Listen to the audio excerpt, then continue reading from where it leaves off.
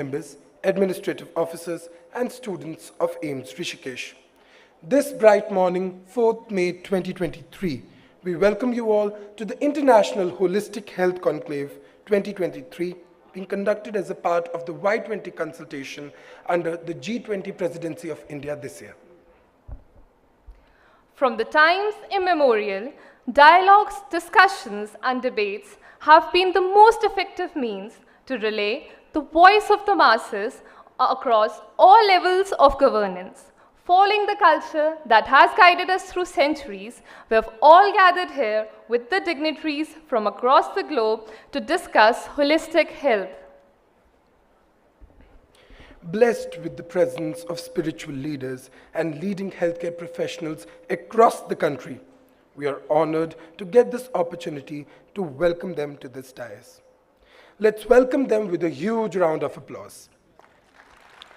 Our chief guest for today morning, Srimati Rekha Arya-ji, Honorable Cabinet Minister, Sports and Youth Welfare, Women Empowerment and Child Development, Government of Uttarakhand, accompanied by Ms. Harsha, MBBS Batch 2019.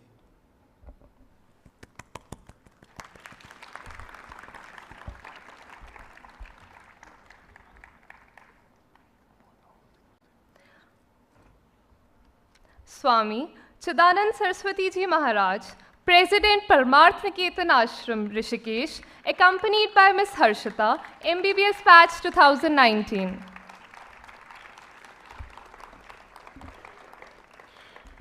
Swami Dayadeepanand Maharaj, Medical Superintendent, Ramakrishna Mission Sevashram, Haridwar, accompanied by Ms. Sanskriti Mittal, MBBS Batch 2021.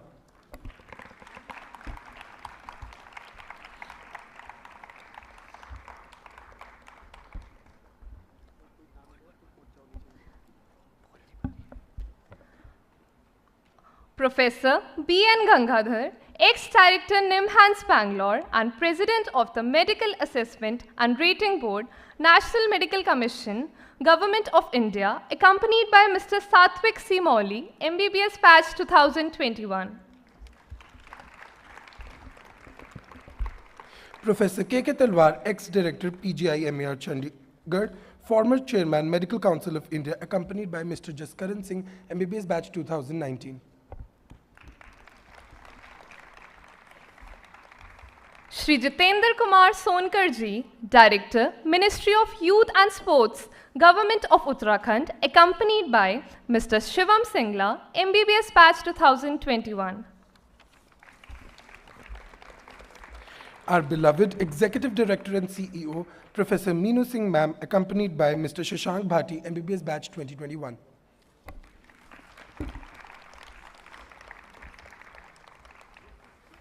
And our very own dearest Professor Jaya Chaturvedi, Dean Academics, accompanied by Ms. Shrangi, MBBS Batch 2021.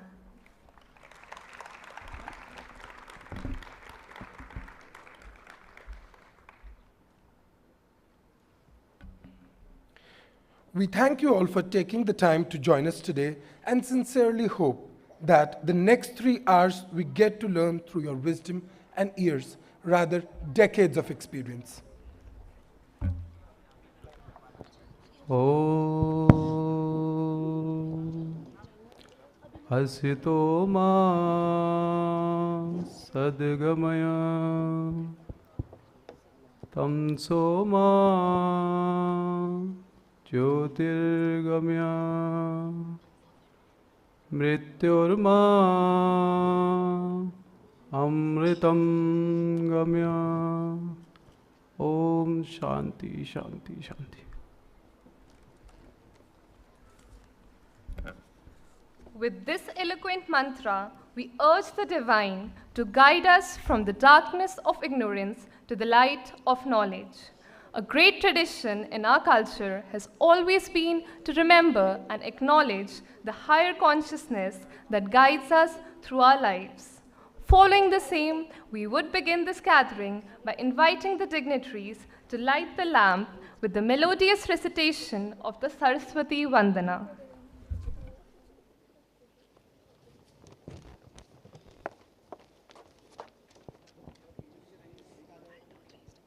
या कुन्देन्दु तुषारहार धवला या शुभ्रवस्त्रावृता या वीणावरदण्डमण्डितकरा या श्वेतपद्मासना या ब्रह्माच्युतशङ्कर प्रभृतिभिः देवै सदा वन्दिता सा मां पातु Saraswati Bhagwati निशेषजाड्यापहा शुक्लां ब्रह्मविचारसारपरमा आद्यां जगद्व्यापिनी वीणापुस्तकधारिणीमभयदा जाड्यान्धकारापहा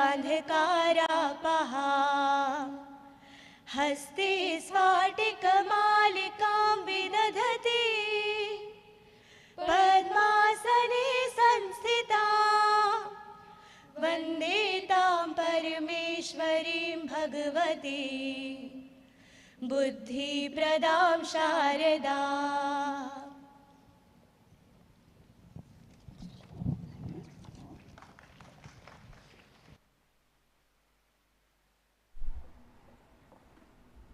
I request our esteemed dignitaries to kindly take their seats in the dais and take this opportunity to thank Vaibhavi, Anisha, Asmita, Anusha, and Srishti for this mellifluous performance. The esteemed dignitaries here on stage with us have been extremely kind to accept our invitation and take out time from their busy schedules. Thus, now we would take this opportunity to present a token of gratitude to them. We now request Dr. Vinod Kumar Singh, President of the Resident Doctors Association, AIIMS Rishikesh, to welcome our chief guest, Srimati Rekha Araji, with a token of gratitude.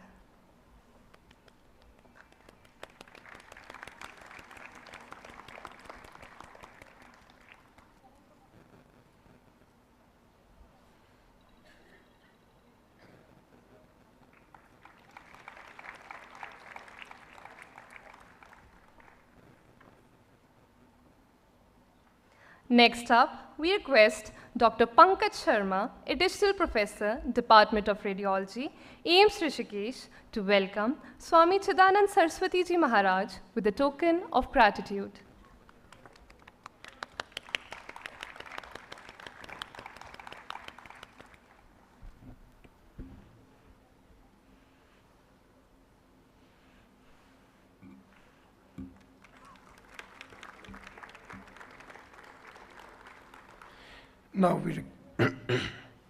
Now we request Dr. Nidhi Kale, Associate Professor and Head, Department of Emergency Medicine, AIIMS Rishikesh, to welcome Swami Dayadipananji Maharaj with a token of gratitude.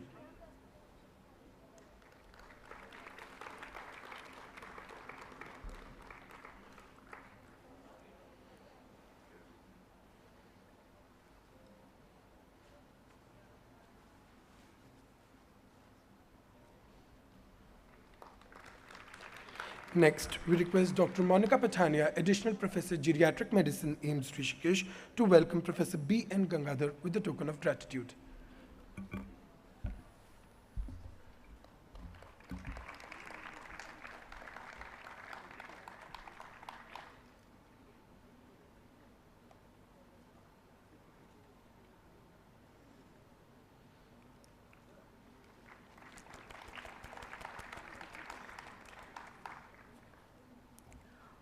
We now request Dr. Rashmi Malhotra, Additional Professor, Department of Anatomy, AIIMS Rishikesh, to welcome Professor K.K. Talwar with a token of gratitude.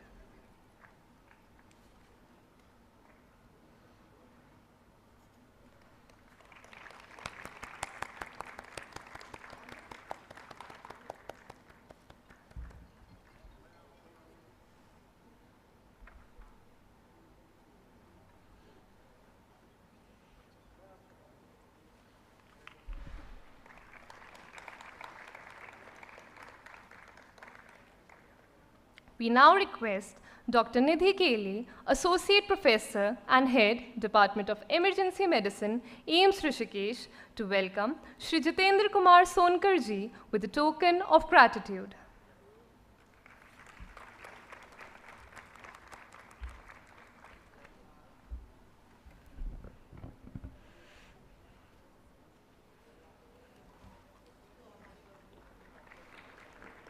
Next up, we request Dr. Vinod Kumar Singh, President of the Resident Doctors Association, AIIMS Rishikesh, to welcome our Executive Director and CEO, Professor Meenu Singh, with a token of gratitude.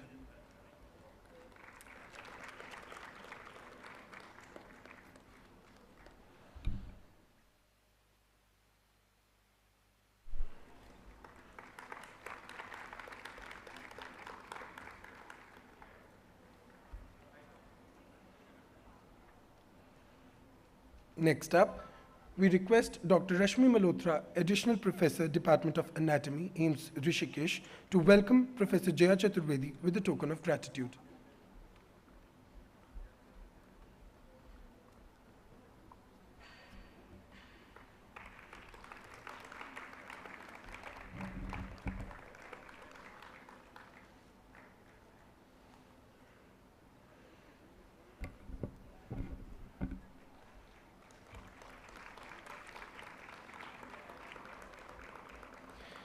Documentation is the strongest tool of advocacy. Thus, for one of the world's biggest advocacy meetings for youth agendas, like this Y20 consultation, it is imperative to have rapporteurs to document the proceedings of the conclave, so that the words of wisdom we expect to hear today contribute to the greater good tomorrow. For the documentation of all dialogues and discussion, we have our rapporteurs, Saurish Ori and Vinay Kaushik, MBBS undergraduates from AIIMS Rishikesh, that would be documenting the proceedings for today. It is with great pleasure that we are gathered here to celebrate the presence of eminent dignitaries among us. Each and every one of us is grateful to have such accomplished individuals in our midst. We are honored to invite the head of the host institute, our most esteemed Executive Director and CEO, Professor Meenu Singh. Professor Meenu Singh trained as a pediatric pulmonologist from the Children's Hospital, University of Pittsburgh, USA. She subsequently returned to India and worked in the field of pediatric pulmonology in the Advanced Pediatric Center, PGIMER Chandigarh. Her unwavering commitment and expertise in this field have earned her much recognition and admiration among the medical fraternity. Not only is Dr. Meenu Singh a distinguished physician, but she's also a visionary administrator. She heads the Telemedicine Center, which is now designated as the Department of Telemedicine at PGIMER in coordination with ISRO and DIT. She is also in charge of the Regional Resource Center and National Knowledge Network at PGIMER and has developed a wide-ranging tele-education network of medical colleges. Her contributions in this area have been so noteworthy that she has been appointed in the Steering Coordination Committee for the Telemedicine and E-Learning of Ministry of Health and Family Welfare. As a director and CEO, Professor Meenu Singh has brought a wave of positive change in our college. Her leadership has been truly transformative, and she has been an inspiration to all of us. Without further ado, I request Professor Meenu Singh to take the stage to inaugurate the Y20 Consultation 2023 at AIIMS Rishikesh and use her exceptional knowledge and experience to set the tone for the further events.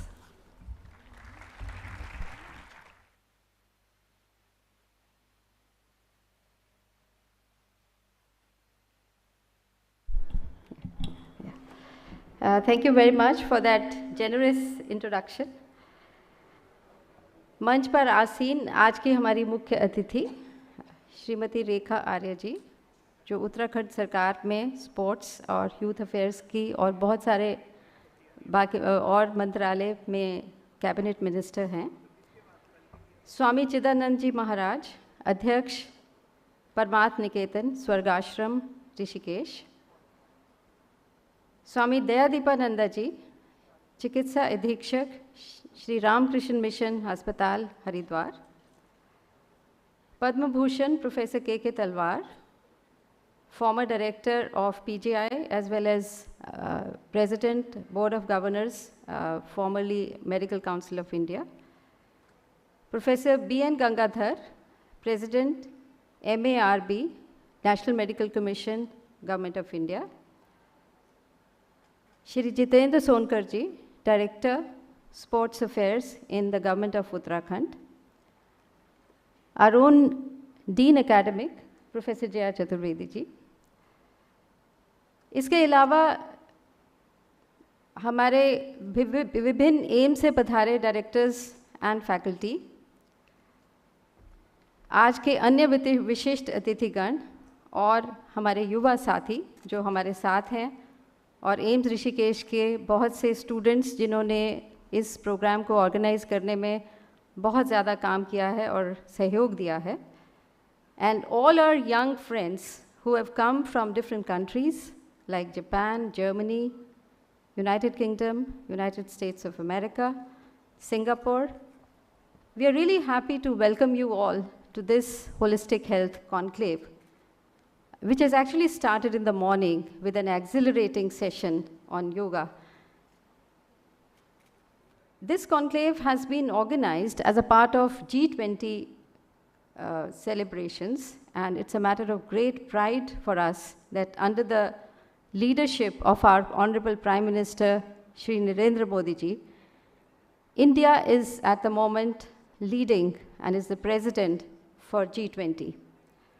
And this Y20, which is the youth component of G20, has been a part of this, these celebrations to motivate and inspire young people to contribute towards health, well-being, and sports, and towards holistic health for the whole world. We at AIIMS Rishikesh feel delighted to organize this conclave, which has been done. There have been several run-up events which have been done, and this event has been organized under the aegis of Ministry of Sports and Youth Affairs, Government of India, as well as by Ministry of Health and Family Welfare, Government of India, and Ministry of Youth and Sports, again, of Government of Uttarakhand, who have really supported this event with all their might. So you will witness several discussions in the panels. You will have debates which will be conducted. And all this is towards formulating some kind of guidelines or policy for the wellness for the youth of this country as well as the rest of the world, as we know that Vasudhaiv Kutumbakam is the theme of G20 this year, which means that the whole world is one. I'm sure you'll be enjoying the natural beauty of Rishikesh. With God's grace, today the weather has opened up and we are having a sunny day. So we would certainly like you to visit some of these places. We have the holy river Ganga, which is very close to AIIMS Rishikesh, to get a little walk along the banks of Ganga, which is called Astha Path, and the beautiful scenery which is all around. So I once again welcome all of you to this event. Jai Hind, Jai Bharat.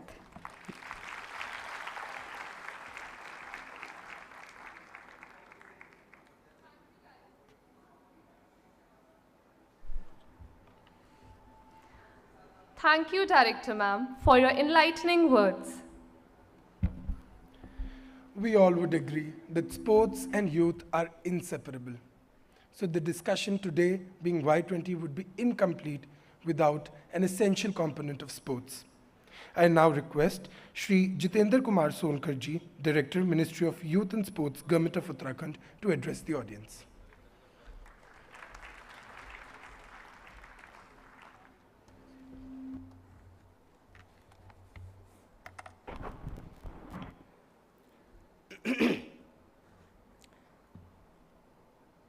आज के इस Y20 कार्यक्रम की chief guest Shrimati Rekha Arya ji, cabinet minister Uttarakhand government, परम श्रद्धेय स्वामी चिन्मयानंद जी, स्वामी दयानिधि पनान ji Maharaj, professor K Talwar, professor Meenu Singh, professor Gangadhar ji and professor Jaya Chaturvedi ji, और यहाँ उपस्थित देश और विदेश के डेलीगेट्स तथा विभिन्न संस्थाओं से आए हुए महानुभाव, सर्वप्रथम आप सभी लोगों को इस कार्यक्रम में यहाँ उपस्थित होने के लिए आप सभी लोगों का स्वागत, अभिनंदन और आभार प्रकट करता हूँ। यूथ, जैसे ही हम इस शब्द को प्रोनाउंस करते हैं, हमारे शरीर में, हमारी आत्मा में एक कंपन सी होती है, सोर्स ऑफ एनर्जी जो यूथ से डिफाइन होता है।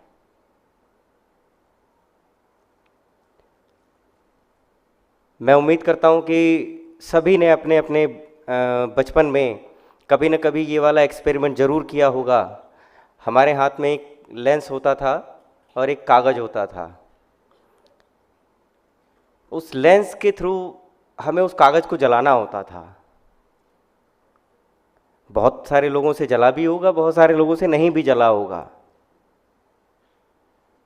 आज उसको यहाँ पे याद दिलाने का मेरा पर्पस सिर्फ इतना है कि यूथ जो होता है उसके अंदर इतनी एनर्जी होती है, इतनी एनर्जी होती है कि अगर वो अपनी उस सारी एनर्जी को एक सिंगल पॉइंट पे अगर फोकस कर दे, जैसा कि हम लेंस के थ्रू सनलाइट को फोकस किया करते थे और कागज जल जाता था,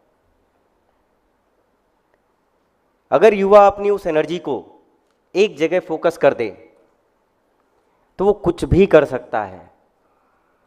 कुछ भी मतलब कुछ भी। चूंकि मैं दर्शन शास्त्र का कभी विद्यार्थी नहीं रहा, लेकिन यूपीएससी में थोड़ा सा दर्शन शास्त्र पढ़ा है। हमारे प्रधानमंत्री भी रहे हैं वीपी सिंह जी, उनका ये कथन था कि चूंकि यूथ हमारा जो कुछ बन गया है वो ठीक है, जो कुछ नहीं बना है वो कुछ भी बन सकता है, क्योंकि उसके अंदर वो एनर्जी है, वो सोर्स है।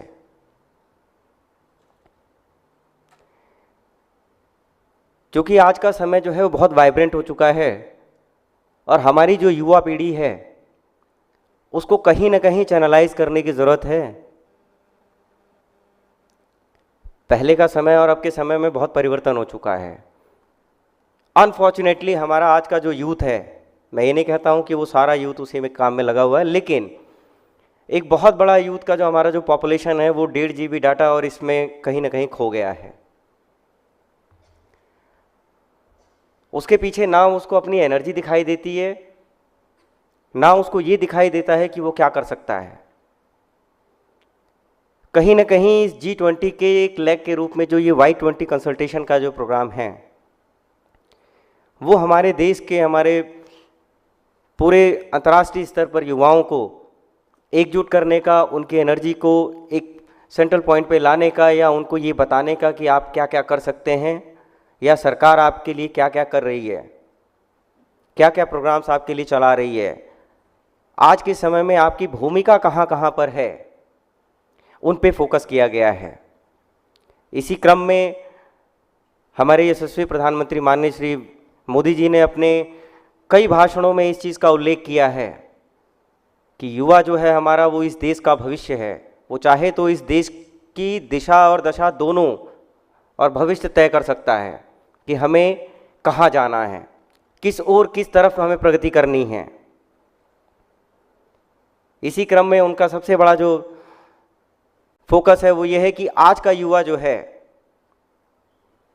राजनीति में उसकी भागीदारी क्या होनी चाहिए। राजनीति का जो एरिना है उसको भी ये समझना पड़ेगा कि युवा की क्या नीड है, उसकी क्या डिजायर्स हैं, उसकी क्या सहभागिता हो सकती है।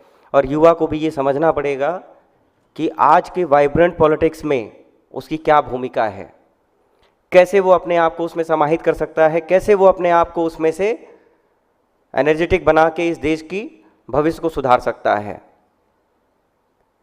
युवा की भूमिका आज किस क्षेत्र में नहीं है, हर जगह युवा ही युवा है। और ये हमारे लिए बहुत सौभाग्य की बात है कि हिंदुस्तान की जो जनसंख्या है उसका आधे से लगभग आधे से अधिक जो प्रतिशत है वो युवाओं का है। तो आप विचार करके देखिए कि भारत क्या नहीं कर सकता है। आज अगर जियो पॉलिटिक्स में देखिए, हर जगह टेंशन ही टेंशन है।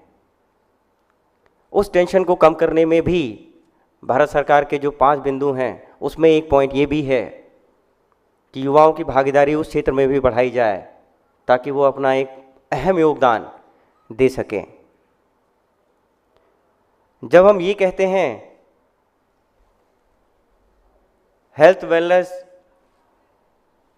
And sports, being a director sports and youth welfare, मेरा यहाँ पे इसको मेंशन करना बढ़ जाता है कि हम कहते हैं कि युवा वो तो स्वस्थ है, उसके लिए इस टॉपिक की क्या ज़रूरत है। शारीरिक स्वस्थता और मानसिक स्वस्थता 2 अलग अलग चीज़ें हैं। जो हम जिस प्रोस्पेक्टिव में कहते हैं वो हमारा शारीरिक स्वस्थता है, क्या हमारा युवा मानसिक रूप से भी स्वस्थ है? मैं इस विषय पे बहुत ज़्यादा नहीं बोलूँगा क्योंकि हमारे बहुत स्पेशलिस्ट हैं इन सारी चीज़ों पे बोलने के लिए, वो आपको बताएंगे। सर्वप्रथम मैं एम्स का धन्यवाद देना चाहता हूँ कि उन्होंने इस कार्यक्रम को आयोजित किया। भारत सरकार यूथ मिनिस्ट्री ने जो उनको ये काम दिया था उसको उन्होंने बहुत ही अच्छी तरीके से ऑर्गेनाइज़ किया है और मैं ये कामना करता हूँ और मेरी ये शुभकामनाएं हैं कि ये 2 दिन का जो प्रोग्राम है ये बहुत अच्छे से चलेगा। और देश और विदेश से आए हुए जो हमारे डेलीगेट्स हैं उनसे भी मेरा ये निवेदन रहेगा कि अपना पॉजिटिव कंट्रीब्यूट करिए, कुछ दे के जाइए और कुछ लेके जाइए। धन्यवाद। जय Hind.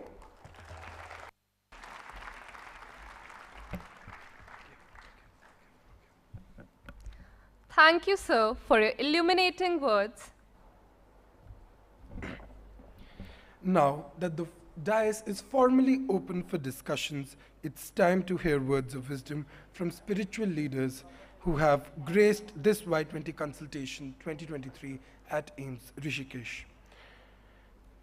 Even though he needs no introduction, we take this opportunity to introduce Swami Dayadeepanandji Maharaj, to inspire you all with the work that he has been doing to bridge modern medicine and spiritual health.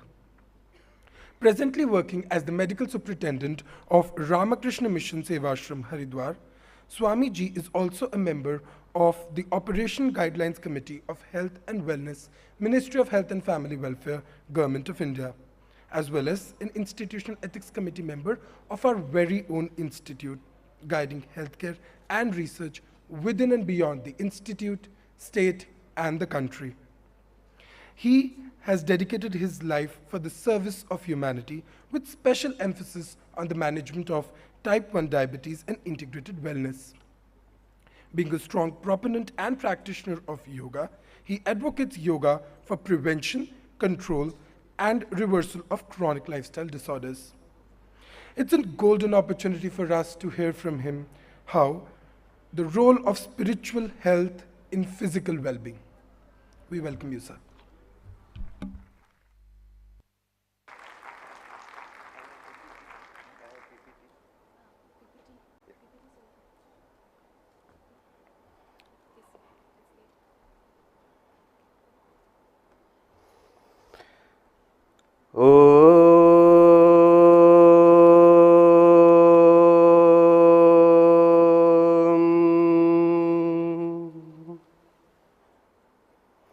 Suprabhatam, good morning everybody. My respectful namaskars, reverential pranams to Swami Chidanand जी, जो हमारे सनातन धर्म के प्रतीक हैं, heads the Parmarth Niketan, the spiritual center based at Rishikesh on the banks of Mother Ganga. My namaskars to Rekha Arya ji, Dr. B.N. Gangadhar ji, Dr. Talwar ji, Jitendra ji, Professor Minu Singh ji, Jaya Chaturvedi ji, and all my respectful dignitaries of the dais. What a great morning we are all having. Hundreds of youths with full of energy and special dignitaries who have experience in life to guide us.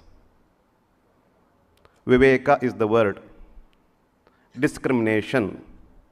That is the only thing which lacks in a youth, which is profoundly present with a person who has experience in life. Combination of both vitality and energy.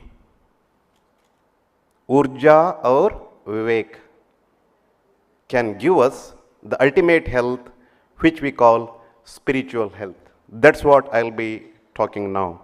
Can I have my first slide, please? Physical, mental, emotional, social, intellectual, and spiritual well-being of a person. Not just free from disease or insanity. That's what exactly health means. Definition of health. Swasthya is the word. Swasthya is the word. When you derive your health from the word swasthya, swastha, one who is established in his own self.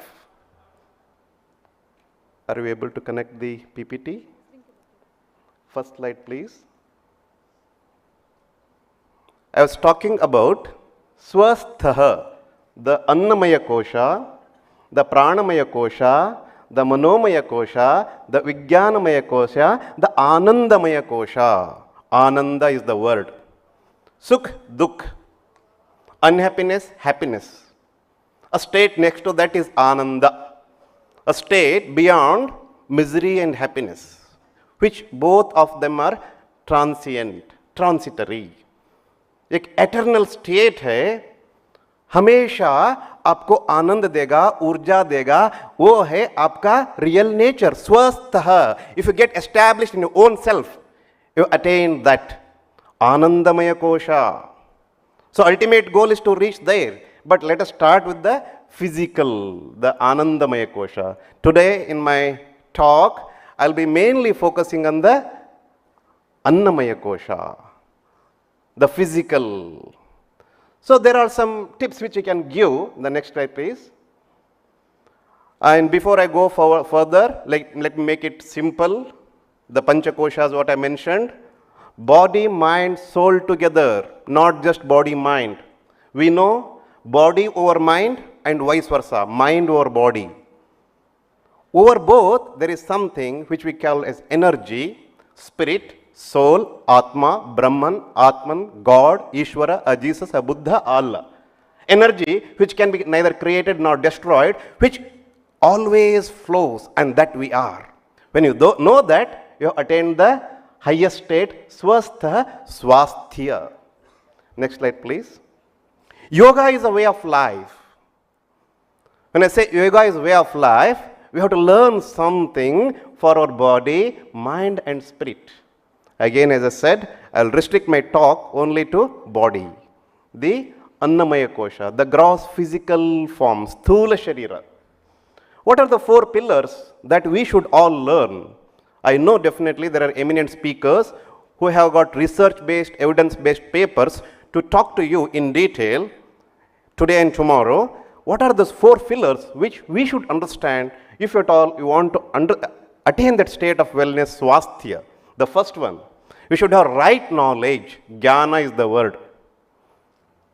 You should have right thinking, which are soch, alochana, thoughts.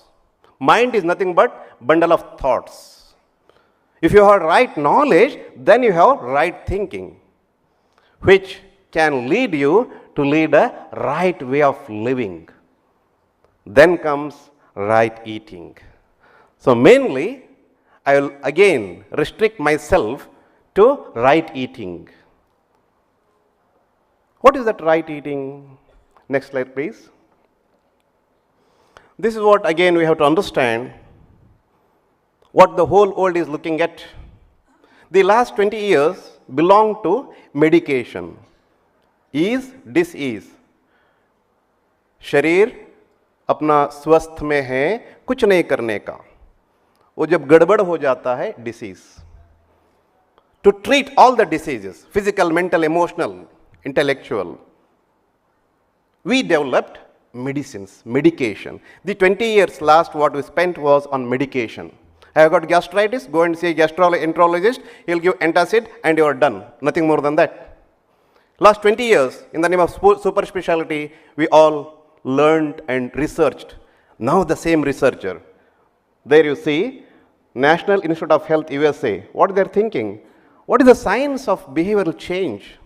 If I got some disease, I got some behavioral changes. भावना में, संवेदना में बदलाव आता है, तनाव आता है. वो कहाँ से शुरू हुआ? शरीर में गड़बड़ी आ गया, मन में गड़बड़ी आ गया, बीमारी की तरह आपको दिख रहा है.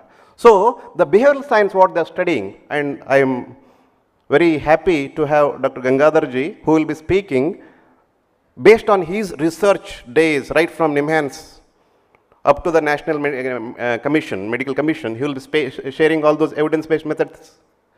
So what they are thinking, they have put it in 3 words: self-regulation, stress activity, interpersonal, social. Next slide please. But where it came from? It came from Ashtanga Yoga. Those 3 words, still what they are thinking is not enough, because they have not having the element of spirit, soul. So why they have restricted only with these 3 steps. But in our ancient wisdom, rishis, a rishi is one who has experience of the inner world. And I was talking in the beginning, to attain the highest health, you have to establish yourself with your real self, swasthaha. So Ashtanga Yoga teaches you to take care of your body, mind, emotions, ultimately finding your real self. So that is the ultimate answer. And way to do it? Vedanta. Practical Vedanta. नित्य जीवन में ऐसे कुछ उपाय ढूंढ ले based on the highest eternal truths experienced by our rishis, scientists of the inner world. If you do that, next slide please, how you are going to attain the physical health, that will be again my focus. Though I touch upon the highest thing, because without that we cannot attain the absolute state of health even physically, physical healing. That's what we are all looking for. In these last 20 years I said medication was the solution. Now, not just medication, but meditation. Meditation is the highest medication.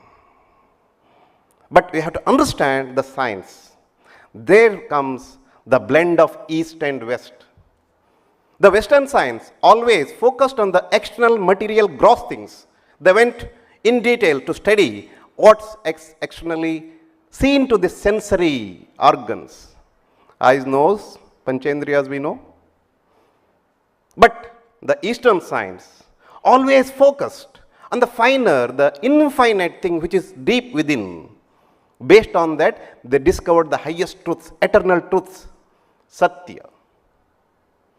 So, if at all we understand and practice how we are going to get the physical health benefits. When I say yoga, yoga is way of life, Ashtanga Yoga, I know definitely you all know because there are many of them are yoga students here from different countries, our own medical students, we know, we have interacted.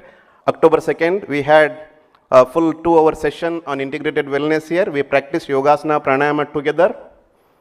Ashtanga Yoga, Yama, Niyama, Asana, Pranayama, Pratyahara, Dharana, Dhyana Samadhi. Dhyana is the 7th step.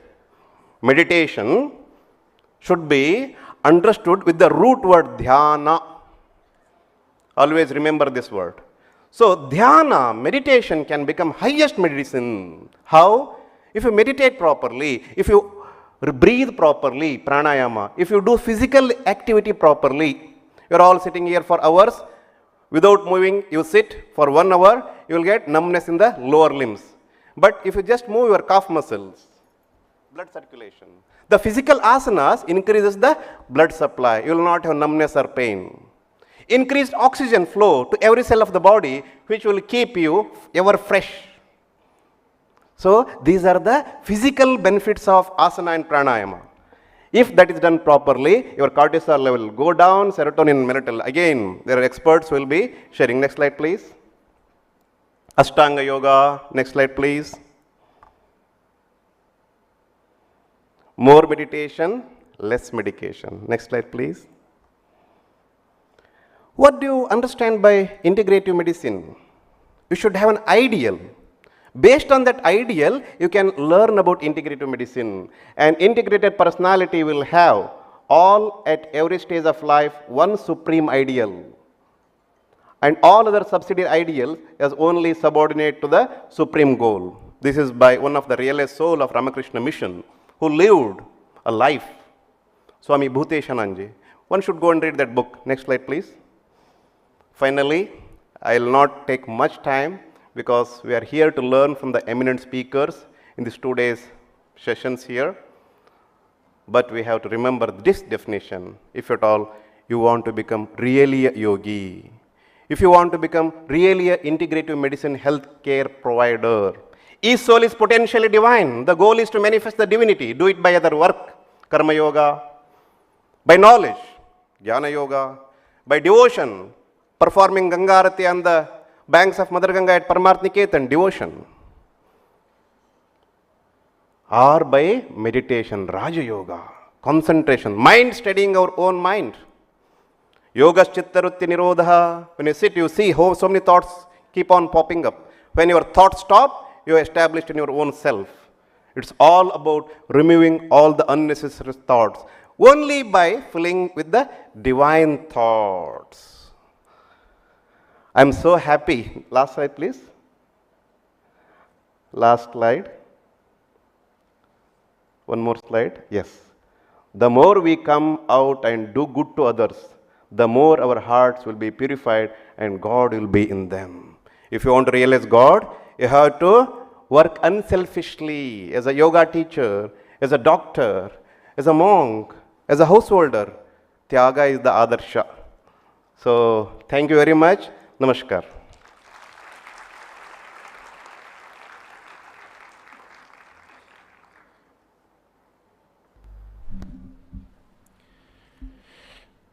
Thank you, Swamiji, for sharing how spiritual and physical well-being are synergistic and multiplicative. A luminary who has been kind enough to find time to address this gathering, Swami Chidanand Saraswati Ji Maharaj, the president of the Paramarth Niketan Ashram Rishikesh, the recipient of some of the world's greatest honors like the UPF's World Peace Ambassador Award, the Global Peace Award, the Mahatma Gandhi Humanitarian Award, the Hindu of the Year Award, the Uttaranchal Ratan Award, the Dr. Kalam Memorial Honor. Swamiji is also the founder of the Ganga Action Parivar, Divine Shakti Foundation, Indian Heritage Foundation, and Interfaith Humanitarian Network, as well as the co-founder of the Global Interfaith Wash Alliance. One must not miss an opportunity to know from Swamiji the ways to strengthen one's spiritual health.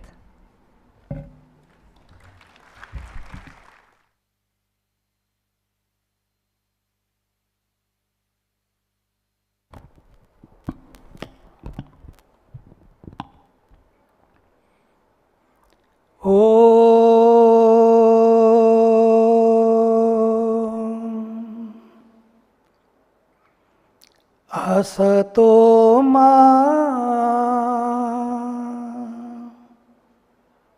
सद्गमय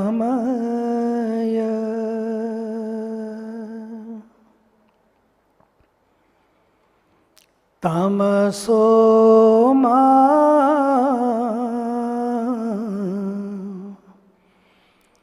ज्योतिर्गमय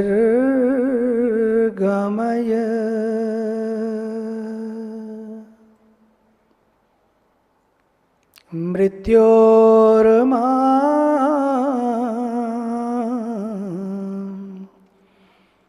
अमृतं गमय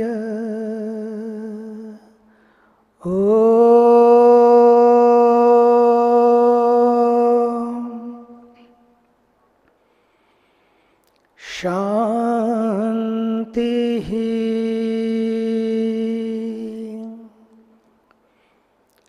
शान्तिः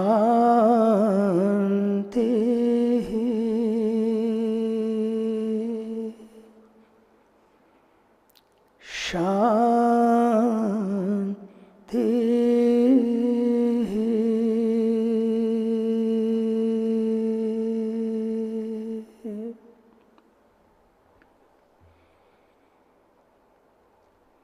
Respected Pujya Swamiji, our Honorable Minister, Srimati Rekha Aryaji, our Professor, the Director of AIMS, Professor Minu Singh ji, our Professor Gangadhar ji, Shri Jitendra Kumar Sonkar ji, our very eminent cardiologist of the nation, Dr. Talwar, Dr. Jayaji, Dr. Vinod, and you all, my sisters and brothers from all across the nation and the world. I'm so happy to be here today because this is a very crucial moment. Especially the youth all over the world are striving and thriving.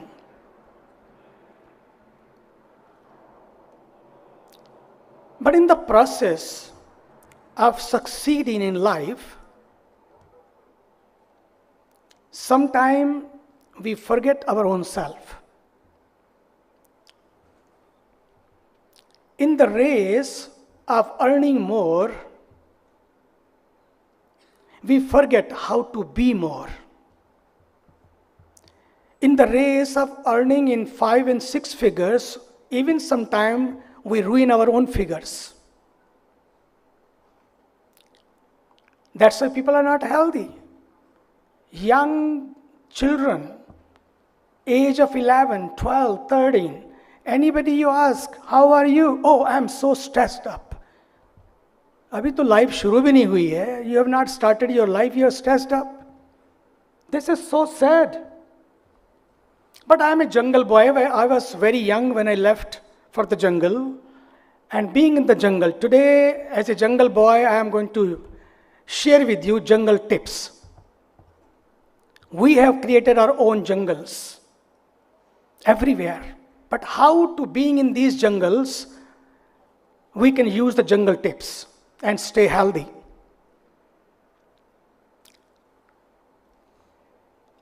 We have lost our balance, and the Bhagavad Gita says the balance is the key. Yuktahar viharasya yukta cheshtasya karmasu yukta swapnava bodhasya yogo bhavati dukkha. The balance. Balance what to eat.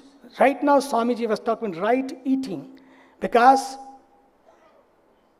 whatever you eat, you become. Junky food, junky mood. If you eat junky, you become junky. Believe me. Today or tomorrow you will realize that. Food makes your mood. So that's why eat right and eat light. Second, eating is not only what you eat from your mouth. We eat so much through our eyes, through our ears. Time is very short, but in nutshell, food is not only what we eat here. This is one type of food. I have seen 3 things very important for young people, for everybody anyway. And especially now what I see in the nation sometime, to me it comes what I was taught in the jungle is very important, and time is now that we should learn. Time management, tongue management, and thought management. Three things, 3 T's program. Time management, tongue management. We don't know even what to eat. The time we have to sleep, we are eating. The time we have to be awakened, we are sleeping. All messed up. Look at the birds I saw in the jungle. I never saw them. Middle of the night, they are up and eating. Oh, everybody is sleeping. Chalo, main haath maar lo. In my garden, I have seen the birds are there. I have a bird food and bird water in the pot. Never seen after 5:30, 6 o'clock around sunset time, I go for the evening arti. When I come back, they all are in the nest with their own puppies, in their babies, sleeping, so happy. And I've never seen that they see, oh, food is there, temptation is there, and now everybody is sleeping. There is a time, let me go down and catch up and have something. Never. But we go to our fridge, open the fridge and keep eating. If mood is not good, and eat more even. That food will make our mood. And we make a mistake. So in Bhagavad Gita, in spirituality, people sometimes say, oh, what is in religion? What is in spirituality? Spirituality also is spiritual only when the spirit is taken out, then becomes a ritual. When the spirit and ritual come together, it becomes spiritual. And there means living what is spirit? What is spirituality? Living consciously, eating consciously, thinking consciously, wearing consciously. There is no shortage today of food shortage, land shortage, this shortage, that shortage. Don't worry. There is enough for everyone's need on this earth. Mahatma Gandhi said, there is always enough for everyone's need, but there is never enough for even one man's greed. Don't worry.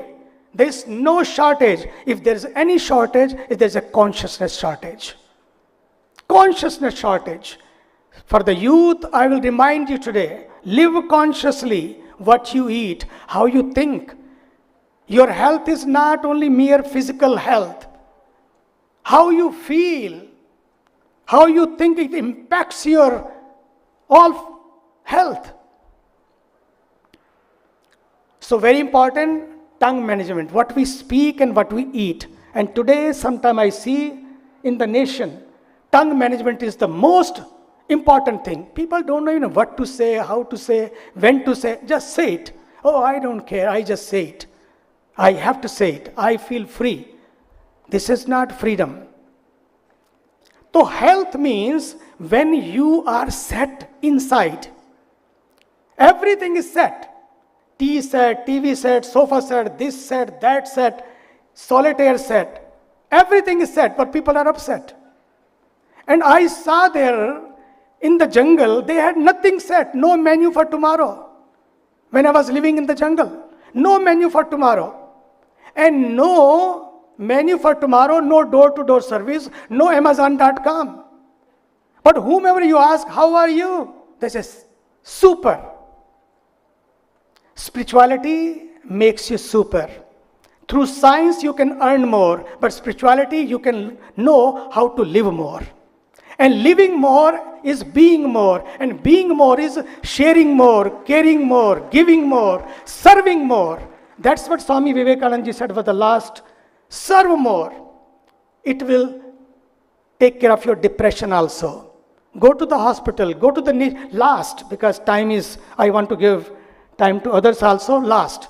When we are talking about the health, there are so many thoughts are coming to me from the jungles, but maybe some other time. Anyway, you all are coming to join in the evening Ganga Aarti. That is our happy hour. That happy hour feels you feel high, but there's no hangover. No hangover. We'll talk about in the evening when you all come for the Aarti, but now Last but not the least, when we are talking about the health, how we can be healthy if our water is not healthy, our soil is not healthy, how our souls can be healthy? Bad soil, contaminated souls also. No water, no peace. If water is not healthy, soil is not healthy, air is not healthy, pollution, so what is the solution? Only solution is live consciously. Live consciously. No water, no conference. No water, no why youth. And why youth? We'll talk tonight. Why youth? We say why youth. Tonight I will talk to you. What does it mean when we say youth? In the evening, but now because I know that we are already late, 5 minutes, and now I will share this dais for others. But thank you, Professor Minu Singh ji, giving this opportunity to the youth of the world, bringing them here to learn the message of life. The message of life is not, as I said, have more, but be more. Thank you. God bless you.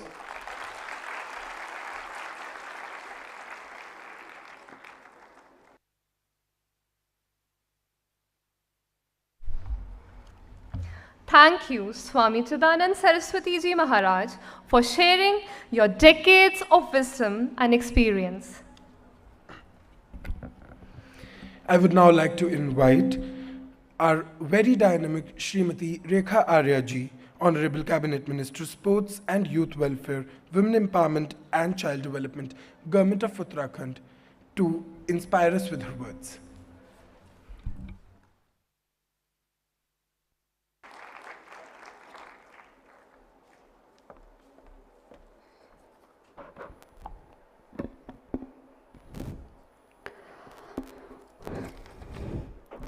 Bharat माता की, भारत माता की। आज के इस Y20 और youth 20 कार्यक्रम में उपस्थित अभी थोड़ी देर पहले हम जिनको सुन रहे थे और सुनने के साथ साथ में जिनके साथ हम बहुत मन से जुड़ भी रहे थे, ऐसे हिंदू सनातन धर्म के प्रतीक हम सब के स्वामी चिदानंद सरस्वती जी महाराज जी, यहाँ मंच पर आसीन स्वामी दयादी पांडा महाराज जी, यहाँ की कार्यकारी डायरेक्टर के रूप में professor Meenu Singh ji, professor VN Gangadhar जी, प्रोफेसर के तलवार जी, प्रोफेसर जया चतुर्वेदी जी और निदेशक खेल के रूप में सोनकर जी, प्रोफेसर, और यहाँ पर आज के इस कार्यक्रम में जो उपस्थित हुए हैं, चाहे वह प्रोफेसर्स के रूप में हों, स्पेशलिस्ट के रूप में हैं, डॉक्टर्स के रूप में हों, स्टूडेंट्स के रूप में हों, और साथ ही जो हमारे यूथ फॉरेनर्स हमारे विभिन्न देशों से यहाँ पर आए हैं, आप सभी का मैं अपने इस उत्तराखंड, जिसका दूसरा पर्याय देवभूमि के नाम से भी है, जो कि हिमालय की गोद में खिलता और खेलता उत्तराखंड है, जो कि नैसर्गिक सौंदर्य को समेटे हुए है। मैं इस हिमालय भूमि और पवित्र गंगा के किनारे देश विदेश से आए सभी प्रतिनिधियों का इस पावन भूमि में मैं सबका अभिनंदन करती हूँ, सबका स्वागत करती हूँ। साथियों, हम सब लोग जानते हैं कि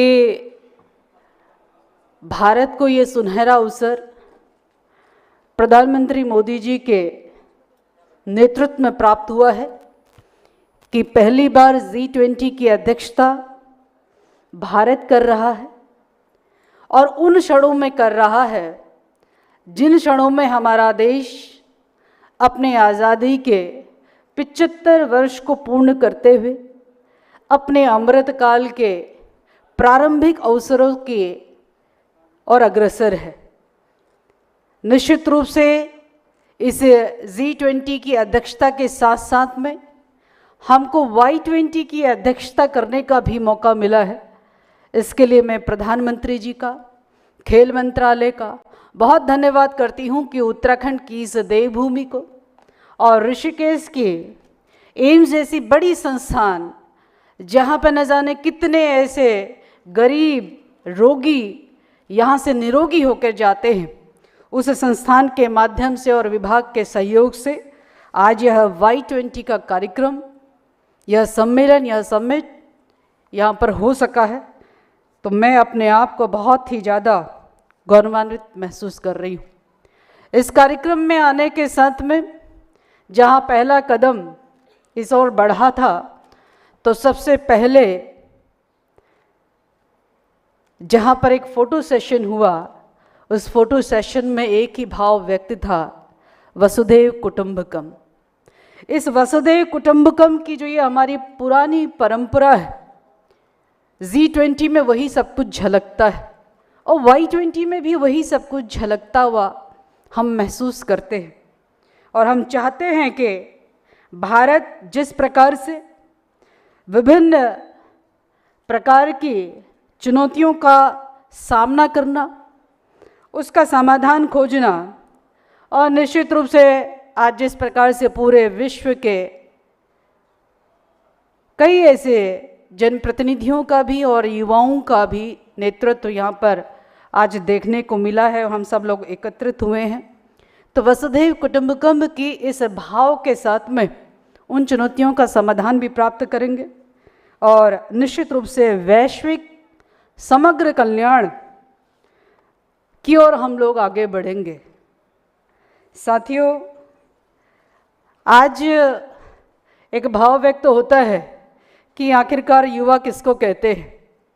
सामान्यतः एक विचार आता है कि युवा 15 से 24 वर्ष तक के व्यक्ति को हम लोग युवाओं की श्रेणी में लेकर आते हैं, और यदि वैश्विक स्तर पर यदि हम इसको देखते हैं तो यूएन के आंकड़ों के अनुसार आज 15 से 24 वर्ष की आयु के लगभग 1.2 बिलियन युवा पूरे विश्व में हैं, और यदि उसे प्रतिशत के दृष्टिकोण से देखें तो लगभग विश्व की जनसंख्या के 16% हिस्सा युवाओं का है। संयुक्त राष्ट्र के अनुसार विश्व स्तर पर 15 से 24 वर्ष के लगभग 85% युवा विकासशील देशों में रहते हैं। यह आंकड़ा उम्मीद की जा रही है कि 2025 तक 89.5% बढ़ने का अनुमान है। और मुझे ये कहते हुए बहुत गर्व होता है कि भारत, जो कि विकासशील देश के रूप में जाना जाता है, इस Y20 के आयोजन के साथ में जो कुछ भी हम लोग यहाँ पर एक दूसरे के साथ में वैचारिक आदान प्रदान करेंगे और यहाँ से युवा जिस प्रकार से भारत के विकास के लिए योगदान करेंगे, तो मुझे उम्मीद है कि आने वाला वक्त प्रधानमंत्री मोदी जी के नेतृत्व में इस विकासशील देश से विकसित देश के रूप में हम सब लोग अग्रसर होंगे। तो मैं कहना ये चाह रही थी कि भारत को युवाओं का देश में अग्रणी देश माना जाता है और भारत में सबसे ज़्यादा युवा आबादी पाई गई है। यूएनडीपी के आंकड़ों के मुताबिक दुनिया के 121 करोड़ युवा जो हैं, उनमें 21% जो है वह भारत में है। साथियों, इस Y20 समिट का मुख्य उद्देश्य विश्व स्तर पर जो हमारे युवा हैं उनको बढ़ावा देना है। इस मंच से G20 देशों के देश यूथ सहित भारत द्वारा आमंत्रित हमारे जितने विदेशी अतिथि हैं, उनके विचारों को, उनके अनुभवों को साझा कर सकेंगे। ऐसा इस Y20 में ही संभव हो सकता है। ऐसे कार्यक्रमों से निश्चित रूप से नई पीढ़ी में एक जो लीडरशिप का भाव होता है, एक लीडरशिप की जो क्वालिटी होती है, वह इसमें निखरने का अवसर उनको प्राप्त होता है और निश्चित रूप से आगे चलकर ये अपने देश का और किसी बड़े संगठन के नेतृत्व करने के लिए तैयार हो सकेंगे। इस Y20 से निश्चित रूप से हम सबको यह प्रतीत होता है। आज Y20 के इस कार्यक्रम में हेल्थ, वेलनेस और स्पोर्ट्स पर पूरी ये थीम रखी गई है। हेल्थ, वेलनेस और स्पोर्ट्स पर मैं समझती हूँ कि हेल्थ और वेलनेस कैसे रखी जा सकती है, यह स्वामी जी, चाहे चिदानंद जी महाराज जी हों, चाहे हमारे दयाधी पांडे जी महाराज जी हों, आप दोनों के द्वारा हेल्थ और वेलनेस योगा के माध्यम से यह जीवन में अपने खान पान और अपने व्यवहार से बहुत कुछ हम लोग हेल्थ और वेलनेस में हम लोग कर सकते हैं योगा को अपनाते हुए। चूँकि मैं स्पोर्ट्स मिनिस्टर हूँ तो मैं यह बात कह सकती हूँ कि हेल्थ, वेलनेस, योगा, ये सारी चीज़ें निहित हैं आपके स्पोर्ट्स में। यदि हम स्पोर्ट्स को अपनाते हैं तो स्वाभाविक रूप से ये तीनों चीज़ें उसमें हमको दिखती हैं। बच्चा जब पैदा होता है तो भारतीय संस्कृति में और संभवतः विदेशों की संस्कृति में भी एक स्वाभाविक होता है कि बच्चा 6 महीने के बाद में जब बैठना शुरू करता है और बैठने के बाद में माता पिता उसे विभिन्न प्रकार के जो गेम्स होते हैं, हमारे यहाँ तो बैट बॉल दिया जाता है या बैडमिंटन का छोटा सा रैकेट दिया जाता है, किसी न किसी रूप में खेल की संस्कृति को बढ़ाने का काम बचपन से ही किया जाता है। और उसी से हम देखते हैं कि बच्चा कितनी तेज़ी से अपने हाथ पैर चलाता है, कितनी तेज़ी से वह आगे बढ़ता है, उसकी ग्रोथ कितनी तेज़ी से होती है। तो उसमें योगा भी है और उसमें स्पोर्ट्स भी है और दोनों के कारण बच्चा अपने अच्छे हेल्थ को और अच्छे वेलनेस को जो है वह प्राप्त करता है। मेरा यह कहना है कि हम स्पोर्ट्स को लेकर, केंद्र की सरकार हो, भारत में प्रधानमंत्री मोदी जी के द्वारा लगातार स्पोर्ट्स को बढ़ावा मिल रहा है। स्पेशली महिलाओं को, लड़कियों को बहुत ज़्यादा बढ़ावा मिल रहा है। उन्हीं की प्रेरणा से आज हम भी अपने स्टेट में, उत्तराखंड में, इस देवभूमि में महिला खिलाड़ी हूँ, युवा खिलाड़ी हूँ या हमारे खिलाड़ी हूँ, सबको यानी कि खेल को बहुत तवज्जो दी जा रही है। और जो खिलाड़ी इंटरनेशनल लेवल पर, नेशनल लेवल पर यदि कुछ अचीव करके आ रहे हैं तो उनको सम्मान देना, विभिन्न मंचों से पुरस्कार के रूप में भी सम्मान देना, यह सब काम आज की तारीख में किए जा रहे हैं। आज स्पोर्ट्स ऐसा विषय नहीं रह गया है भारत के दृष्टिकोण से भी और मैं समझती हूँ वैश्विक दृष्टिकोण से भी, कि स्पोर्ट्स अब दोयम दर्जे का नहीं बल्कि स्पोर्ट्स अब पहले दर्जे का या प्राथमिकता के रूप में अब देखा जाने लगा है। स्पोर्ट्स केवल 15 से 24 या 35 से 40 वर्ष तक के लिए नहीं है। स्पोर्ट्स मैं समझती हूँ कि आजीवन भर के लिए है। अपनी हेल्थ और वेलनेस को यदि हमें प्राप्त करना है, क्योंकि यदि शरीर फिट है तो जीवन हिट है, यदि शरीर ठीक है तो हमारा सारा काम जो है वह सही प्रकार से संपादन हो सकता है। यह सब कुछ निर्भर करता है कि आपकी फिजिकल फिटनेस किस प्रकार की है। आप बहुत अच्छे विचार के रख सकते हो, आप बहुत अच्छे वैचारिक हो सकते हो, आप बहुत अच्छा सोचते होंगे, आप बहुत अच्छे करने की क्षमता रखते होंगे, आपके अंदर बहुत ज़बरदस्त जिज्ञासा होगी, आपके अंदर करने की भी बहुत क्षमता होगी। लेकिन क्या करोगे जब आपकी हेल्थ और आपकी वेलनेस यदि ठीक नहीं होगी? तो इसलिए इसको ठीक करने के लिए ये Y20 में यूथ तो है ही है। मैं समझती हूँ कि हर एज का व्यक्ति चाहे योगा के माध्यम से जुड़े, चाहे स्पोर्ट्स के माध्यम से जुड़े, अपने आप को यदि वो एक्टिवेट रखता है तो निश्चित रूप से हर वो अपनी जिज्ञासा, अपने जीवन की हर वो महत्वाकांक्षा, हर वो अच्छा कार्य वह करने में सक्षम है यदि वो अपने शरीर के साथ में न्याय करता है। ईश्वर ने आपको स्वस्थ शरीर के साथ में भेजा है तो हम सब का कर्तव्य होता है कि हम सब लोग स्वस्थ रहे, उसने जैसा भेजा है तो वो हमें वैसा ही मेंटेन भी रखना चाहिए, ताकि हम अपने पूरे आजीवन अपने जिस उद्देश्य के साथ में हम सब का जन्म हुआ है उस उद्देश्य की हम सब पूर्ति कर सके। यह तभी संभव होगा जब हम अपने जीवन में हेल्थ, वेलनेस, योगा, स्पोर्ट्स को अपने जीवन में अपनाते हैं। आज की तारीख में मैं गर्व के साथ कह सकती हूँ कि उत्तराखंड स्पोर्ट्स के दृष्टिकोण से आज स्पोर्ट्स डेवलपमेंट फंड को अस्तित्व में लेके आ रहा है। आज हमारे बच्चों के लिए हम लोग आउट ऑफ टर्न जॉब लेकर आ रहे हैं। आज हमारे बच्चों के लिए हम 4% का क्षतिज आरक्षण लेकर आ रहे हैं। हम स्पोर्ट्स यूनिवर्सिटी लेकर आ रहे हैं। हम स्पोर्ट्स कॉलेज गर्ल्स के लिए लेकर आ रहे हैं। ये सारी एक्टिविटीज़ केवल इसी बात के लिए है कि हमारे बच्चे स्पोर्ट्स के माध्यम से अपने आप को फिट रखें और साथ साथ में अपने आप को हिट करने के लिए विभिन्न प्रकार की अलग अलग स्तर पर जब आयोजन होते हैं, प्रतियोगिताएं होती हैं, उसमें प्रतिभाग करते हुए अपने क्षेत्र का, अपने सिटी का, अपने स्टेट का, अपने देश का और अपने पूरे अपने देश का जो है वह नाम रोशन करने का काम करे, ताकि उसके माध्यम से न जाने कितने लोगों को ऐसा आदर्श, ऐसी प्रेरणा मिलती है कि समाज उसकी ओर अग्रसर, उसके पद चिन्हों पर जो है चलने के लिए अग्रसर हो जाता है। तो यह अपने आप में बड़ा संदेश देने का काम करता है।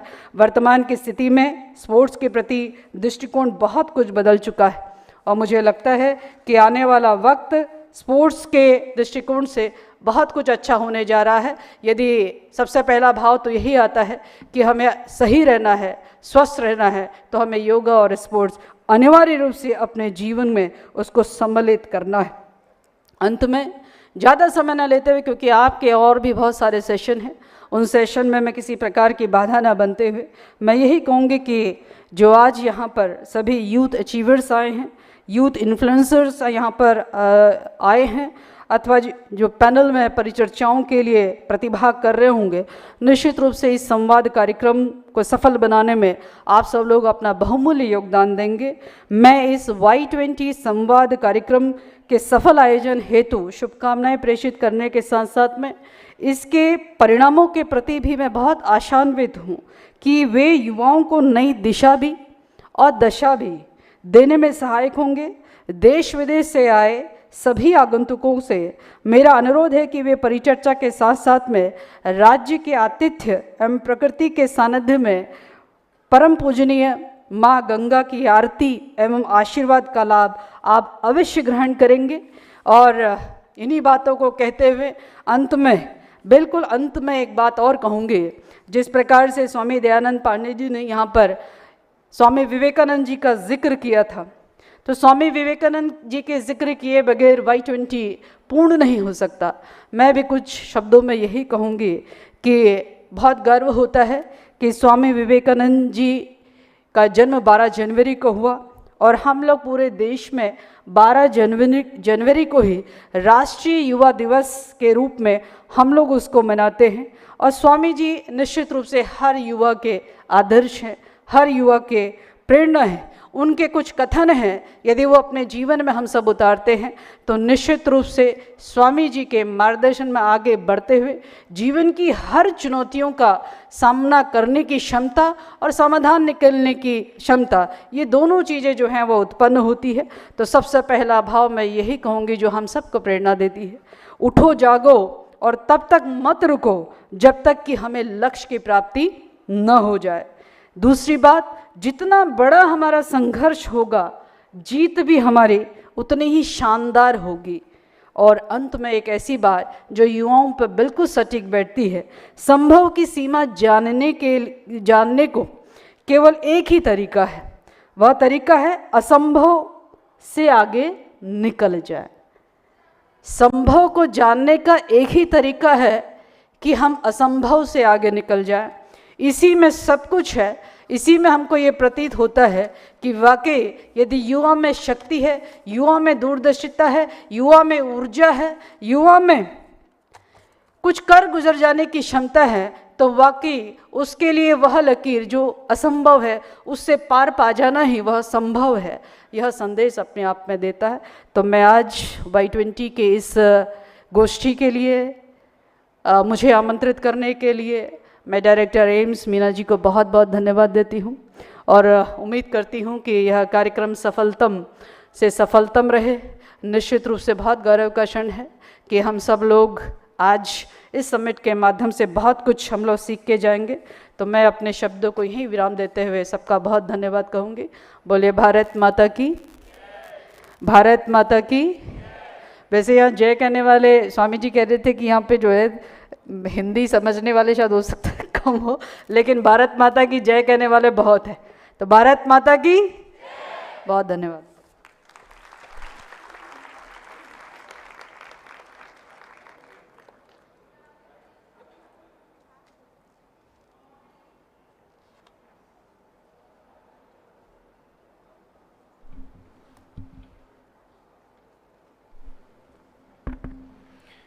Thank you, Srimati Rekha Arya ji, for such motivating words.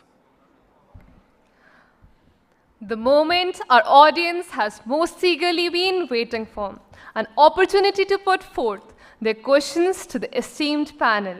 Now, before we begin with the formal interaction, there are some guidelines I would like to bring to everyone's notice for a smooth interaction. The audience has the opportunity to ask questions they wish to any of our esteemed panelists. Delegates who wish to ask questions should raise their hand and wait for the nearest volunteer to hand over a mic before asking the question. Any question must be directed to at least one and a maximum of two panelists. Each of our panelists is requested to answer the question directed to them in 2 to 3 minutes so that we can make the maximum possible questions within the allotted time. The moderator for the session would be our very own Dr. Monica Patania, Additional Professor Geriatric Medicine, AIIMS Rishikesh. Along with excelling in allopathic medicine as a lifestyle disease physician, Ma'am is a certified instructor of Sudarshan Kriya Yoga as well as a Ministry of Ayush certified Level 1 Yoga instructor. Dr. Monica's clinical practice and research focus on lifestyle-related and non-communicable diseases, rural health, and integrative medicine. With more than 100 publications and awards, Ma'am believes that integrative medicine promises excellent patient care and solutions to modern-day lifestyle disorders and epidemics. We are extremely fortunate to welcome Dr. Monica Patania to moderate the discussion. We request Ma'am to kindly take over for the session. Namaskar everyone. So we are blessed to have a blend of science and spirituality on this stage today. And as the brand Bharat, our country, has always been, spirituality and science have always been in hand to hand in our country. And that's what is going to lead us towards being a superpower in the world. So today we'll be asking, I'm sure you all will be very curious to discuss because it's a rare opportunity. So I'll be requesting, since we have limitation of time, so whosoever wants to ask, they may raise hand. Our volunteers will be giving the mic. They announce their names and they want to and the name of the panelists to whom they want to ask. So are there any questions? Please give the mic there. You can come in front or there.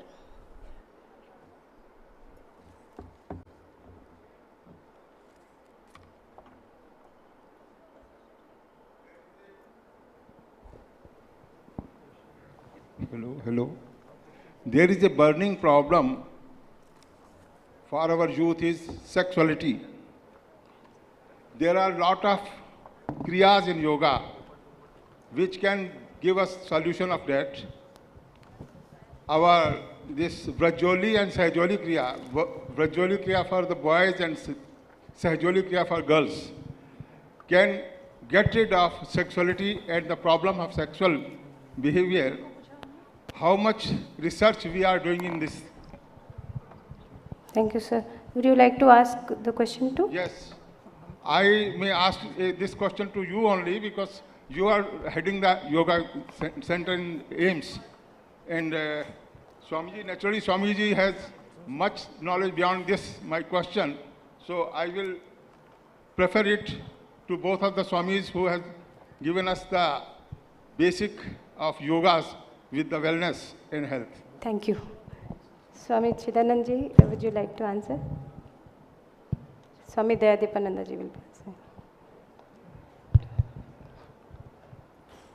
When it comes to yoga and when it comes to research, I can say there are very few. And the answer is we are in the beginning stage. You take yoga mainly as asana and pranayama. There are many institutions. The one I know is Nimhans, Bangalore, where Dr. B.N. Gangadhar is very much associated with all these researches. A lot of publications are coming up and a lot of publications are under publications. Thank you. Thank you, Swamiji. Next question, please. That girl. You please introduce yourself and then you ask the question. Ma'am, I am Komal Meena from... You are not audible. Please. Speak loudly. Komal Meena from MBBS student M. Srishikesh. Put mic. My थोड़ा जोर से बोलो. My question is to Swami Advaishanand Giriji Maharaj and Swami Chidanand Saraswati ji and Professor K.K. Talwar. Professor K.K. Talwar. Can you please share your thoughts on the importance of spiritual well-being to overcome self-doubts and growing psychiatric problems in younger population? I think Dr. Gangadhar sir will be answering the questions regarding mental health. Sir, would you like to answer? After that. I am at the outset very thankful to you for bringing up this issue of accounting for spiritual health, promoting it, and for the well-being of young people. It's very important. All of us sitting here in the audience, many of you are medical students in your early 20s or before 20s, and it is very important to inculcate the spiritual health concept from this point of time, both for the purposes of the people whom you are attending to, the patients, and for your own welfare. And being spiritual is being helpful to the others. Swamiji already alluded to that, and in fact, the statement is the only way, the only good deed that ought not to be missed is to be helpful to others, and that is the path for spirituality. Thank you, sir. Professor Dr. K.K. Talwar, sir, would you like to please add? Swamiji, would you like to add? Sure. My dear youth, I'm very happy that you asked this question. Today, the spirituality, when it comes, especially the young people, they are very concerned. It's very simple, my dear. Through skill, even our Honorable Prime Minister has brought the skill development program, being skilled. It knows that being skilled will give you living. But if you want life, you need more than being skilled. Being skillful and being fulfilled, two different things. People are skilled, but they're not fulfilled. They are not happy. Through skills, you can fill your shelf of your almirahs to earn more. But not necessary that your self-will also is full. Through skills, through science, your shelf is full, and through spirituality, your self is full. If shelves are full and self is empty, you will never be happy. Spirituality teaches you 3H program, how to stay happy, healthy, and harmonious. If life is healthy, happy, and harmonious life, only then you can be, no matter where you are, you will be happy, you will be peaceful also, and blissful also. Otherwise, I have seen sometime when the tufan comes, the bhuchal comes, the earthquake comes, means in our life, daily life, things may go up and down. The meditation is the one, spirituality is the one, you will not go up and down. Things may go up and down, but you will not go up and down. That's why no matter where you are, Swamiji beautifully said, more meditation, less medication. It means I have learned in the jungle that meditation is the best medication for all agitations. No matter what kind of agitation you have, problems you have, you need this touch. Meditation is spirituality. Spirituality is not just mere going to the temple, lighting the lamp. It is not mere spirituality. Spirituality is connecting to yourself, and then the same self is connected to the people and to the universe. That's why we talk about this nature, because first you take care of your nature, and then you can take care of the whole nature, the mother nature. God bless you. And this is yoga, this is meditation, this is spirituality. Thank you, Swamiji. Dr. Talwar, would you like to add in this?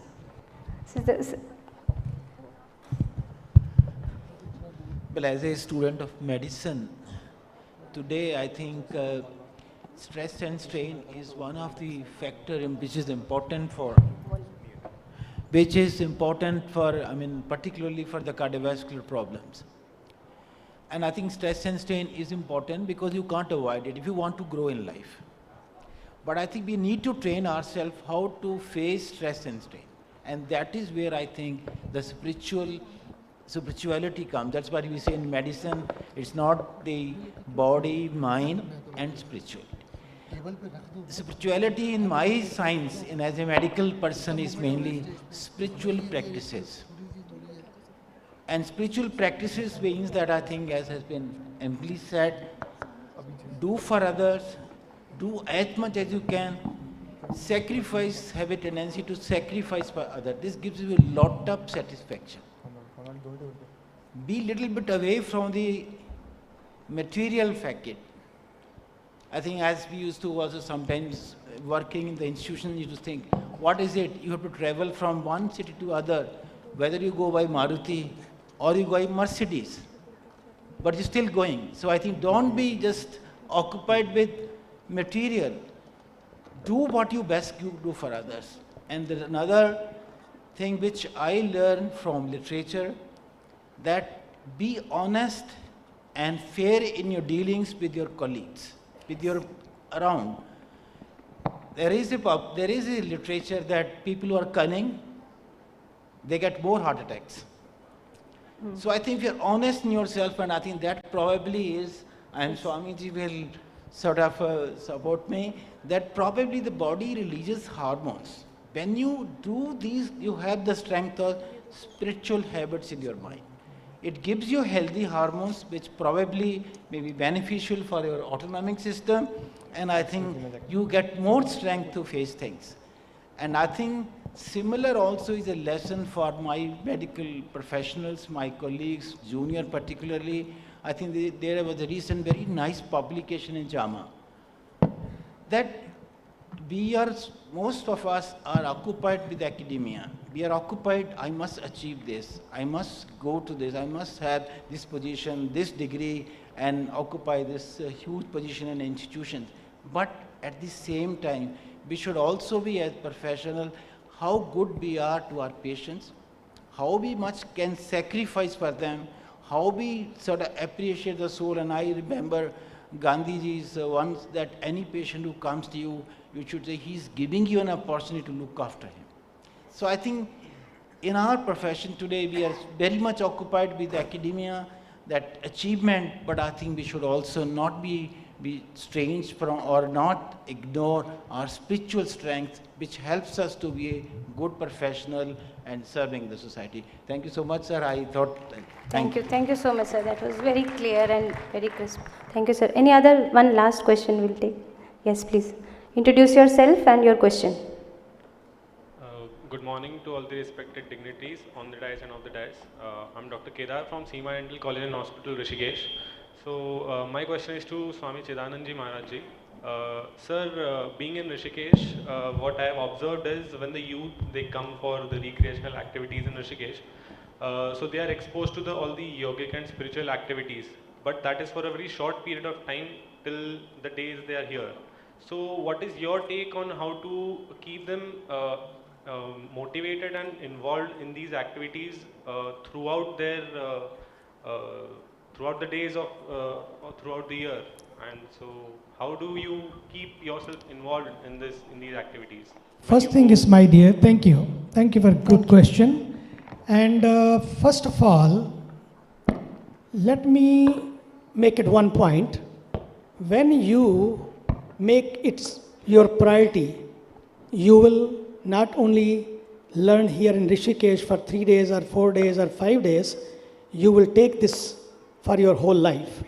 Number two, when you have your priorities set, suppose you want to take a flight in the morning, 6 o'clock, you are up 3 o'clock. You get ready, you leave for the airport, and you catch the flight. Because the priority is set, I have to be there. The moment you set the priorities, you commit yourself. When you commit yourself, you are there. Number one, be there, set your priorities, and make your timetable. Have timetable for everything. If you start learning, doing meditation or yoga every day, believe me, when you will not be doing, you will be missing something in your life. So what you learn here for 2 to 3 days or 5 days, take back home, same peace, same serenity, and same yoga and meditation, what you have learned. And not only you practice, but teach your children also. This is very important. You can give your children anything, but teach them spirituality. That will be the best gift you can give to yourself and to your children. That is very important. Thank you. Thank you, Swamiji. So this was our last question since we are running short of time. I know there are many questions, so we will always have their guidance. And thank you very much. I'll give it to the next anchors now.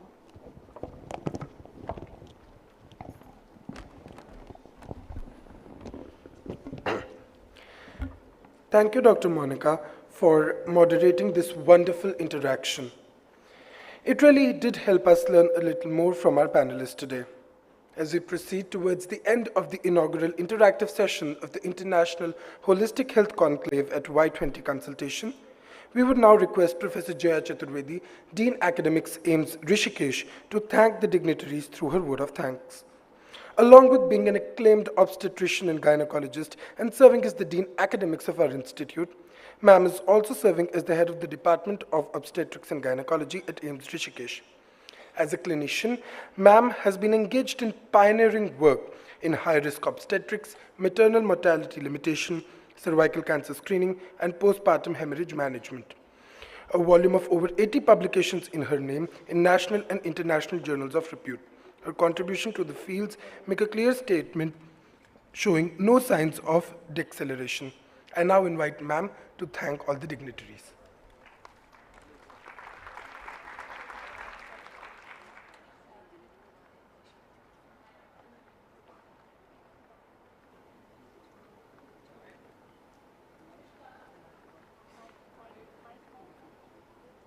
Mike? Now it's okay. Still it is good morning, so good morning everybody. After this interactive panel with eminent dignitaries, now I have given the task to do vote of thanks. In Hindi, we say, कृतज्ञता ज्ञापन एक परंपरा है, and उस परंपरा को निभाते हुए मैं सबसे पहले आभार व्यक्त करती हूँ Almighty God का, who have given such a pleasant weather and to strengthen all of us to conduct this holistic health conclave, and further we are having in line lot of events. So after Almighty God, I can express my gratitude to all the dignitaries who are my Gurujan present on the dais, and to acknowledge the contribution of those who worked really hard to make this event happen. I, on behalf of the entire fraternity of AIMS Rishikesh, first and foremost, extend my gratitude to our chief guest, Srimati Rekha Aryaji, Cabinet Minister, Sports and Youth Welfare, Women Empowerment, Child Development, Government of Uttarakhand, and all the dignitaries to whom I can say guest of honors, but they are all my Gurujan, Swami Chidanandji Maharaj, Swami Dayadipanandji Maharaj, Professor Talwar sir, Professor Gangadhar sir, for taking out time from their busy schedule to grace this occasion. We all know successful leaders must have certain exceptional traits which serve as pillars of the foundation of successful leadership. With utmost respect, I thank the lady on this mission, who is actually the backbone of the conclave, who did not leave any stone unturned to make it a grand success. It is none other than our beloved director, Madam Meenu Singh ji. Thank you, Madam, for the vision and motivation behind this program. I further extend my gratitude to Sonkar ji. Without his support, this program was not possible. All the arrangements which we are seeing is the contribution with the help of Madam Arya, which Sonkar ji and our whole faculty did. Thank you so much. I further extend my gratitude to Dean Exam, Dean Research, Medical Superintendent, all HODs, faculty members, Deputy Director Administration, FA, SE, SAO, PRO, and all other officers who spare time to come and motivate us. I am really grateful to our previous faculty here, previous medical superintendent here, and now the executive director of AIMS Mangalagiri, Mukesh Tripathi sir, who is present here all the way from that place. We are very fortunate to have a team of dedicated faculties, residents, and staff who work day and night and have given their best for the preparation of the conference of such a magnitude. Thank you all for making this event happen. I am unable to take the names of all the faculties here. It is not appropriate, but you all are done wonderful job, and I am really grateful to you. As co-chair of the event, I am deeply indebted to the international faculty who are present here, international delegates who are present here, to just prove that we are one. Our country is welcoming all the G20 delegates, and thankful to them for sparing valuable time. Our students sincerely worked hard for the day, and they are the real workforce behind the event. Thank you, dear students. Your enthusiasm is unparalleled.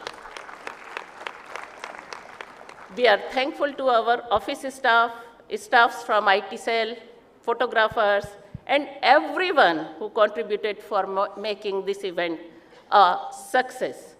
And last but not the least, I am thankful to all present here from different organizations, different colleges, who are, without their active participation, this conclave will not be successful.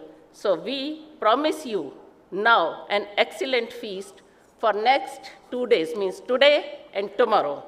Thank you all once again for being here with us. Just say, we all are one. We all are one. Thank you so much.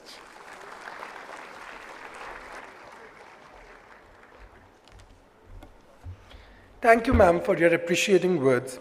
Even though, how much ever we thank our guests today, it would never suffice for the knowledge they have shared with us.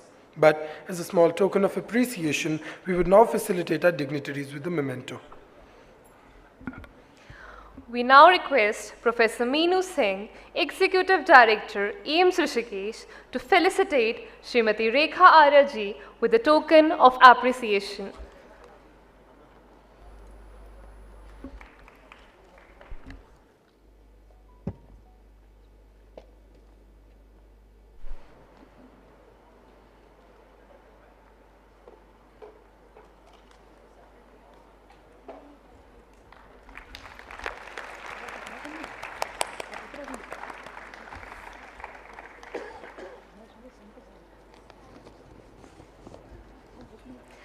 Next up, we request Professor Jaya Chaturvedi, Dean Academics, AIMS Rishikesh, to felicitate Swami Chidanand Saraswati Ji Maharaj with a token of appreciation.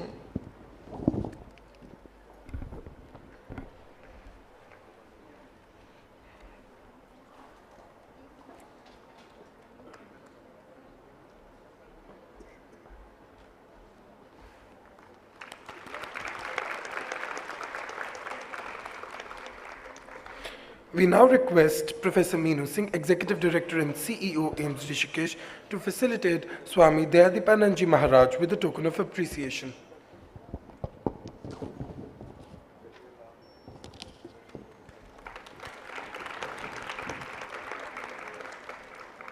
Next up, we request Professor Jaya Chaturvedi, Dean Academics, AIMS Rishikesh, to facilitate Professor B. N. Gangadhar with a token of appreciation.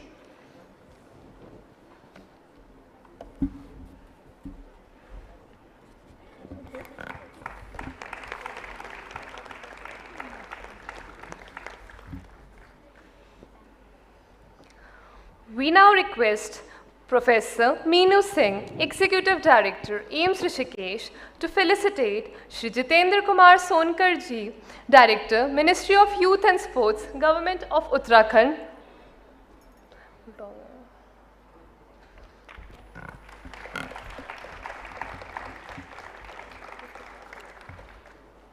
We now request Professor Jaya Chaturvedi, Dean Academics, AIMS Rishikesh, to felicitate Professor K.K. Talwar with a token of appreciation.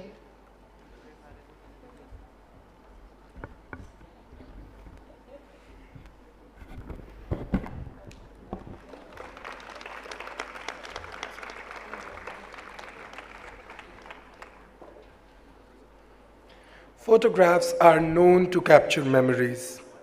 Since having both spiritual leaders and leading healthcare professionals from across the country on the same stage would be one of the most memorable days for many of our lives, let us capture this moment in a group photograph. I now request all faculty coordinators and protocol officers to join the stage as our dignitaries sit and we have a group photograph.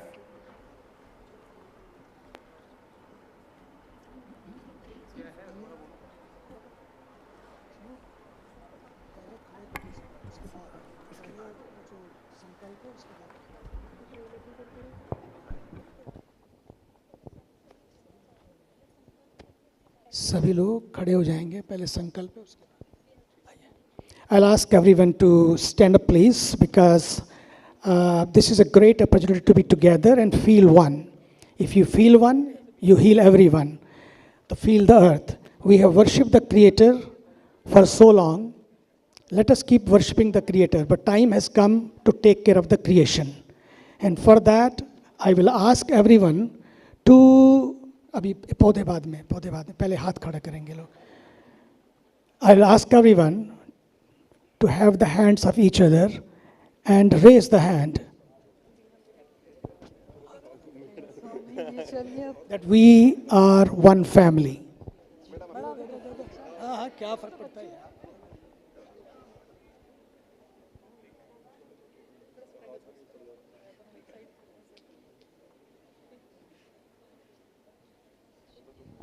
और अब सबके हाथ में एक एक पौधा दे दें. One plant to each of us, one of us.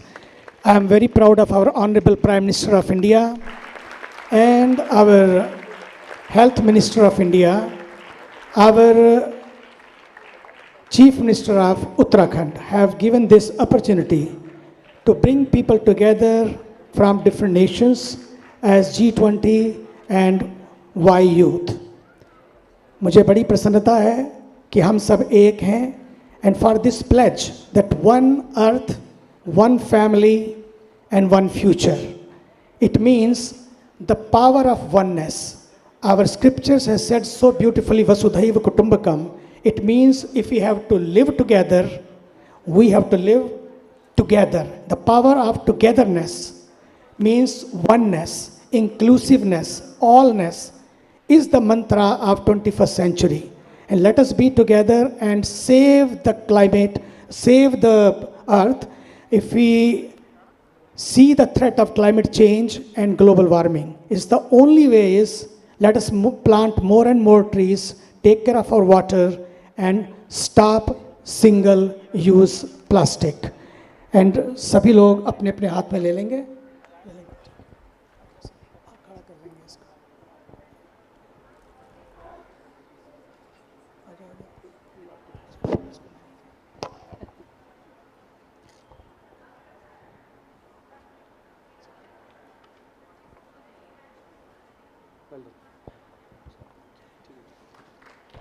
Bharat माता की, धरती माता की, वंदे वंदे. धन्यवाद.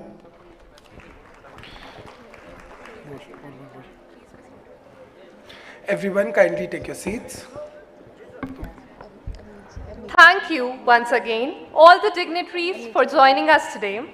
We now request our esteemed dignitaries to now join the audience and enjoy a spiritual retreat as two of the most calming forms of art come together as students of Divya Prem Seva Mission, Vande Mataram Kunj, are here to perform musical yoga.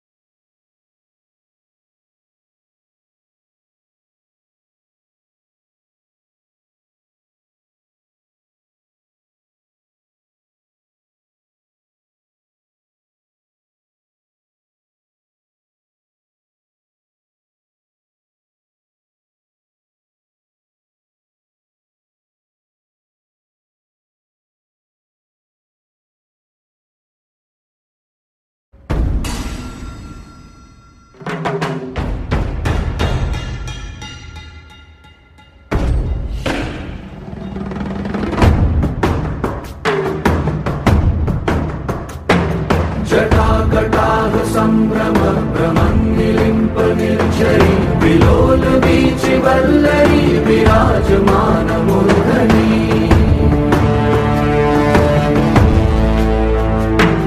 धगत् धगत् धगज्ज्वलल्ललाट पट्ट पावके किशोर चन्द्रशेखरे रति प्रतीक्षणं मम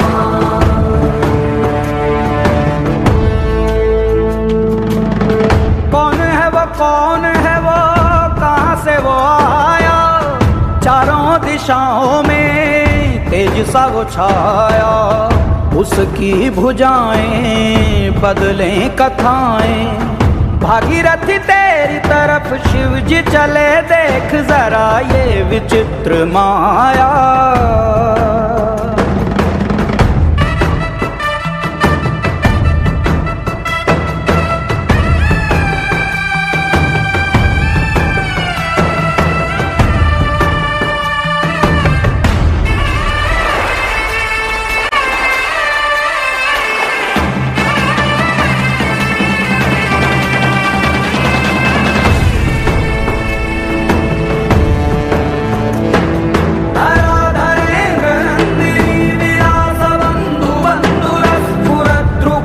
संतति प्रमोदमान मानसे, कृपा कटाक्ष धोरणी निरुद्ध दुद्धरावधि, क्वचित् दिगम्बरे मनो विनोद मेघु वस्तुनि।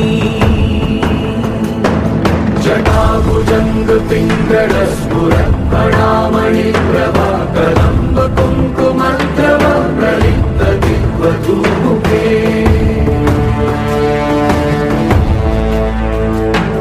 मदान्ध सिन्धुरस्फुरद्वगुप्तरीय मेधुरे, मनो विनोदमद्भुतं बिभर्तु भूतवर्तरे।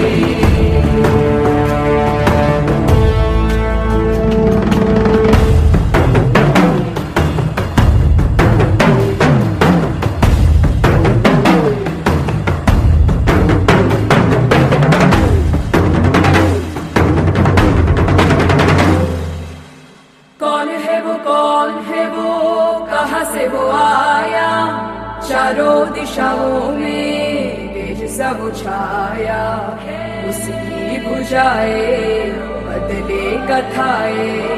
भागीरथी तेरी तरफ शिव जी चले, देख जरा ये विचित्र माया।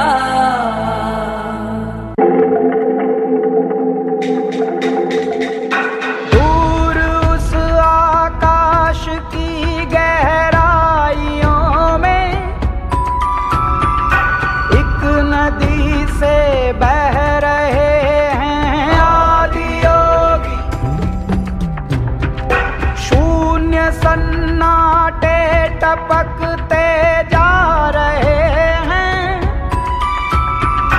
मौन से सब कह रहे हैं आदि योगी। योग के स्पर्श से अब योग में करना है तन मन। सांस शाश्वत सनन सननन, प्राण गुंजन धनन गणनन। उतरे मुझ में आदि योगी, योग धारा चलत छन छन।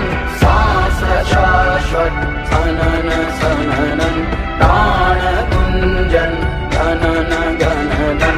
उतरे मुझ में आदि योगी, उतरे मुझ में आदि योगी।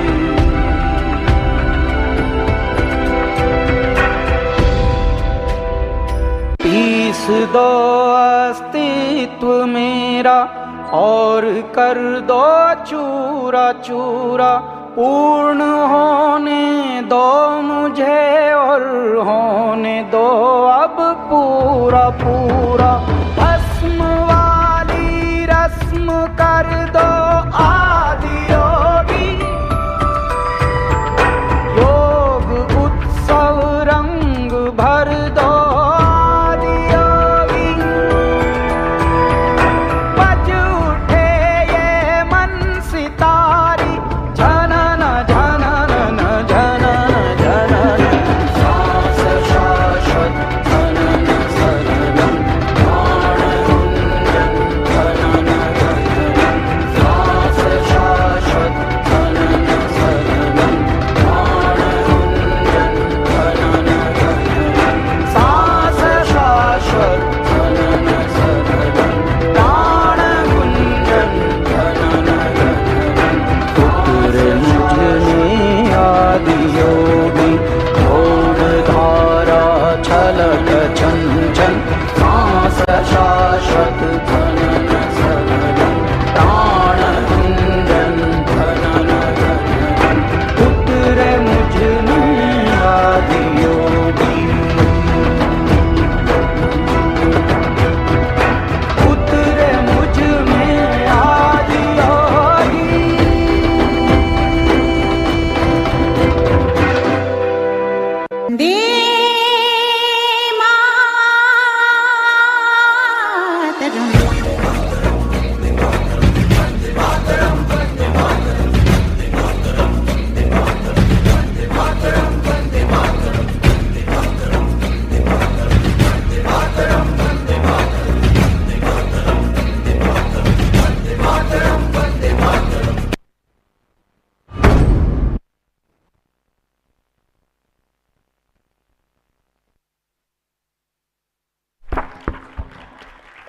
जो ये सुंदर प्रस्तुति देख रहे थे, ये सभी बच्चे दिव्य प्रेम सेवा मिशन जो कुष्ठ रोगियों के बच्चों के लिए कार्य करते हैं, और इनमें से कुछ बच्चे ऐसे भी हैं जो लेप्रोसी पेशेंट के बच्चे हैं खुद ही, जो यहाँ पे पढ़ते हैं वंदे मातरम कुंज में। एक बार जोरदार तालियों से स्वागत है सभी का। धन्यवाद।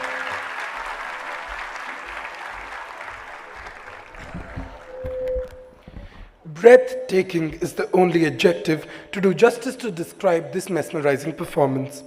I am sure that we are all already recharged with the energy from the musical yoga, and none of us wishes to leave. But small breaks between discussions surely help us imbibe the knowledge better and make the most of it.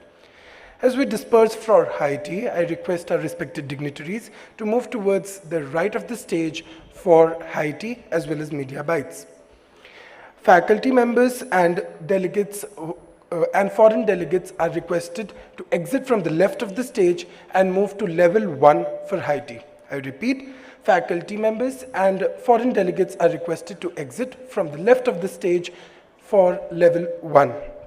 Student delegates are requested to exit from the left of the stage and move towards level 2 for high tea. I request you all to return here in the auditorium by 12:20 a.m. to witness an engaging international Oxford-style debate between students of AIMS Rishikesh and Veer Chandra Garhwali Government Institute of Medical Science and Research. Hope to see you all soon.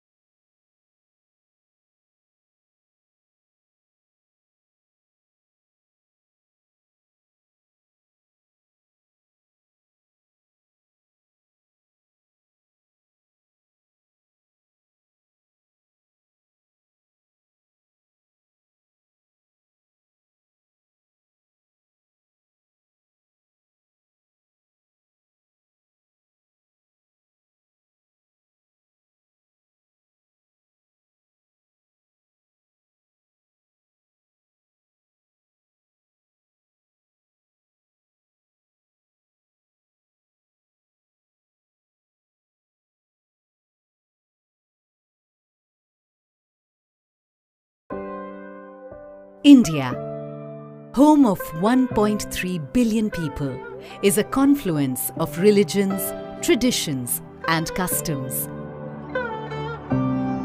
A thriving global center of technology and the world's largest democracy. As one of the oldest civilizations in the world with a rich cultural heritage and diversity, and as the fifth largest economy in the world, India is proud to assume the presidency of G20. As the country blooms into a new era, we look to another poignant symbol for humanity to emerge victorious from its challenges.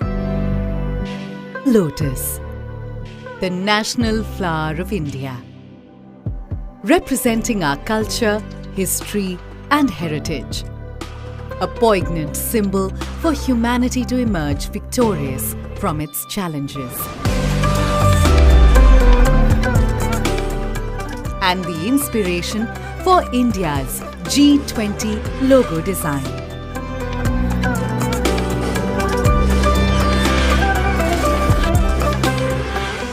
The design, rendered in saffron, white, green, and blue, is drawn from the national flag of India.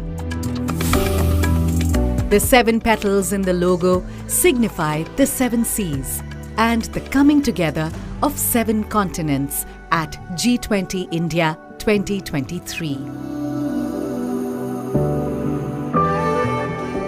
Sitting above the lotus is a representation of the earth, reflecting India's pro-planet approach to life and seeing the world as one family. From this, we derive the theme for G20 India 2023, Vasudhaiva Kutumbakam, one earth, one family, one future. A theme that brings the G20's focus on shared global growth,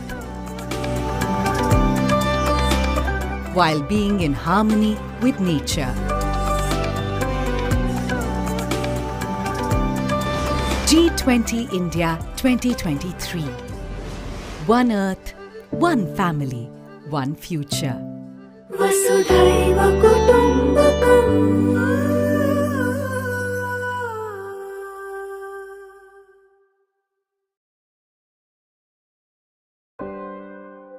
India, home of 1.3 billion people, is a confluence of religions, traditions, and customs. A thriving global center of technology and the world's largest democracy. As one of the oldest civilizations in the world with a rich cultural heritage and diversity, and as the 5th largest economy in the world, India is proud to assume the presidency of G20. As the country blooms into a new era, we look to another poignant symbol for humanity to emerge victorious from its challenges. Lotus, the national flower of India, representing our culture, history, and heritage. A poignant symbol for humanity to emerge victorious from its challenges. And the inspiration for India's G20 logo design.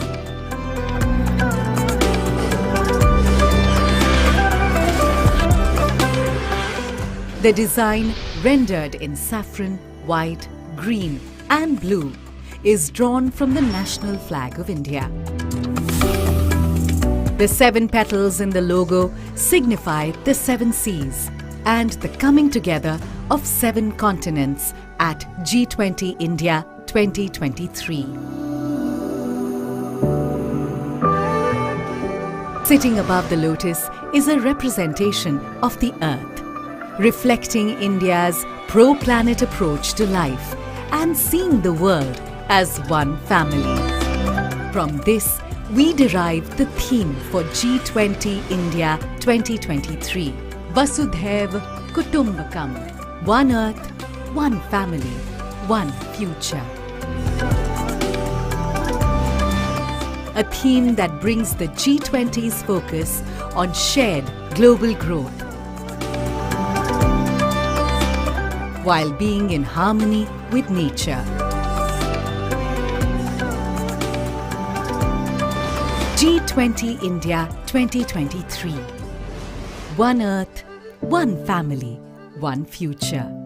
वसुधैव कुटुम्बकम्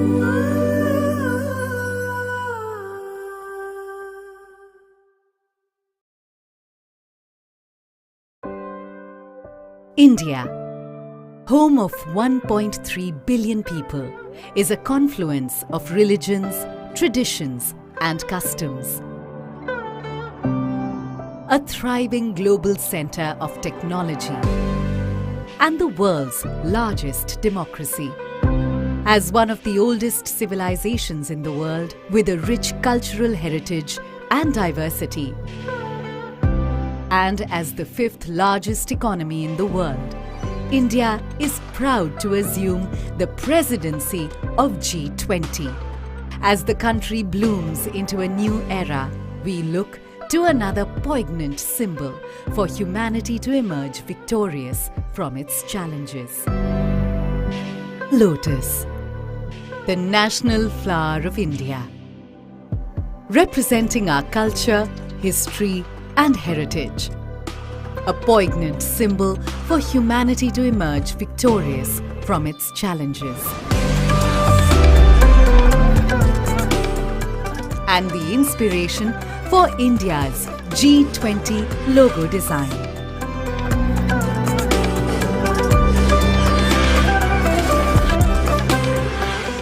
The design, rendered in saffron, white, green, and blue, is drawn from the national flag of India. The 7 petals in the logo signify the 7 seas and the coming together of 7 continents at G20 India 2023. Sitting above the lotus is a representation of the earth, reflecting India's pro-planet approach to life and seeing the world as one family. From this, we derive the theme for G20 India 2023, Vasudhaiv Kutumbakam, one earth, one family, one future. A theme that brings the G20's focus on shared global growth, while being in harmony with nature. G20 India 2023. One Earth, one family, one future. वसुधैव कुटुम्बकम्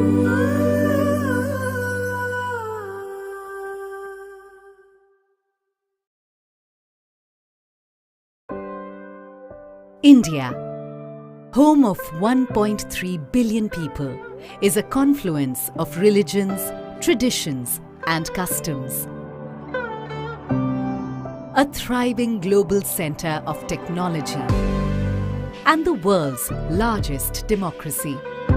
As one of the oldest civilizations in the world with a rich cultural heritage and diversity, and as the 5th largest economy in the world, India is proud to assume the presidency of G20. As the country blooms into a new era, we look to another poignant symbol for humanity to emerge victorious from its challenges. Lotus, the national flower of India, representing our culture, history, and heritage. A poignant symbol for humanity to emerge victorious from its challenges. And the inspiration for India's G20 logo design.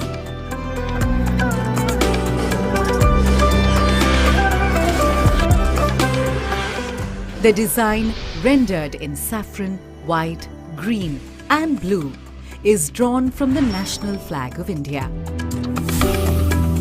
The 7 petals in the logo signify the 7 seas and the coming together of 7 continents at G20 India 2023. Sitting above the lotus is a representation of the earth, reflecting India's pro-planet approach to life and seeing the world as one family. From this, we derive the theme for G20 India 2023, Vasudhaiv Kutumbakam, one earth, one family, one future. A theme that brings the G20's focus on shared global growth, while being in harmony with nature. G20 India 2023. One earth, one family, one future. Vasudhaiva Kutumbakam.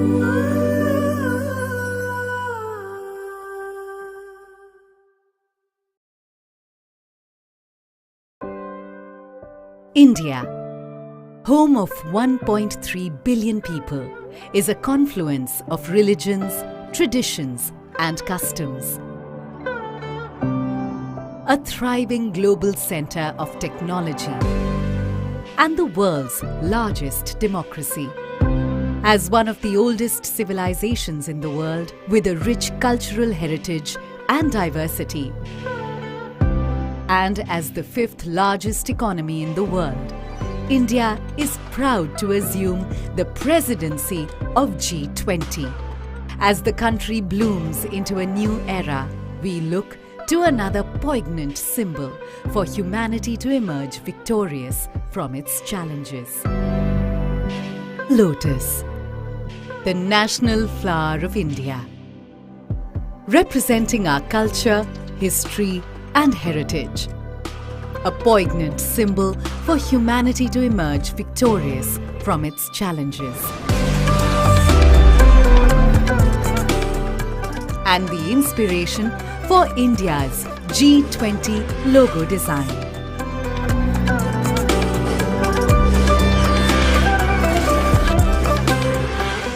The design, rendered in saffron, white, green, and blue, is drawn from the national flag of India.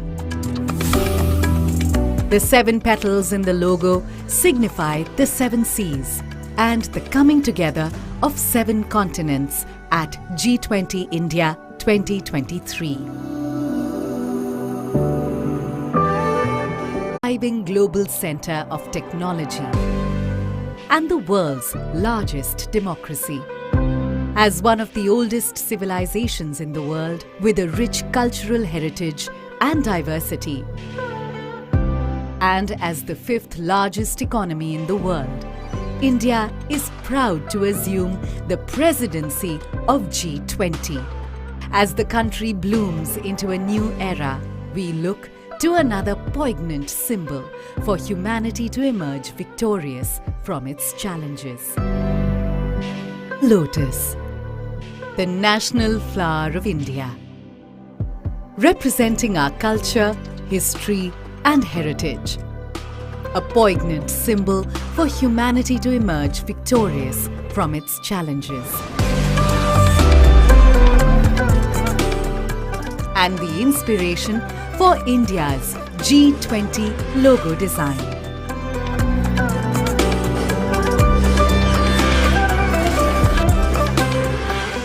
The design, rendered in saffron, white, green, and blue, is drawn from the national flag of India.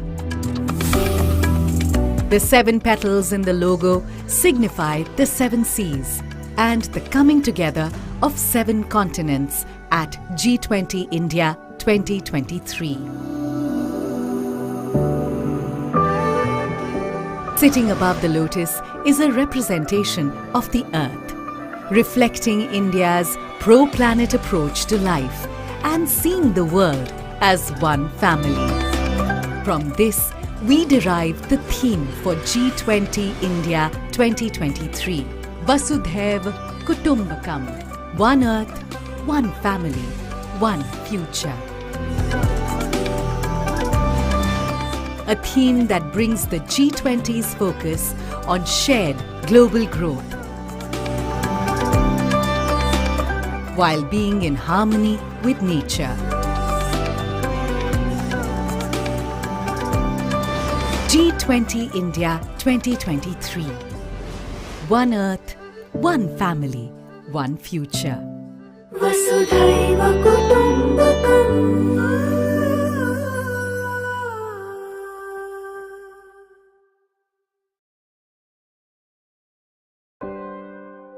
India, home of 1.3 billion people, is a confluence of religions, traditions, and customs. A thriving global center of technology and the world's largest democracy. As one of the oldest civilizations in the world with a rich cultural heritage and diversity, and as the fifth largest economy in the world, India is proud to assume the presidency of G20. As the country blooms into a new era, we look to another poignant symbol for humanity to emerge victorious from its challenges. Lotus, the national flower of India, representing our culture, history, and heritage. A poignant symbol for humanity to emerge victorious from its challenges. And the inspiration for India's G20 logo design.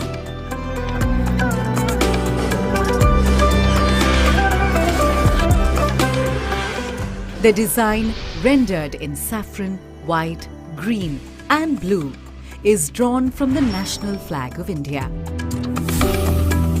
The 7 petals in the logo signify the 7 seas and the coming together of 7 continents at G20 India 2023.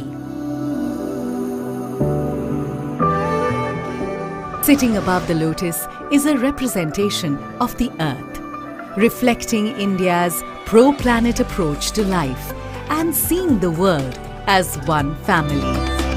From this, we derive the theme for G20 India 2023, Vasudhaiva Kutumbakam, one earth, one family, one future.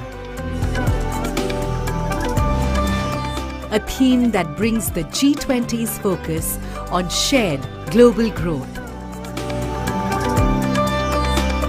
while being in harmony with nature. G20 India 2023.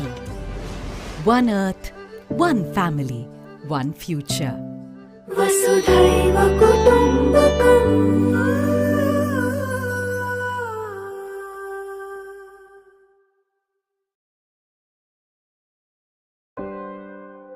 India, home of 1.3 billion people, is a confluence of religions, traditions, and customs.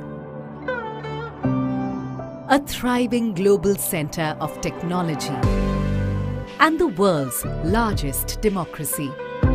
As one of the oldest civilizations in the world with a rich cultural heritage and diversity, and as the 5th largest economy in the world, India is proud to assume the presidency of G20. As the country blooms into a new era, we look to another poignant symbol for humanity to emerge victorious from its challenges. Lotus, the national flower of India, representing our culture, history, and heritage. A poignant symbol for humanity to emerge victorious from its challenges. And the inspiration for India's G20 logo design.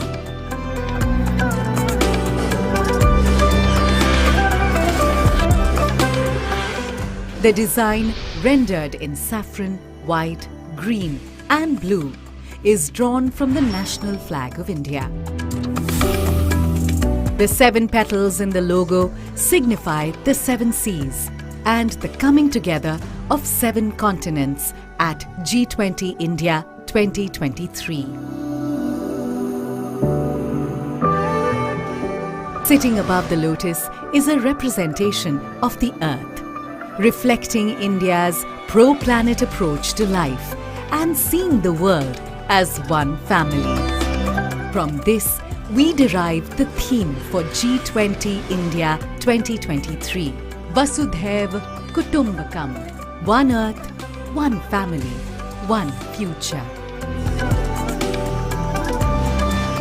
A theme that brings the G20's focus on shared global growth,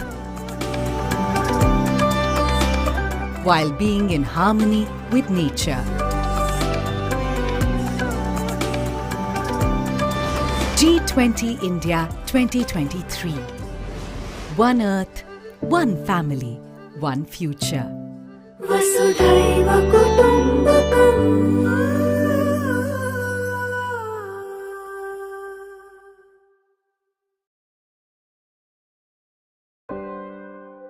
India, home of 1.3 billion people, is a confluence of religions, traditions, and customs.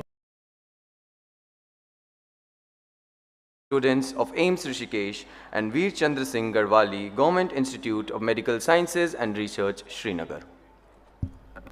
Without any further ado, we would invite Professor K.K. Talwar, currently the Chairman of the Board of Governors at the Indian Institute of Science, Education and Research, Mohali. Professor Talwar has been former Director of the PGIMR, Chandigarh, former Chairman of the Medical Council of India and the former President of the National Academy of Medical Sciences. Sir is a pioneer in cardiac resynchronization therapy, being the first to introduce implantable cardioverter and defibrillator therapy in India and South Asia. He established the technique of endomyocardial biopsy at AIIMS New Delhi and used this technique to evaluate patients with various tropical muscle diseases. A few accolades to Sir's name include Dr. B.C. Roy Award and one of the nation's highest civilian awards, Padma Bhushan. It is a privilege to invite him on the stage to chair for this debate. Bringing years of expertise to the stage, our second chair for the afternoon is Professor B.N. Gangadhar. Professor Gangadhar is currently in office as the President of Medical Assessment and Ratings Board, National Medical Commission, Government of India. Sir was the former Director of National Institute of Mental Health and Neurosciences, NIMHANS, one of the country's leading medical institutions situated in Bengaluru, Karnataka. Sir has over 500 publications in reputed medical journals, many of them being on the role of yoga therapy in several psychiatric disorders such as schizophrenia and depression. An awardee of the most prestigious Sir C.V. Raman Award and B.C. Roy Award, Sir is a pioneer in starting the integrative medicine at NIMHANS, Bengaluru, the first institute of national importance in our country to establish the same. I now invite Sir on stage as a chair for the debate. As we gear up for the debate, I take this opportunity to welcome our respected judges who enthusiastically accepted our invitation to assist the debate for today. Professor Sanjeev Kumar Mittal, Medical Superintendent and Head of Department of Ophthalmology at AIIMS Rishikesh. Professor Jaya Chaturvedi, Dean Academics and Head of Department of Obstetrics and Gynecology, AIIMS Rishikesh.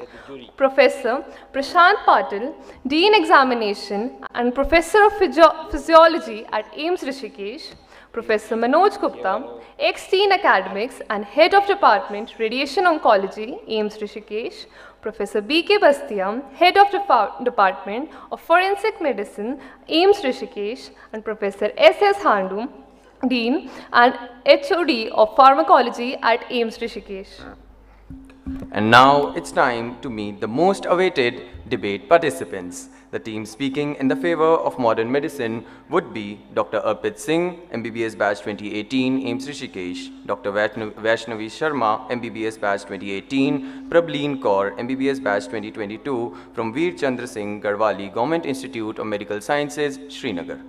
And the team speaking in the favor of alternative medicine and yoga would be Arpita Subhashri, 2021 batch, AIIMS Rishikesh, Ayushi Singh, MBBS batch 2020, and Ashutosh Mishra, MBBS batch 2019 from Veer Chandra Singh Garwali, Government Institute of Medical Sciences and Research, Srinagar. I warmly welcome both the teams to the stage, although I believe that the two are complementary and should coexist, but we would leave that to the debate to decide. The debate would be conducted in international Oxford-style debate format, wherein Dr. Oshin Puri, MBBS Batch 2018, currently an intern at AIIMS Rishikesh, would be moderating the same. Now over to Oshin to introduce the format, rules, evaluation criteria, and to moderate the debate. Thank you.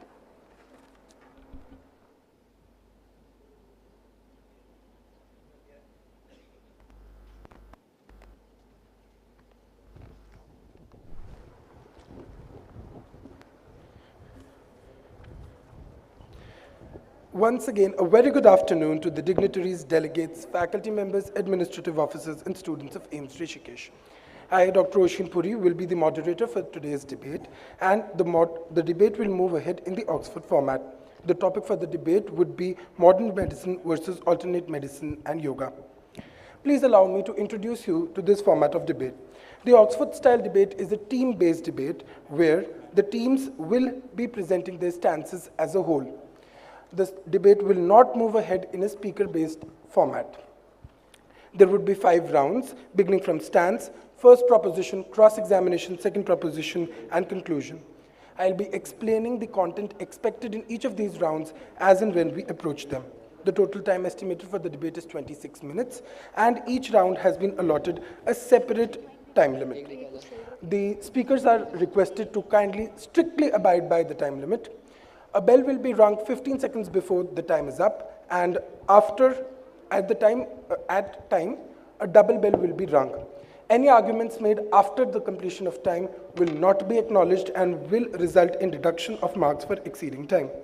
Arguments put forward by the participants from either team are not the conclusions put forward by the House. I repeat, arguments put forward by either team are not the conclusions put forward by the House. The conclusions would eventually be put forward by the chairs of the debate. I would also like all the participants to take a note that at any point during the debate, you should not pass any derogatory or negative comments towards any person, institution, or belief. The same would result in immediate disqualification of the team and suspension of the debate. We would now proceed towards beginning the debate. I, as the moderator, with permission of the chairs for the debate,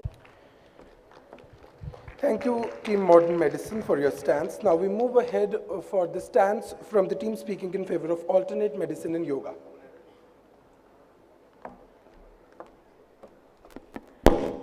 Health is a state of complete physical, mental, social, and spiritual well-being, and not a mere absence of disease or deformity. Well, is this the WHO's definition of health?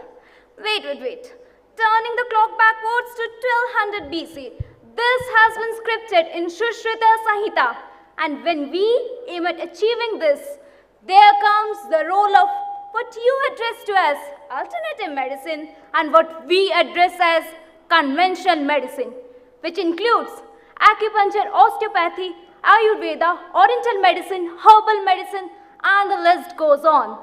Here, we focus on a holistic care, which not just focuses on removing the stress or the symptoms, but completely uprooting the disorder. A hearty afternoon to one and all. Here's Arpita, Ashutosh, and Ayushi in the favor of alternative medicine. Thank you to both the teams for presenting their stances. Now we would move forward to the first proposition. In the first proposition, either team are requested to explain in great detail the reasons why they speak in support of their topic. We would also suggest them to present relevant evidence in support of the reasons that they are giving. Each team will be given an ample amount of time, to be precise 5 minutes each, would be reminded to wind up at 4:45 minutes. Over to team speaking in favor of modern medicine for their first proposition.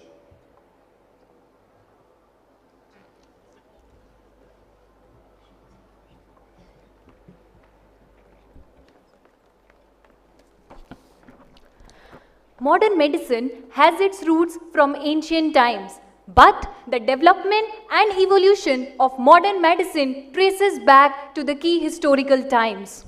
Yes, during the 19th to 20th century, modern medicine has progressed a lot. Many physicians have started using a more scientific basis for the effective treatment of diseases. Development of vaccines was a boon in modern medicine.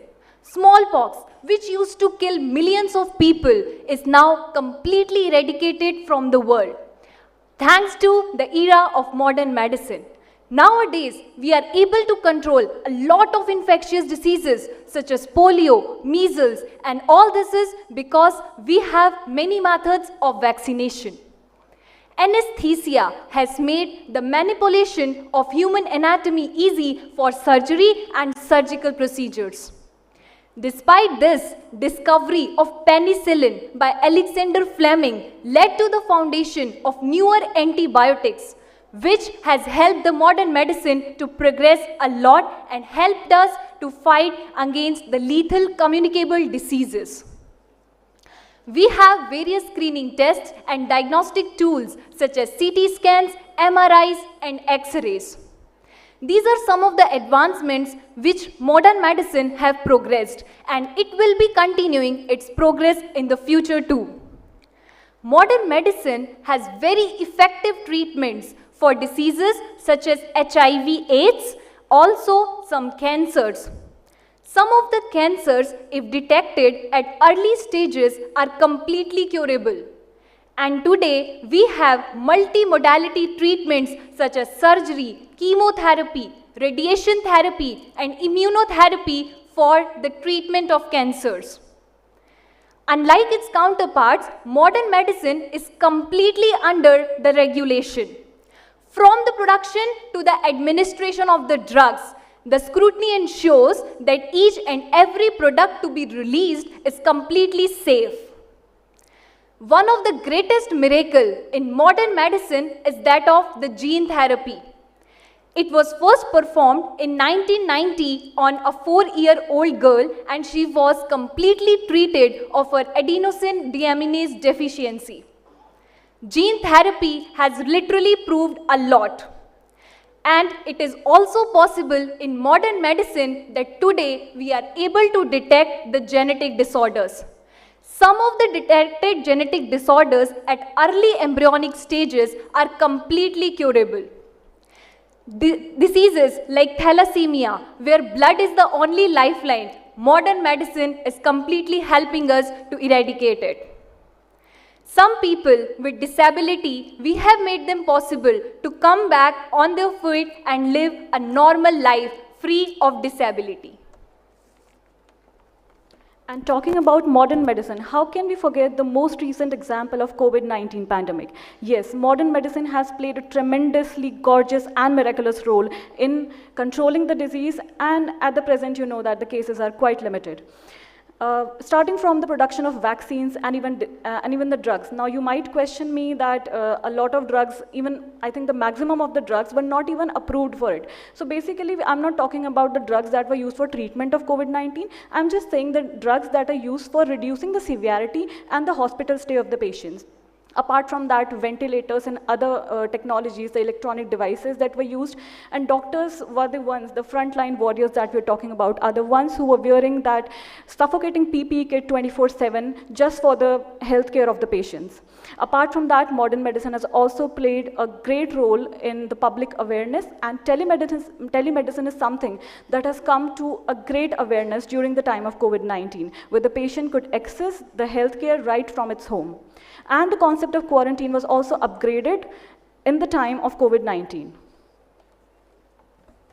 Modern medicine takes its pride on being evidence-based. That is, the methods are being rigorously tested and by scientific research and clinical trials before being put to the patients and the masses. Moreover, modern medicine follows standardized protocols for diagnosis and treatments, which make it possible for healthcare providers to be held accountable for providing standard of care. Then, standard of care. So if there is any negligence or malpractice on their part, they can be legally held responsible and face the consequences of their action accordingly. Thank you, Arpit. Thank you, Team Modern Medicine, for your first proposition. I must say there were some really strong evidences in support of modern medicine there. We now move on to the first proposition from Team Alternate Medicine. Your time starts now.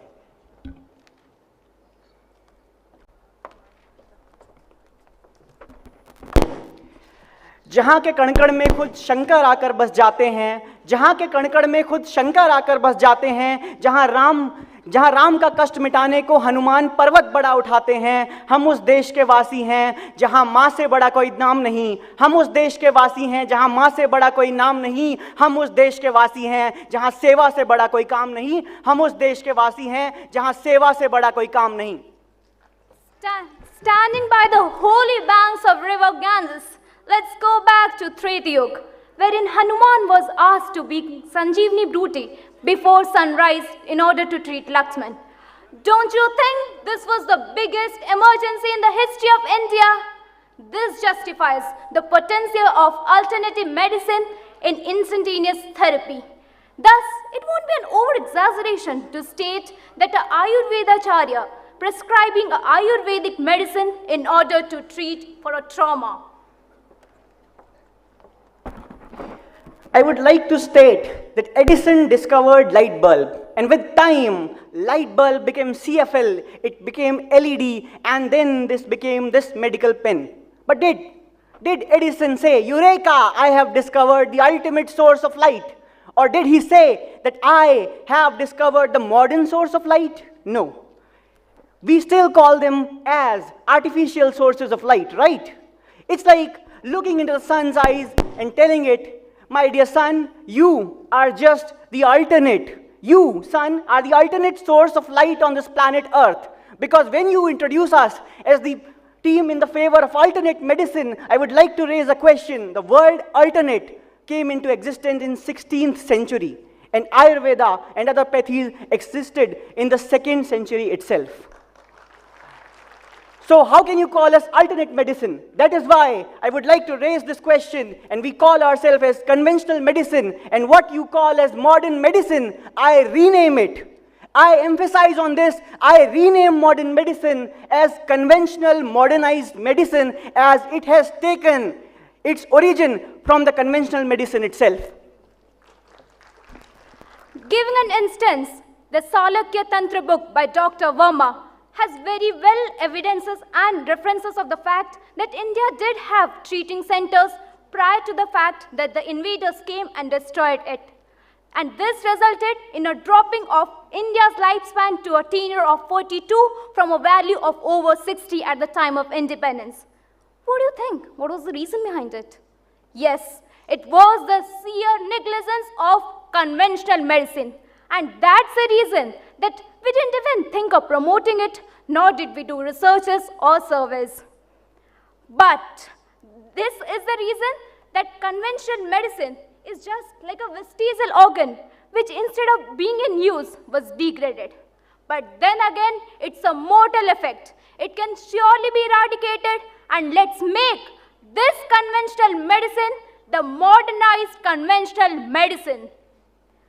Well, there's a lot of truth. In the old adage, man proposes and God disposes.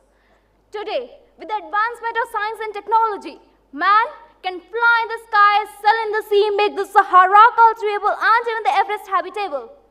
But it cannot conquer the irresistible nature, which has its own way of elating people and corroding lives. It cannot triumph over the pathological diseases. This justifies the insignificance of modern medicine and its inexistence. Now coming to today's world, the dearth of varieties is in air, and man is making a rat race behind money and competition. Today, the lifestyle disorders of hypertension and diabetes are mushrooming around the globe. What do you think is the solution to it? Yes, it's lifestyle modification. Ahar, vihar, achar, or vyavahar.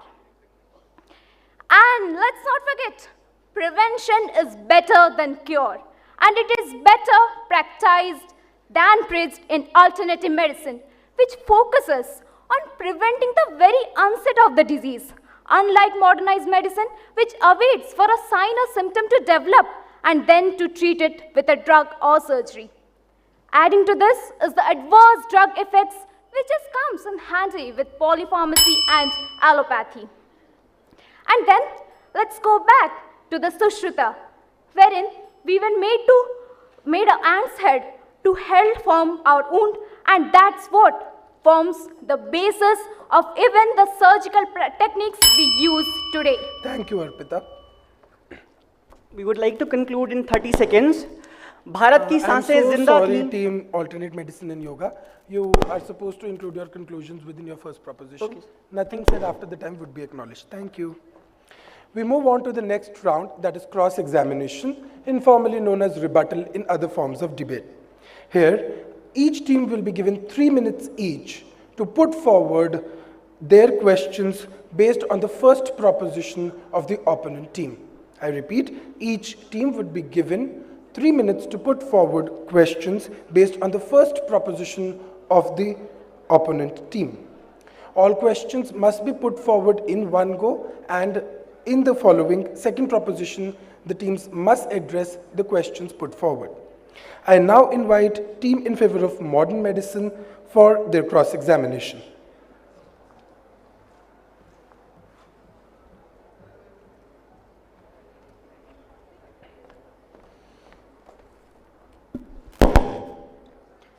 Well, there are certain questions that comes to my mind when I hear about alternative medicine, which has just now been changed to conventional medicine, right? So the first thing that comes to my mind is when things go wrong in alternative medicine, then the ultimate resort they see is the modern medicine. That is, thus there is a question being raised on their own individuality. For example, in the cases of the emergency condition, and we all know that it's the time of Char Dham Yatra, AIMS and VCSG are both going to be the center for a lot of patients that will land up in emergency, right? So why is it that alternative medicine usually transfers the patient to the modern medicine? That's my first question. My second question is that I would like to give my own example that I've been suffering from DNS with CRS since when I was 11 years old. My parents firmly believe in the holistic approach of medicine, and I have been taking, I would not like to mention the name of the medicine because it's going to go against our team. So I've been taking the alternative treatment for like 8 to 10 years, and now finally when it comes to the time when I should have actually stopped the medication, I have to undergo surgery. I have to undergo septoplasty and FES. Why did they not tell me 8 to 10 years back? Why were they not sure about that I have to eventually land up in a thing which I'm not prepared for right now? That's my question, that why are the doctors not confirmed about the things that are going to come up in the future? My third question is, they already mentioned the use of acupuncture and acupressure in the alternative medicine. What about a patient who is having an undiagnosed bleeding diathesis that might undergo bleeding, right, after doing the acupuncture? And also, I personally do respect yoga. This has nothing to do with disrespecting it. But what about the people who actually don't know how yoga should be done? Like, you know, there are certain ways, there are certain teachers who actually teach how yoga is done in a proper way. And if it is not done in the right way, patient might land up with certain muscle strain or fractures or other things. So that's my next question. Apart from that, one thing that they raised right now about the Sanjeevani Booty, even me myself being Hanuman Bhakt, where is the Sanjeevani Booty in the emergency when a child lands up who has right now committed suicide and is about to die in the emergency? This is something that I've seen, and it's very pity to see the child dying. Where is the Sanjeevani Booty? I want the Sanjeevani Booty, to be very honest. And the last but not the least question, that it is such an ironical thing that you have such good opinion, such firm opinion my opposition team has, but still you choose to come to the modern medicine to pursue MBBS. Why is it so? Thank you. Indeed, I must say, Team Modern Medicine has presented a very strong cross-examination, which might be hard for the Team Alternate Medicine to address. We'll now move forward to cross-examination of Team Modern Medicine by Team Alternate Medicine and Yoga. One thing I would like to emphasize again, this is not the time to give your second proposition or address queries raised by the Team Modern Medicine. It's time for your cross-examination of Team Modern Medicine. Kindly raise questions you have related to their first proposition in the following 3 minutes. Your time starts now. Modern treatment may act fast, but don't you think it is a short-lived relief? How do you explain its less effectiveness? The pain pill stops working after a while. You had to increase its dose. And my friend talk about antibiotics. So, just explain bacteria's developing resistance towards once powerful antibiotic, rendering it useless. Explain the tachyphylaxis problems. And in surgery, over a long period of time, hip replacement wears off. And the bypasses around the blocked arteries in heart get clogged. Panch Tattva, Prithvi, Pavan, Jal, Teja, Nav. We can't survive in a polluted environment. Then how can the modern medical practitioners call themselves health beneficiaries when the Indian medical plastic industry itself costs $156 million US? And adding to this, was my both opponents they talked about mutation, and they talked about mutation, but I repeat, mutation, but what's the major cause of it? It's again the ultraviolet radiations, the X-rays and the MRIs that we do today, which is a part of modern medicine. So here we have our next question. A study in the Journal of American Medical Association estimated that over 1 lakh people die each year in United States due to side effects of pharmaceuticals. ये तो वही बात हो गई ना, लाल पीली गोली खाओ, उल्टी चक्कर मुफ्त में लेकर जाओ. My worthy opponents, they quoted that alternative medicine has no role in the modern world. Then why do you think the allopathic practitioners, they prescribe Urograde in every kidney stone? Why is that a common phrase that drink a plenty of water and you'll just be fine?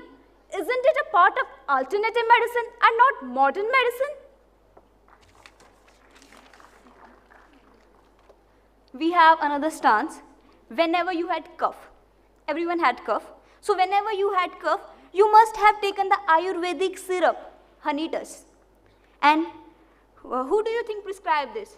Ayurvedic Acharya? No. It is prescribed by our modern practitioner, that is allopathic practitioner. So these people are taking syrups, herbs from our alternative medicine. And then there was a huge mention about the curability of disease. But the main thing comes the prevention. Can't we prevent it before it comes up with various symptoms and signs? Yes, this is the major question. And next, coming to the recent topic, that's the psychiatric illness. Antidepressants. Thank you, Team Alternate Medicine and Yoga, for your cross-examination.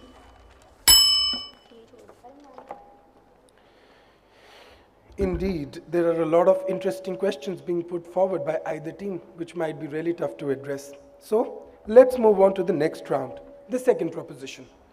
Let me introduce you to this round.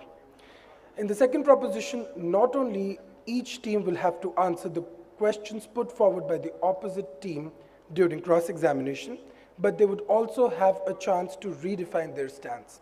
I repeat, they would also have a chance to redefine their stance and include or exclude whatever they deem necessary. For the second proposition, I first invite team in favor of modern medicine. Kindly redefine your stance, kindly strengthen your argument, and address the cross-examination in next 3 minutes.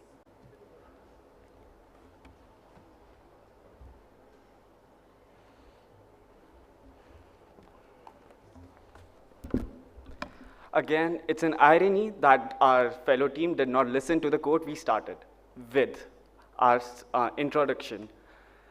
We firmly mentioned that modern medicine is not only about treating the diseases, it's also about preventing the diseases. There's a separate specialty called preventive and social medicine, or now currently known as community and family medicine, which focuses on preventing diseases, not just on a primordial level, but on primary, secondary, tertiary levels.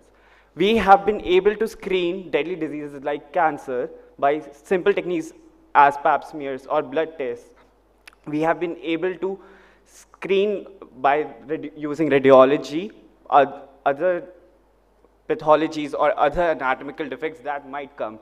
As we also stated in our proposition, we can already screen embryos and neonates for diseases and cure them at an early level before it causes further disability. Moreover, you guys are now telling us that we are not alternative medicine, we are conventional medicine. First of all, medicine itself is a term coined by modern scientists. And now we are calling you alternative medicine because the systems that alternative medicine follows are in scientific terms, it's called complementary and alternative medicine because it is either used as a complement or as an alternate to modern medicine, because modern medicine provides the standard of care and everyone prefers it before preferring the alternative treatments. Then again, as you said, as we were talking about microorganism resistance and mutations, I would like to say that microorganisms are also organisms. They also develop like we are developing. Although, as in our conventional medicine, the drugs being used to treat them might still be the same. Modern medicine are still developing newer drugs and finding methods to test them to find what are the sensitivities, what are the resistance to adequately treat the infections and not just wait for the drugs to take over. Again, they also talked about radiation. Just to inform you, the radiation exposure to every individual and every healthcare professional is measured, and it is as safe as it can be by measuring the doses and by using newer modalities that uses scientific methods that does not use lethal radiation. We also talked about lifestyle modification. Lifestyle modification, I would say, can not be just claimed to be a part of alternate or conventional medicine. We also believe, we have also proved that lifestyle medicine has been scientific and proven to cure diseases. Thank you. Thank you, Team Modern Medicine, for a very strong second proposition and addressal of the cross-examination from Team Alternate Medicine and Yoga. We now move on to the presentation of second proposition from Team Alternate Medicine and Yoga. I repeat, Team Alternate Medicine and Yoga to kindly redefine their stance, strengthen their argument, and address cross-examination from Modern Medicine in the next 3 minutes. I'll answer all your questions, but there is one question that I'll not answer. That's Sanjeevani one. मैं राम पर लिखूं मेरी हैसियत नहीं है कुछ, तुलसी ने वाल्मीकि ने छोड़ा नहीं है कुछ, और फिर इतना बड़ा कोई कहानीकार नहीं हूं मैं, पर इस वतन की खाक से बाहर नहीं हूं मैं, पर इस वतन की खाक से बाहर नहीं हूं मैं. You asked us why things go wrong when you get treated by Ayurveda. मैं आपसे एक छोटा सा सवाल पूछना चाहता हूं. एक छोटा सा सवाल मैं आपसे ये पूछना चाहता हूं, क्या मॉडर्न मेडिसिन में जब आप ट्रीटमेंट देते हैं तो चीज़ें खराब नहीं होती? मैं आपसे ये पूछना चाहता हूं कि होलिस्टिक अप्रोच की आपने बात की कि ma'am is being treated for DNS from holistic approach. I my self underwent septoplasty in the year 2017, and today I stand here again with a deviated nasal septum. So this stands in both ways. Now I would like to strengthen my argument by saying, if you say modern medicine is not derived, what you call modern medicine is not derived from the conventional medicine, why? There is a book on Samrat Ashok that says, Ashok ने जब धर्म की स्थापना की तो उन्होंने दुनिया का पहला अस्पताल खोला, इंसानों के लिए नहीं, जानवरों के लिए भी पहला अस्पताल अशोका के द्वारा खोला गया था। क्या वो अस्पताल मॉडर्न मेडिसिन का था? दूसरी बात मैं आपसे ये पूछना चाहता हूँ, आपने कहा कि जब आप एक्यूप्रेशर यूज करते हैं, चाइनीज मेडिसिन का पार्ट है, जब आप एक्यूप्रेशर यूज करते हैं तो ब्लीडिंग डिसऑर्डर्स होते हैं, लेकिन जब आप ब्रेस्ट कैंसर के लिए दवाइयाँ देते हैं, उससे जो जॉइंट पेन होता है उसका ट्रीटमेंट भी हम एक्यूप्रेशर से करते हैं, ये आपने नहीं बताया। मैं आपसे ये कहना चाहता हूँ कि modern medicine in itself is a derivation of the conventional medicine. The specific reason is that क्योंकि जब हम बात करते हैं होम्योपैथी की, there is an evidence, 1976 का printed evidence है कि जर्मन मेडिसिन जब होम्योपैथी डिराइव हुई तो उन्होंने कहा कि हमने सिंकोना प्लांट की बार्क ली और उससे हमने मलेरिया को ट्रीट करा, और आज हमने उसी से दवाई बताई और हम उसको मॉडर्न मेडिसिन की दवाई बताते हैं। How can you say that modern medicine is not derived from conventional medicine? I again strongly say that modern medicine is just a part of conventional medicine, and I redefine modern medicine as conventional modernized medicine. Thank you.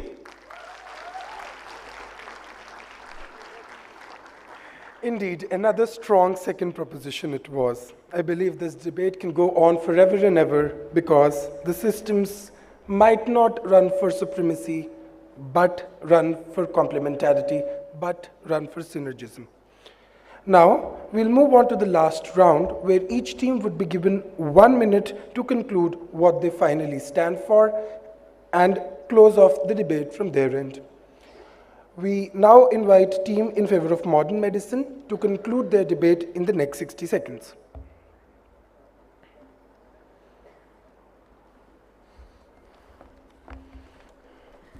Ashutosh, you said such a nice poetry and I really loved it, but I still did not get the answer of why I don't get the Sanjeevani in my emergency. I did not get the answer to that. And what he said about rhinoplasty, that was a very personal, that personally hurted me. And if it recurred to you, come back to ENT department, I'm posted there, we'll treat it. And as far as bleeding disorders are concerned, I did not said acupressure करने से bleeding disorder होते हैं. आई said किसी को bleeding disorder है and then you are giving acupuncture. How will that be? मतलब how do you know beforehand that that person is having bleeding disorder and you are puncturing it? That will be more dangerous for that. So I just want to say that in a conclusion that the questions were not clearly answered. And finally, concluding the debate, in India, we are proud to be in the process of scientifically validating and integrating complementary and alternative medicine practices to provide comprehensive and best health care to our patients until the safety and efficacy of these methods are proven, the question of their relevance still remains. Thank you. Thank you, Team Modern Medicine, for your conclusion. We now invite a team in favor of alternate medicine and yoga to conclude their stance in the next 60 seconds. हम भारत के वासी हैं, यहाँ धन्वंतरी का वास है, अमृता की प्यास है, पंचप्राणों का श्वास है, देव भूमि का आभास है, देवभूमि का आभास है. कुछ भी कहो, योगा में कुछ तो खास है, योगा में कुछ तो खास है. The practice of alternative medicine and yoga leads to the efficient functioning of the body with homeostasis through improved functioning of the psycho, immuno, neuroendocrine system. So it looks for your overall health. In end, I would like to conclude that everyone know that our country go under slavery due to divide and rule policy. So for this time, for our betterments, let's stay together. Take best from the each, that is approach towards integrative medicine, which means using conventional medicine in presence of light of modern medicine. दोनों ही pathies को साथ मिलकर चलना होगा, तभी ये देश आगे बढ़ेगा. हमने पहले भी गुलामी झेली है, दोबारा नहीं झेलनी चाहिए. हौसला हमको ही करना होगा, बीमारियों से जमकर लड़ना होगा और धीरे धीरे ही सही हम भारत के आखिरी अंधेरे कोने में भी दिया जला देंगे और मिलकर फिर से इस भारत को सपनों का भारत बना देंगे. मिलकर इस भारत को सपनों का भारत बना देंगे. जय Hind. Thank you, Team Alternate Medicine and Yoga, for the strong conclusion. While this debate can go on for ages and ages, we are bounded by time. To formally close the debate, I now invite Professor K.K. Talwar to share his views on modern medicine and alternate medicine and yoga, and can they grow synergistically and multiply exponentially.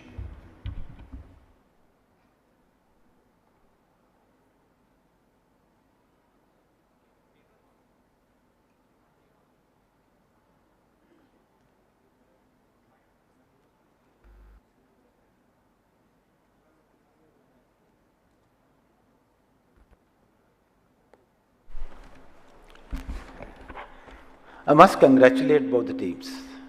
The passion that you have shown, I think, is a huge experience. Now, as far as the two systems are concerned, I think what we have, whether we call modern system, whether we call allopathic, another whether we call Ayurvedic, we have Unani, we have Siddha, we have homeopathic. I think all these systems have come with some kind of philosophies. Each system has its own philosophy. I think the time is to integrate those philosophies where we can give best to our patient.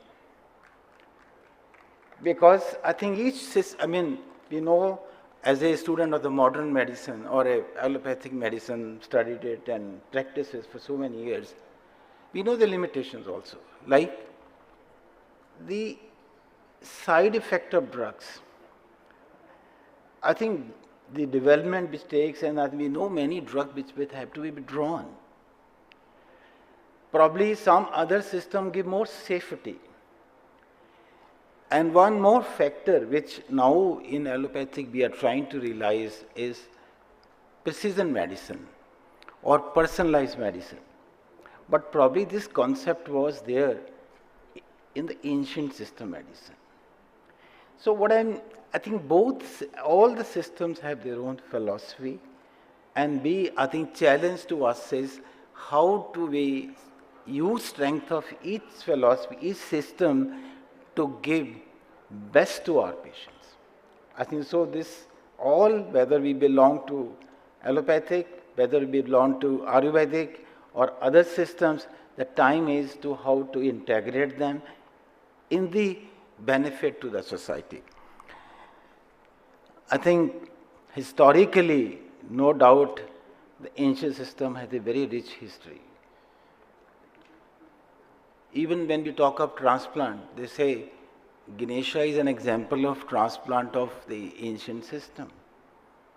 We have, the modern has not, though somebody say, well, it's all hypothetical, how are we sure? But there has been strength.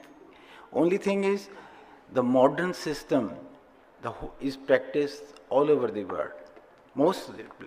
So the development of that is being initiated from all countries. Like if you ask me today, what is our contribution to the modern system of allopathic, is very limited. Original contribution of our society or ourselves, we are only following what has been done outside. But we know our strength of our ancient system of the past. There are examples. As a student or as a practitioner for so many years, I have come across instances where I think I tend to sort of even disbelieve. Recently, there was a patient, I had to take a few minutes. A professor of a university, a very eminent professor, had multiple sclerosis. He had it around 2000 early. And we know he was quite crippled. He only came to me for some treatment now, and then he narrated me this. And he said that he was probably somewhere, went with a physician. He is walking about. I have talked to my neurologist colleague on this. So what I am trying to strengthen, each system has a strength, each system has a merit. We have to salute each system because they have given tremendous kind of help to the bodies of the patients. So what is the time that we need to? But I congratulate both of you. I am frankly for both systems, but I feel that we need to use strength of each system. Thank you so much.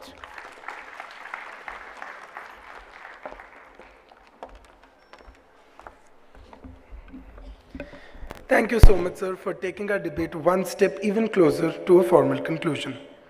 Now, I request Professor B. N. Gangadhar, the second chair of our debate, to give his conclusion.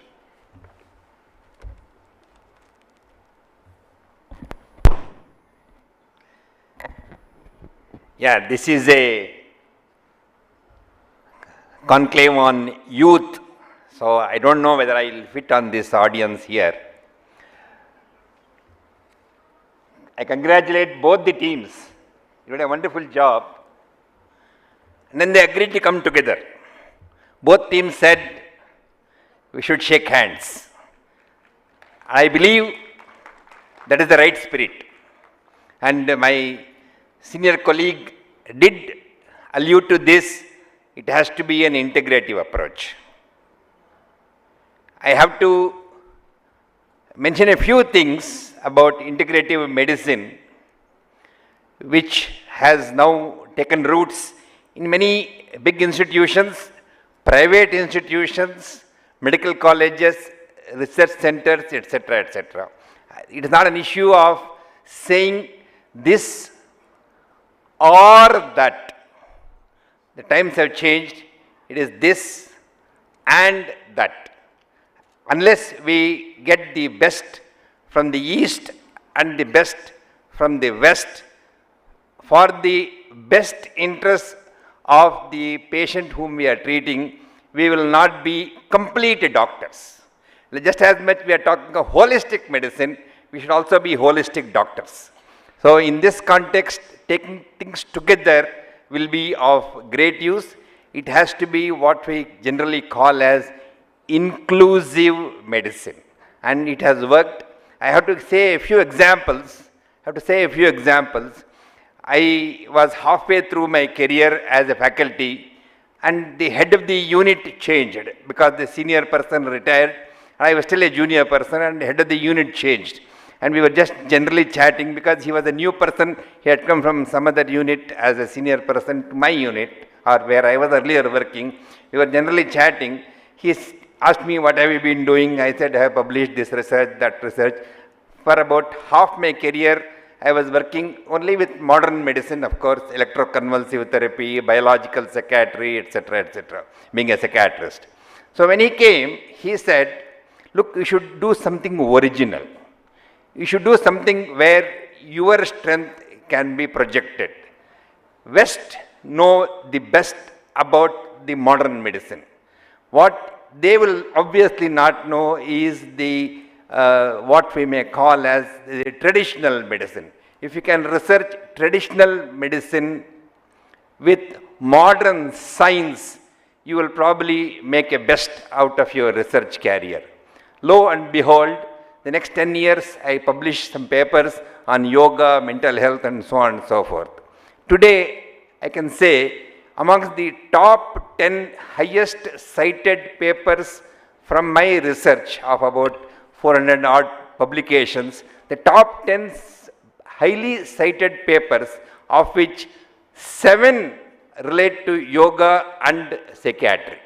So doing things together, blending traditional medicine with modern science, what we have learned in our medical colleges, we will probably bring out the best of a comprehensive integrative medicine. I wish all the younger colleagues here to subscribe to integrative medicine, which is going to be the order in the future of our medical practice. I thank the AIMS Rishikesh for letting me come over here and share these few things. And I wish both of you all the best. I'm sure only one team will get the first prize and the other team will get the second prize.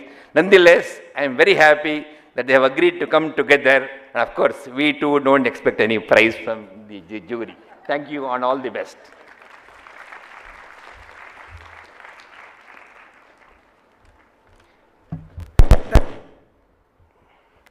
Thank you so much, sir.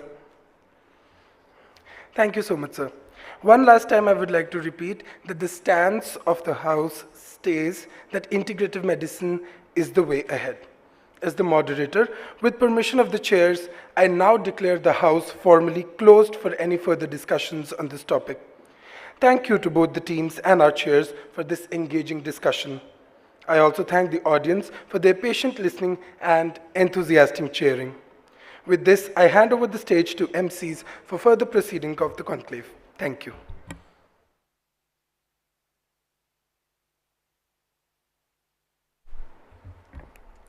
As discussed before, that documentation is the strongest pillar of advocacy. It's time to formally document the discussions for the day. I now take this opportunity to invite Dr. Oshin Puri, MBBS Batch 2018, currently an intern at Rishikesh, to take the lead. Dr. Oshin was honored as a health and well-being change maker and a top 50 finalist of Czech organization Global Students Prize 2022. He also led the Journal of Asian Medical Students Association in the capacity of editor-in-chief for 2 years and has been awarded the highest honor of AMSA International. Dr. Oshin has many grants to his name, some of which include AMEE, Students Initiative Grant, the Kali Halt Fund, International Society of Human and Medical Mycology, the Young Researcher Grant of Indian Society of Medical Mycology, and Incision International Global Surgery Proposal. He was also a delegate to the WHO Regional Committee of Western Pacific and is a nominated member of American College of Surgeons. Now I request Dr. Oshin to take over.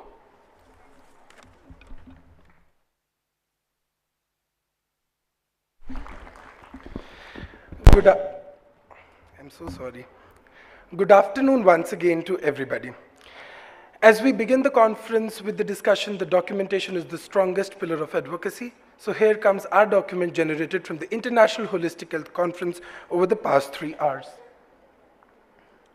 So first, I would like to take this moment to thank our rapporteurs, Sarish Ohri, MBBS Batch 2021, and Vinayak Kaushik, MBBS Batch 2019, for document each and every saying today in real time.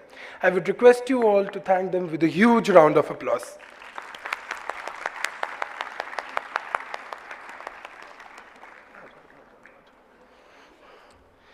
Let us begin the summarization. As you can see that after the welcome of the dignitaries to the dais, lamp lighting and introduction, we had a welcome address from our very own Executive Director and CEO AIIMS Rishikesh, Professor Meenu ma'am.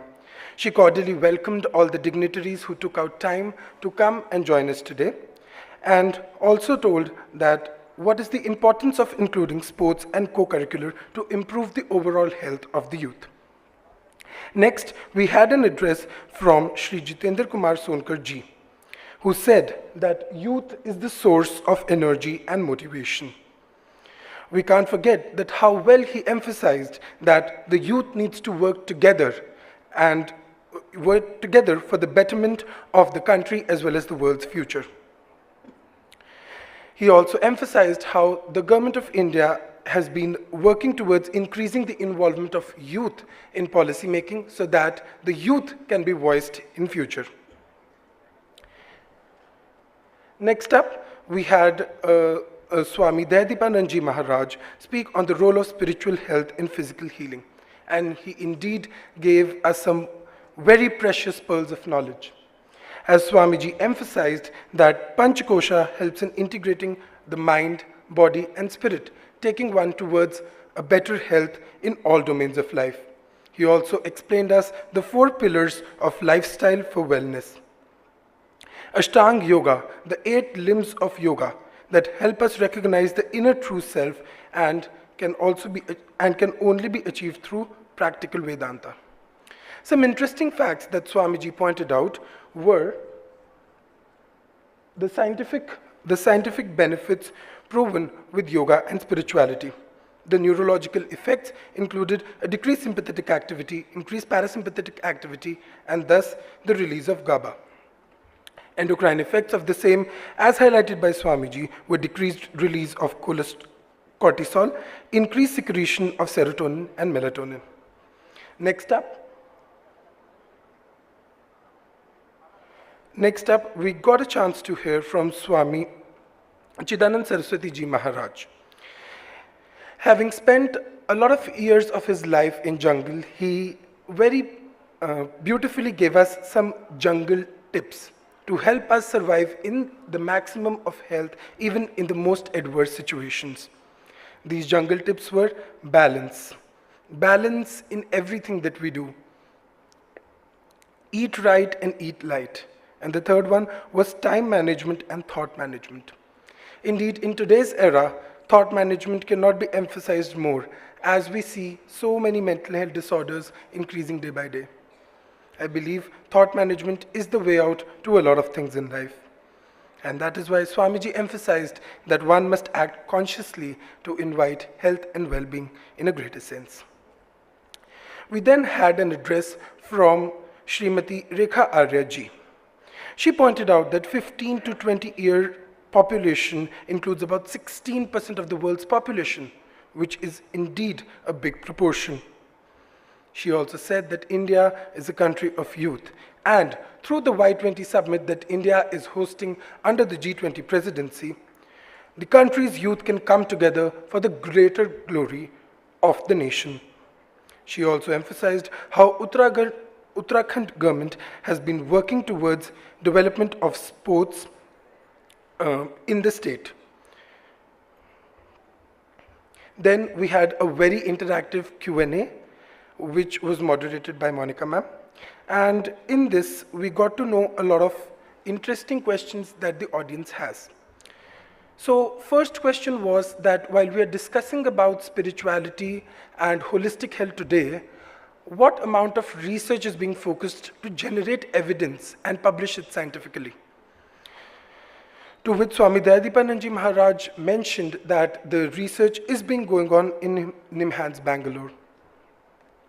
Next up, we had a question on how holistic health and spirituality can help one cope up with self-doubt and growing psychiatric disorders in the younger population. To which the answers were given by a number of panelists. The conclusions of the same were, the only good deed you cannot miss is being helpful to others. Indeed, being helpful to others does not only invite blessings that help us through situations in our life, but also teaches us a lot about life in a greater sense. Being skilled and being fulfilled are two different things. Indeed, they are. So it is equally important to focus on skill development as well as feeling fulfilled, feeling happy, and living a happy life. Next up, we had a very beautiful saying given, more meditation, less medication, which also somewhere brings together integrative health, that meditation and medication together can take an individual towards holistic health. We also, as youth, should learn from our challenges in life. Instead of being disappointed by the ups and downs that come, we must take lesson from every mistake that we make. Be honest to yourself. Spirituality leads to release of hormones and neurotransmitters which improve health in the body. And the last question that we had was then answered by stating that one must start having priorities in life. Establishing what is more important for them and focusing themselves towards that is very important in order to maintain one's own happiness, maintain one's own fulfillment.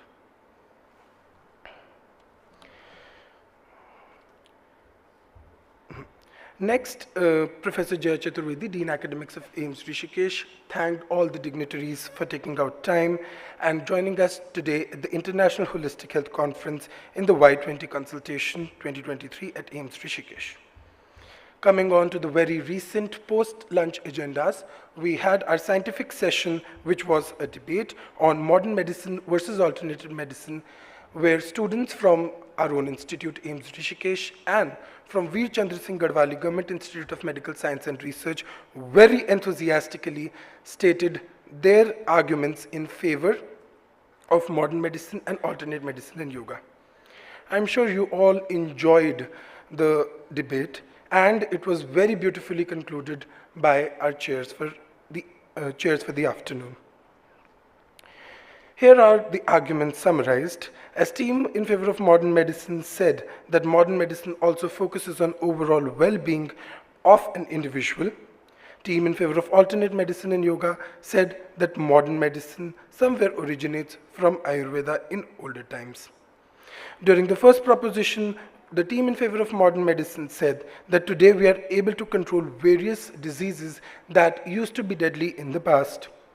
A few of them being HIV, AIDS, and cancer. And more so, they emphasized on the multimodal treatment that modern medicine offers. The same was also emphasized by giving an example of COVID-19, where modern medicine did really help us save a lot of lives in an emergency pandemic situation. Thereafter, standardized protocols and legal foundations in modern medicine were highlighted by the same team. In the first proposition, team in favor of alternate medicine and yoga said that we should rename alternate medicine to conventional medicine, because that has been our past, that has been our history. They also emphasized how today a lot of practices have lost their original sense due to a rat race of money and fame. Lifestyle modifications have always been a crucial part of treatment in our culture and would always continue to be. A number of questions were asked and addressed during the cross-examination and the second proposition. Thereafter, we moved on to conclusion by the chairs of the meeting, who very beautifully said how integrative medicine is the way through synergism of alternate medicine and yoga and modern medicine, because the end goal of all of us should be the best of the patients. With this, we reach an end to the International Holistic Health Conclave being conducted as a part of the Y20 consultation at AIIMS Rishikesh. I hope you all enjoyed this scientific agenda throughout from morning until right now. We all got to learn a lot about spirituality, about medicine, and also had some heated debates this afternoon. I hope that this session was memorable for you, and the Y20 agendas ahead would be even more memorable. We would now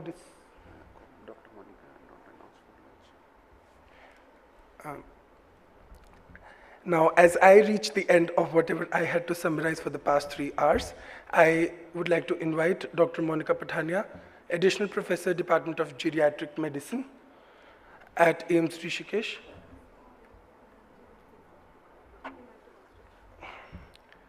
Okay, I'm so sorry. We'll have Swami Dayadeepanandji Maharaj once again on the stage to share a few words. So, since we are sitting for a long time, so now there is time for a yoga break. So, none other than Swami Dayadeepanandaji, he will be leading us into simple yogasanas so that we gear up for lunch. We'll give caller mic.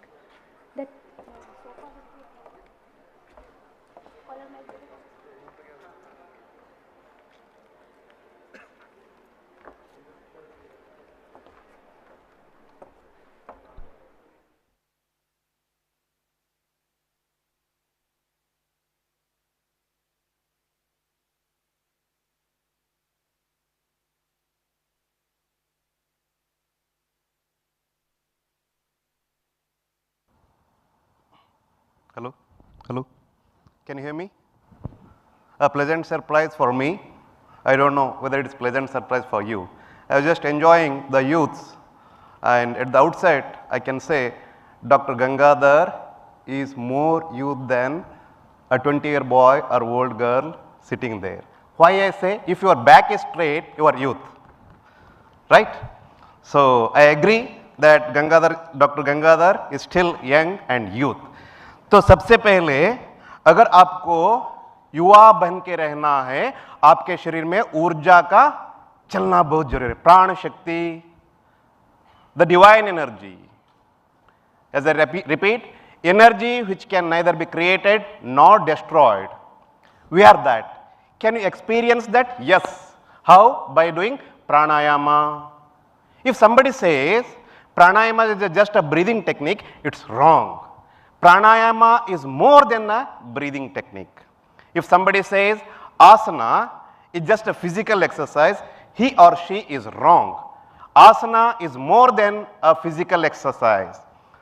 Now, coming to asana, pranayama and meditation, I use the word dhyana. Body, mind, soul becoming one. May I know how many minutes I have? 10 minutes, okay. 10 minutes, we'll all get united by uniting ourselves. Let us unite ourselves with our own body, mind and soul. Can you do that? So wherever you are there, please stand up. थोड़े देर के लिए मैं तो बैठा था ना 2 घंटा, मेरा भी थोड़ा घुटना में दर्द जैसा महसूस हो रहा था. Do this. Your osteoarthritis of the knee is gone. But regularly, daily, dirghakalena nairantara abhyasena, osteoarthritis can be cured, reversed. If at all you have, you can maintain without much pain. Similarly, just like this, shoulder, frozen shoulder, diabetes के वजह से no, frozen shoulder due to inactivity, sedentary lifestyle, cervical spondylitis, 40 years के बाद हर किसी को तो नहीं होता है 80 साल तक. अगर एक करें, करिए. Breathe in, go up. Breathe out, go down. Breathe in, go up. Breathe out, go down. Clockwise, anti-clockwise. The ultimate treatment for cervical spondylitis. The ultimate treatment for frozen shoulder. थोड़ा पीछे. Breathe in, breathe out. Ultimate solution for low backache. Orthopedic surgeon, neurosurgeon is not the solution for low backache. Your muscles around your spinal cord have become weak. The more your muscles are strong, the more your muscles are flexible, you are free from low backache. Let us practice. Breathe in. शरीर मन को एक करो. Feel that your energy. Wow, amazing. Breathe out. है ना? मजा है. बैठिए. अभी थोड़ा बैठ के मजा लेंगे. खड़ा होके मजा हो गया. आनंद. We are talking about Ananda Kosha. Our real nature is Ananda, which is beyond pain and happiness. How to achieve that? Strong body and strong mind. नहीं आत्मा लभ्य, शरीर मन से जो भी कमजोर है उसको नहीं मिलेगा. बलहीनेन लभ्य. Scripture is told. So one should make his body and mind strong so that you will experience your real self, which is energy, which is beyond this. Let us experience that. Close your eyes. Breathe in. Take a deep breath. When you breathe out, say Om. Om. The focus is between 2 eyebrows. There the energy, Urja, Shakti. Breathe in. Breathe out. Oh, loudly. Wonderful. You are experiencing the divine within, the energy, Atman, Brahman, God, Ishwar, Jesus, Buddha, Allah. Again, breathe in. Breathe out. Oh.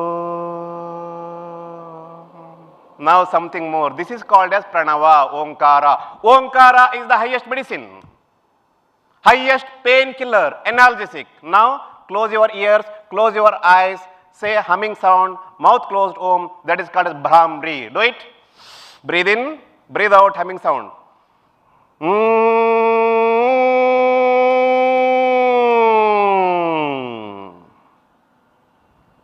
What a wonderful experience. The best positive hormones, instant relief. That's what yoga can do. Asana, pranayama, Brahmri. Let us breathe in, breathe out.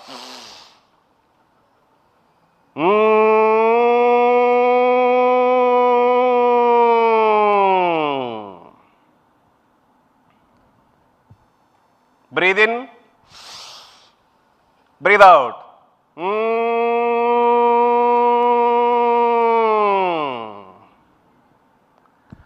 Open your eyes, look at me.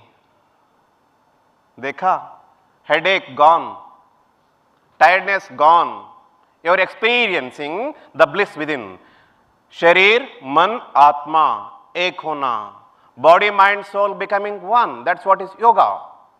Now let us practice Bhastrika. The best breathing exercise to make your chest strong. The best vaccination for COVID-19. Let us do it. Breathe in. Breathe out. Energy is flowing. Energy is flowing. You are feeling light. Do it.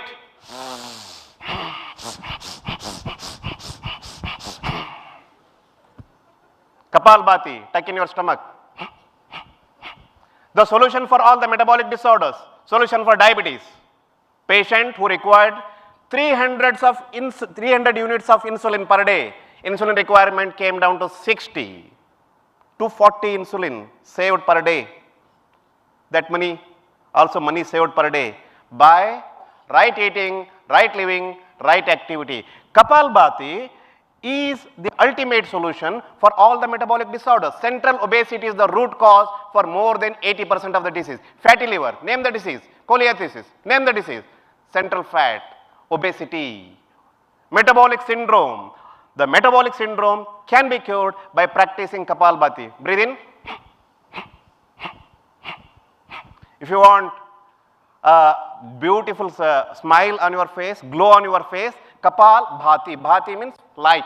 Kapal means your forehead. Your forehead will shine if you practice daily 10 minutes Kapalbhati in the morning, in the evening. Can you do that?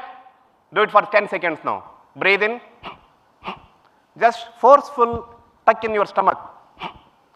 Close your eyes. The focus is on the Nabhi. You are breathing in, breathing out, tucking your stomach. When you do that, feel that energy is flowing from the Nabhi to all the cells. Every cell is getting rejuvenated. Every cell is becoming healthy. What we talk about, visceral organ fascia, fat, whatever it is, which is the cause for increased insulin resistance, can be cured. Kapalbhati can be the solution, practiced with right knowledge, with right technique. Let us practice 3 more seconds. भूख भी अच्छा लगेगा, अभी खाना ready हो रहा है ना. You'll get nice appetite. You'll enjoy the food better. Kapalbhati. Ujjayi pranayam. You want a good voice? You want to be free from hypothyroidism? Do practice this. Hold your throat tightly and breathe in. कुई जब हम sound करते हैं क्या होता है? You hold your throat and throw out the voice. Now you breathe in and hold your throat tightly. Let us see how it comes.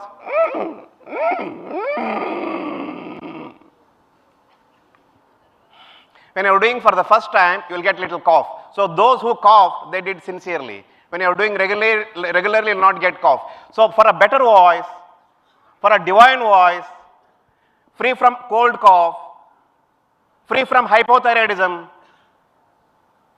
you can practice Ujjayi pranayama, morning 10 minutes, evening 10 minutes.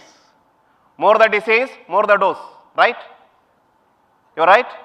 Let us practice Ujjayi pranayama. Close your eyes, breathe in.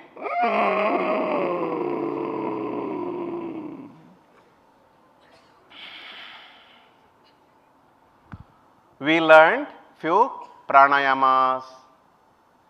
We learned few asanas. We learned few sukshma vyayamas. Before we do asana, we should practice sukshma vyayama, free hand exercise.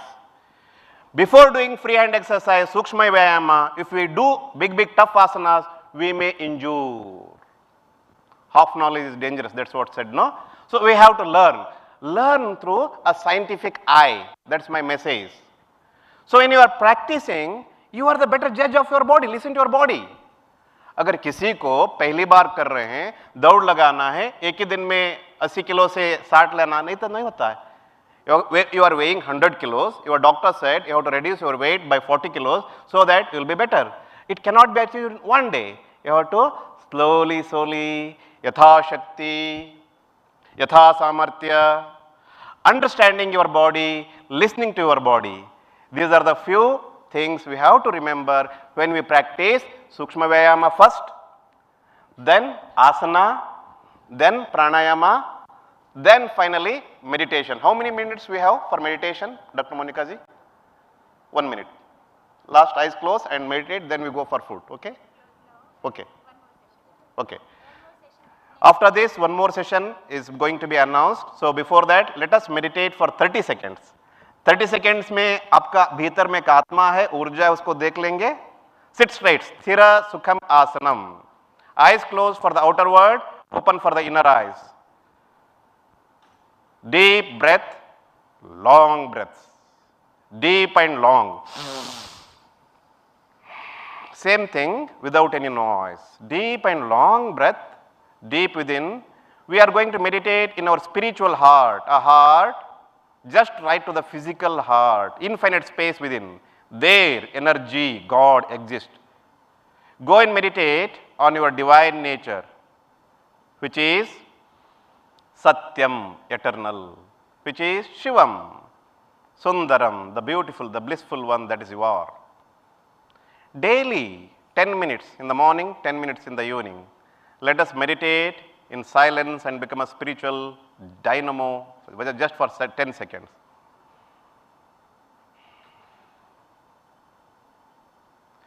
Om Shanti, Shanti, Shanti, Hari Om Tat Sat, Shri Ramakrishna Arpanamastu. Once again, my heartfelt gratitude for the wonderful session that we have been enjoying here. I was just mentioning to Dr. Meenu Singh ji, I am not a guest here. I feel this is our own place, and I am so happy to see all the youths doing everything so meticulously. Can anybody imagine the report being done and presented to all before we leave the hall? No press reporter can be done. The best press reporter we have with us. The best anchor we have with us. So I take this opportunity to congratulate all the youths who are doing a great work, amazing work.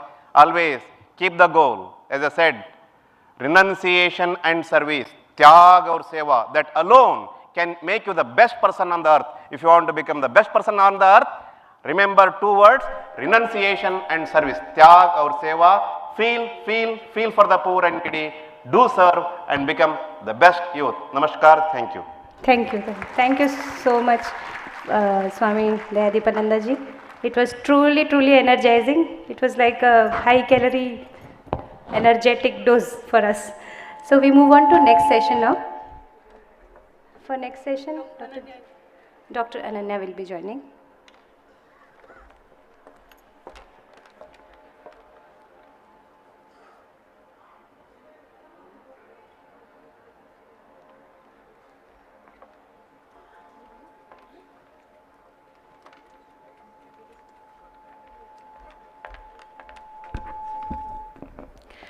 In the world of Franklin Roosevelt, I quote, "We cannot always build a future for our youth, but we can build our youth for our future." Honorable dignitaries and delegates, a very good afternoon to one and all present here. On behalf of the AIMS Rishikesh, I am Ananya Madan, BSc Honours Nursing Intern, and I am privileged to welcome you all here amid the mountains and beside the holy river of Ganga to the yoga capital of the world. Our next event is graced by the presence of a speaker who has been engaged in marketing, sales, and business planning for market building automation businesses. He is the President and Group CEO of Asbel Corporation. He has worked to create new solutions, establish energy management businesses, and contribute to management of joint ventures. He has served as General Manager of the Corporate Planning Department, and since 2020, he has served as Representative Director President and led management as the CEO. Please give a huge round of applause for Mr. Kiyohiro Yamamoto, who is accompanied by Amok Saxena from MBBS 2021 batch and will be presenting him with a stool. He will be taking his session on the vital link between health and well-being and indoor environment.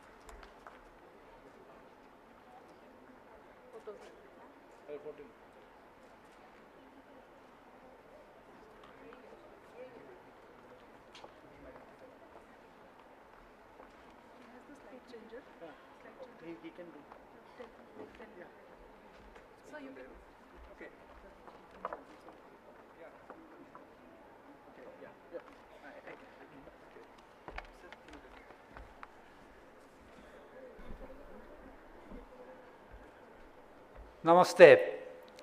Me Kyo Hiramoto Fum. So thank you for inviting me. So first of all, I would like to express my appreciation for yoga practice. I did yoga this morning at hotel. So I enjoyed yoga lesson from you, so I get some energy. And also, I was very impressed by the debate session. Each team presentation was very good, so easy to follow, easy to understand. So I really appreciate both teams for the debate. So thank you for the invitation to speak at the Holistic Health Conclave. Okay, I'm Kyo Hiramoto, the President and Group CEO of Asbury Corporation.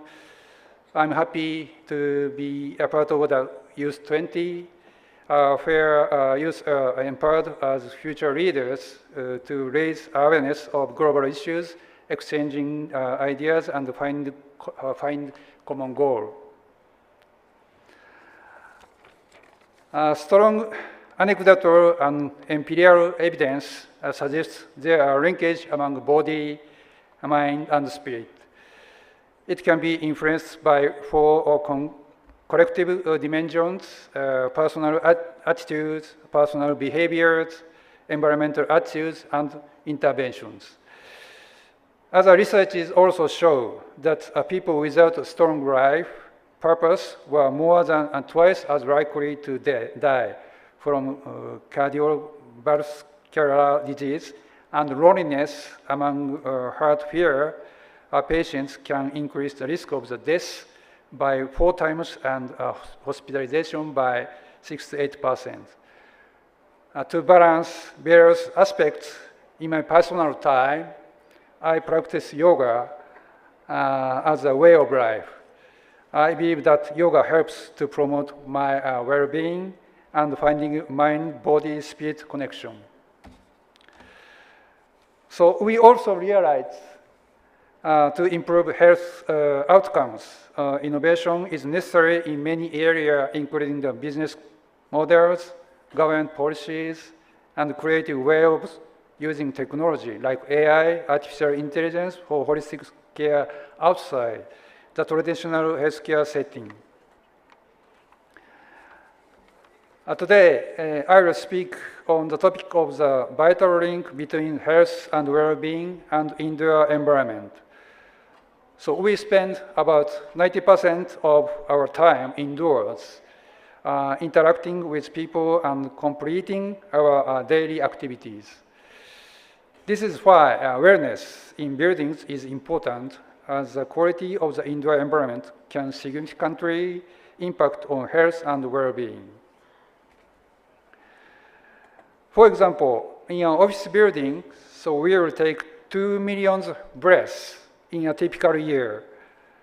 The pandemic came and taught us a valuable lesson that surroundings affect our health and well-being, with buildings playing a central role in the spread of disease. According to the Harvard Business Review studies, one study of the young adults found that even 1 Fahrenheit deviation from an optimal indoor temperature came with a 2% decrease in output.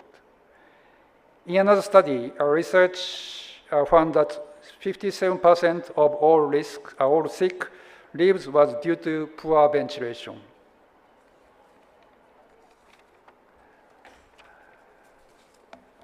A poor indoor environment can lead to respiratory problems, fatigue, headaches, and eye strain.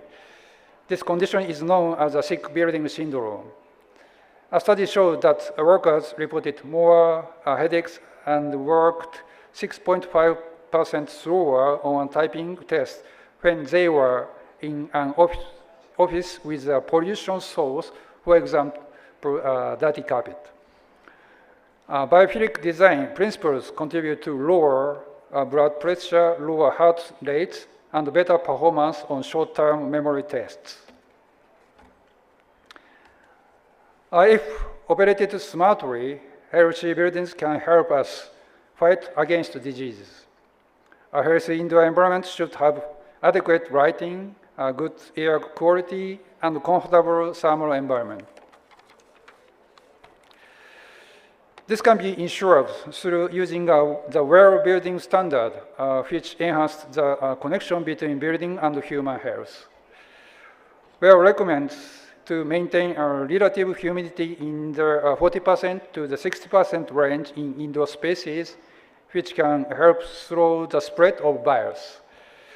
Well-certificated buildings enhance employee retention by providing a better working environment, and in a hospital setting promotes the speedy recovery of patients.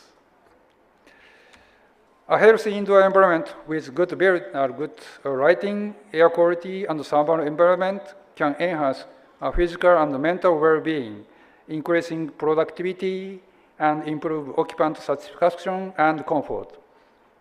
These benefits can be gained through using smart building automation controls to operate the indoor environment.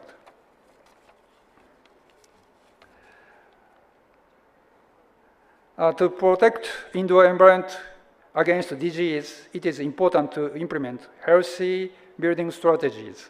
This includes using building automation controls, touchless technologies, and enhanced disinfection protocols. Based on Harvard's business review studies and financial simulations, investing in healthy buildings pays off. For example, a higher ventilation can result in estimated benefit for $6,500 and to $7,500 per person per year. Investing in healthy building operation is necessary. Smart control technology can be used for promoting healthier indoor spaces. These technologies use sensors, data analysis, and automation to optimize energy efficiency and reduce costs, while improving indoor air quality and occupant comfort. During healthy emergencies, health institutes can implement building automation technologies that also act as countermeasures for preventing airborne diseases transmission indoors and promote a healthier indoor environment for occupants. As our population increases, so does the demand and capacity of the healthcare industry. A healthy indoor environment becomes more essential in the healthcare industry. So we must prioritize the health and wellness of occupants in healthcare buildings, including patients, staff, and visitors. I would like to highlight an example of using a building automation solutions at Kanazawa University Hospital in Japan. So our pandemic-ready solution, airflow control system, can switch a normal patient room in a hospital to an airborne infection isolation room by controlling the room pressures, lowering it to achieve negative pressure. The central air conditioning system can be designed with infection countermeasures functions that optimize airflow, purity, the air, and lower the concentration of airborne virus, thus reducing the spread of the infection diseases. There is a vital link between the health and well-being and the indoor environment. Prioritizing healthy indoor spaces benefits occupants, promoting well-being and productivity. This can be created through an innovation ecosystem that encourages all stakeholders, which considers all processes and influences factors. With that, please remember to prioritize your health and the buildings in which we work, live, and pray. Let's empower all our youth and work together to pass on a safe and healthy earth to the next generation. As it is said, so we do not inherit the earth from our ancestors, we borrow it from our children. So we have to pass our earth safe and good place. Thank you for joining me today. Dhanyawad. Thank you very much.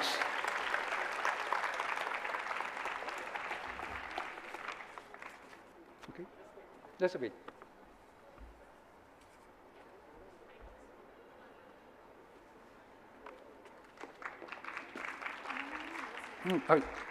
Okay.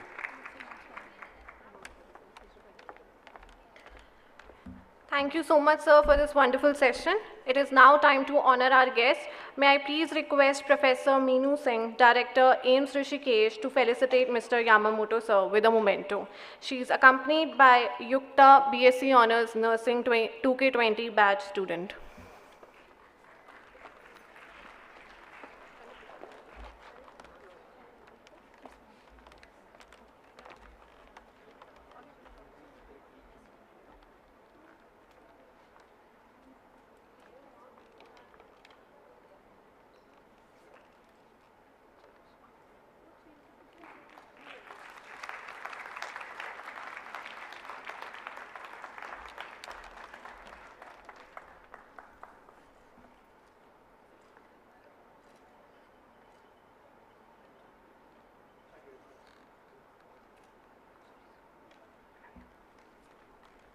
Thank you, sir. Thank you, ma'am.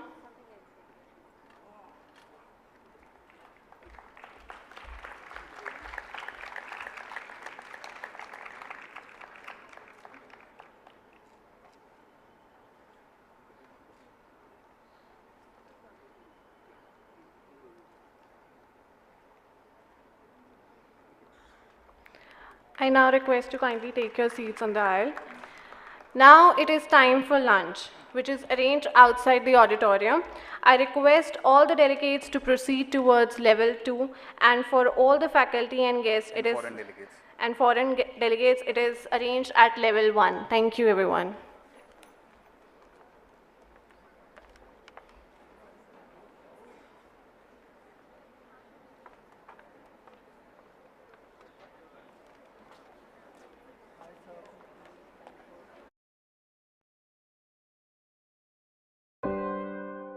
India, home of 1.3 billion people, is a confluence of religions, traditions, and customs. A thriving global center of technology and the world's largest democracy. As one of the oldest civilizations in the world with a rich cultural heritage and diversity, and as the 5th largest economy in the world, India is proud to assume the presidency of G20. As the country blooms into a new era, we look to another poignant symbol for humanity to emerge victorious from its challenges. Lotus, the national flower of India, representing our culture, history, and heritage. A poignant symbol for humanity to emerge victorious from its challenges. And the inspiration for India's G20 logo design.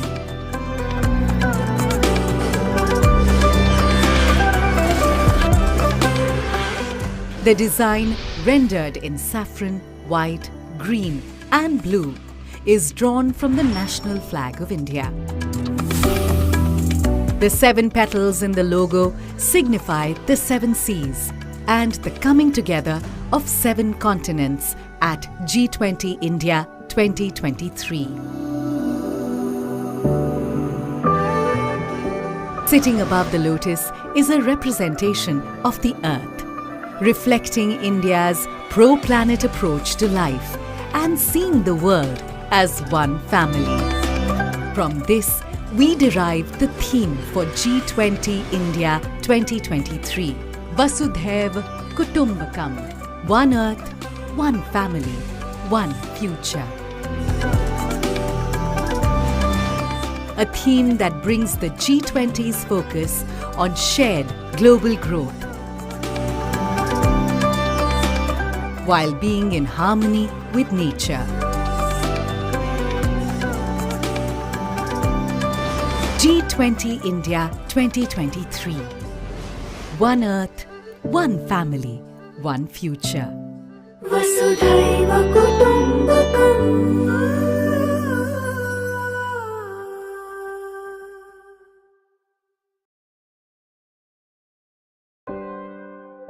India, home of 1.3 billion people, is a confluence of religions, traditions, and customs. A thriving global center of technology and the world's largest democracy.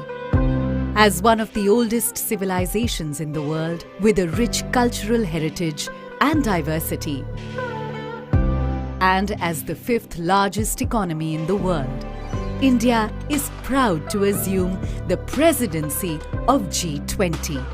As the country blooms into a new era, we look to another poignant symbol for humanity to emerge victorious from its challenges.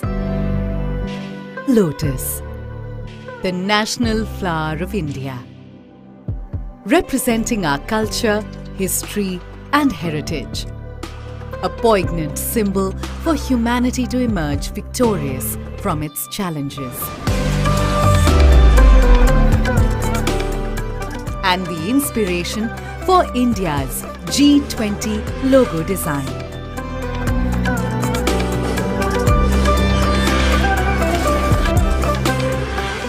The design, rendered in saffron, white, green, and blue, is drawn from the national flag of India. The 7 petals in the logo signify the 7 seas and the coming together of 7 continents at G20 India 2023. Sitting above the lotus is a representation of the earth, reflecting India's pro-planet approach to life and seeing the world as one family. From this, we derive the theme for G20 India 2023, Vasudhaiva Kutumbakam, One Earth, One Family, One Future. A theme that brings the G20's focus on shared global growth,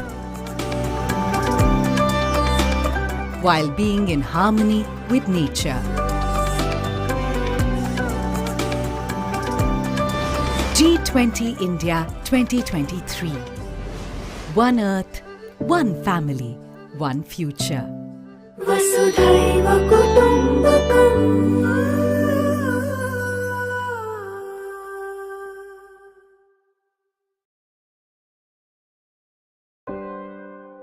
India, home of 1.3 billion people, is a confluence of religions, traditions, and customs. A thriving global center of technology and the world's largest democracy. As one of the oldest civilizations in the world with a rich cultural heritage and diversity, and as the 5th largest economy in the world, India is proud to assume the presidency of G20. As the country blooms into a new era, we look to another poignant symbol for humanity to emerge victorious from its challenges. Lotus, the national flower of India, representing our culture, history, and heritage. A poignant symbol for humanity to emerge victorious from its challenges. And the inspiration for India's G20 logo design.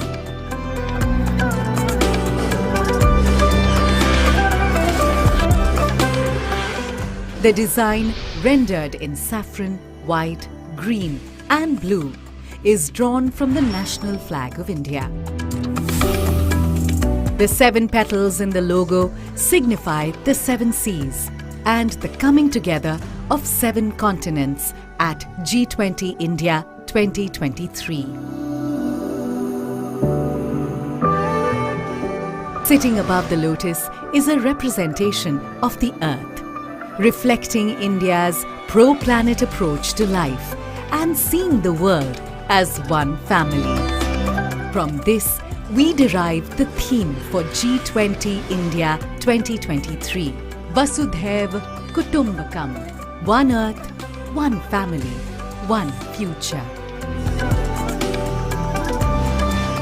A theme that brings the G20's focus on shared global growth, while being in harmony with nature. G20 India 2023. One earth, one family, one future. Vasudhaiva Kutumbakam.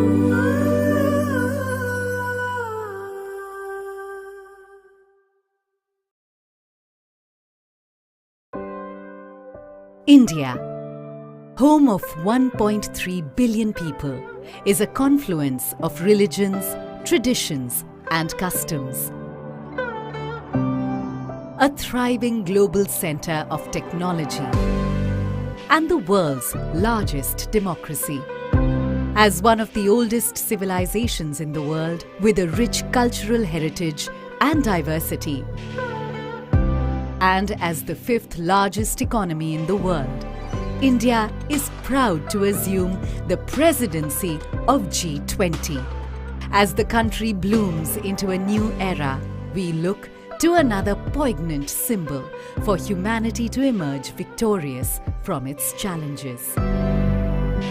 Lotus, the national flower of India, representing our culture, history and heritage. A poignant symbol for humanity to emerge victorious from its challenges. And the inspiration for India's G20 logo design.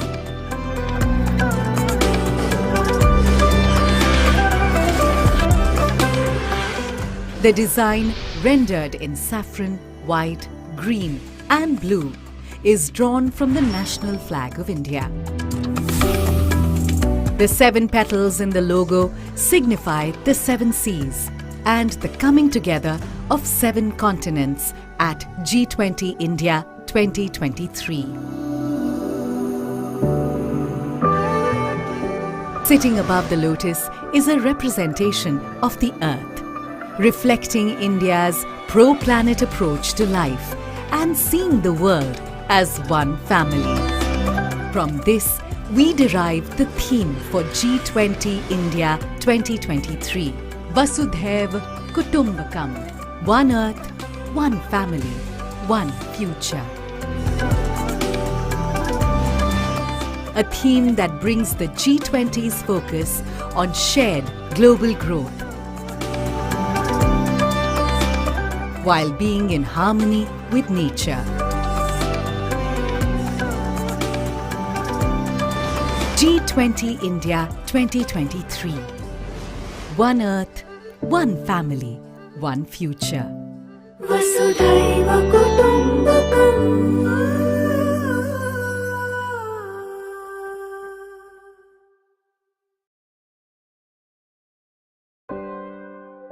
India, home of 1.3 billion people, is a confluence of religions, traditions and customs. A thriving global center of technology and the world's largest democracy. As one of the oldest civilizations in the world with a rich cultural heritage and diversity, and as the 5th largest economy in the world, India is proud to assume the presidency of G20. As the country blooms into a new era, we look to another poignant symbol for humanity to emerge victorious from its challenges. Lotus, the national flower of India, representing our culture, history, and heritage. A poignant symbol for humanity to emerge victorious from its challenges. And the inspiration for India's G20 logo design.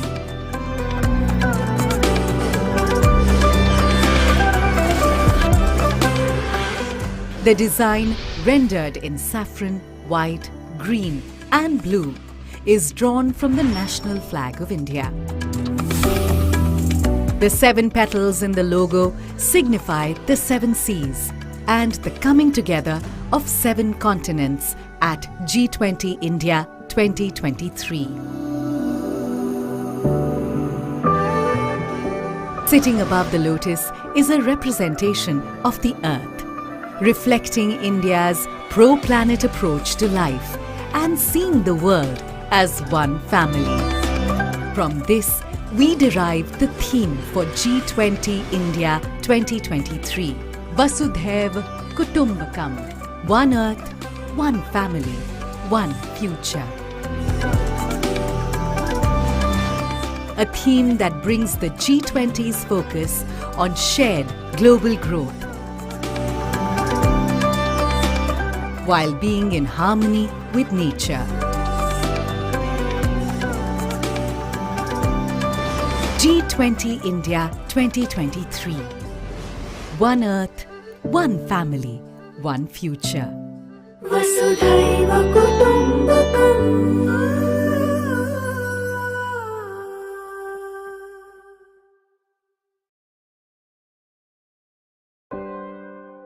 India, home of 1.3 billion people, is a confluence of religions, traditions, and customs. A thriving global center of technology and the world's largest democracy. As one of the oldest civilizations in the world with a rich cultural heritage and diversity, and as the 5th largest economy in the world, India is proud to assume the presidency of G20. As the country blooms into a new era, we look to another poignant symbol for humanity to emerge victorious from its challenges. Lotus, the national flower of India, representing our culture, history, and heritage. A poignant symbol for humanity to emerge victorious from its challenges.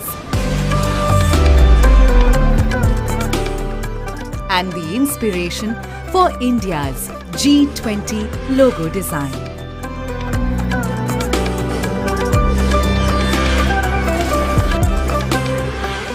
The design, rendered in saffron, white, green, and blue, is drawn from the national flag of India.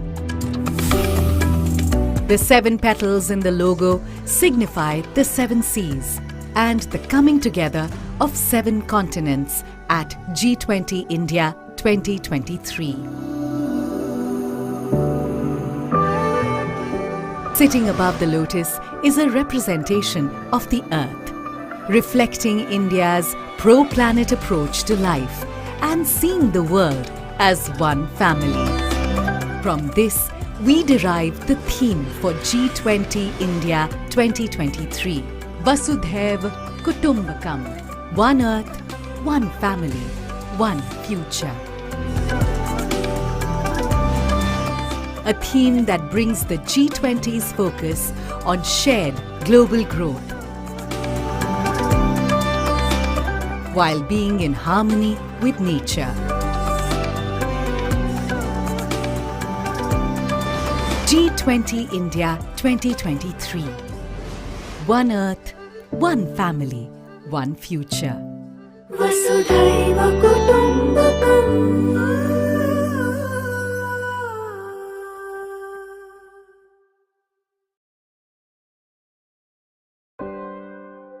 India, home of 1.3 billion people, is a confluence of religions, traditions, and customs.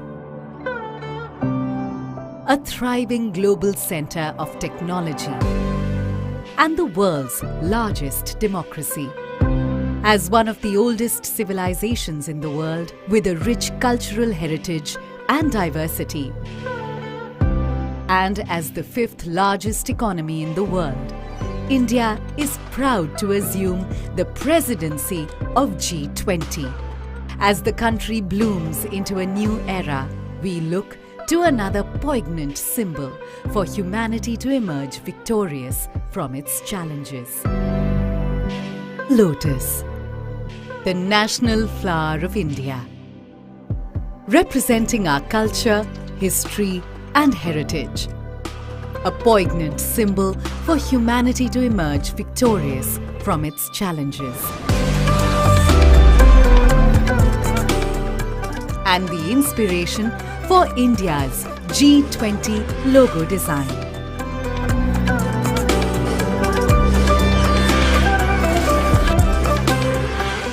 The design, rendered in saffron, white, green, and blue, is drawn from the national flag of India.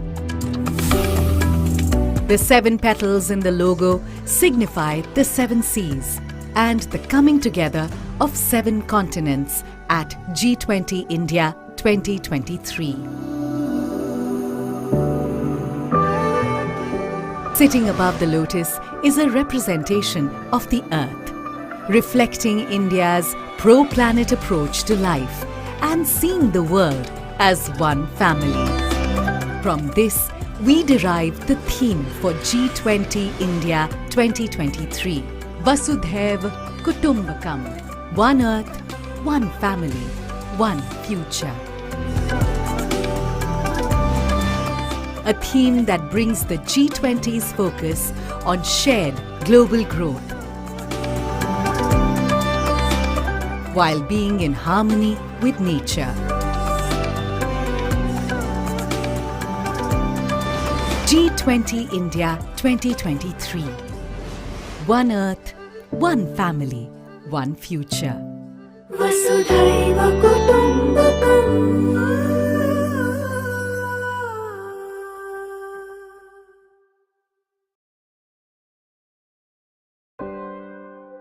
India, home of 1.3 billion people, is a confluence of religions, traditions, and customs. A thriving global center of technology and the world's largest democracy. As one of the oldest civilizations in the world with a rich cultural heritage and diversity, and as the 5th largest economy in the world, India is proud to assume the presidency of G20. As the country blooms into a new era, we look to another poignant symbol for humanity to emerge victorious from its challenges. Lotus, the national flower of India, representing our culture, history, and heritage. A poignant symbol for humanity to emerge victorious from its challenges. And the inspiration for India's G20 logo design.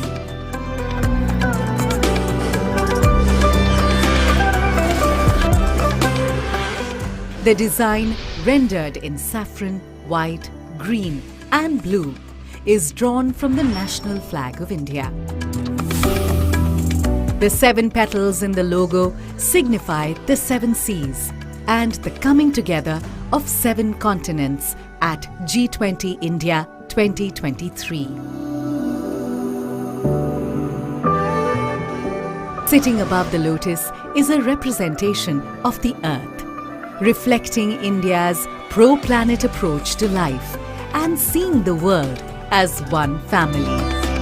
From this, we derive the theme for G20 India 2023, Vasudhaiva Kutumbakam, one earth, one family, one future.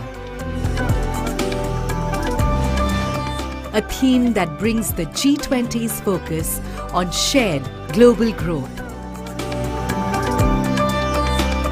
while being in harmony with nature. G20 India 2023. One Earth, one family, one future. Vasudhaiva Kutumbakam.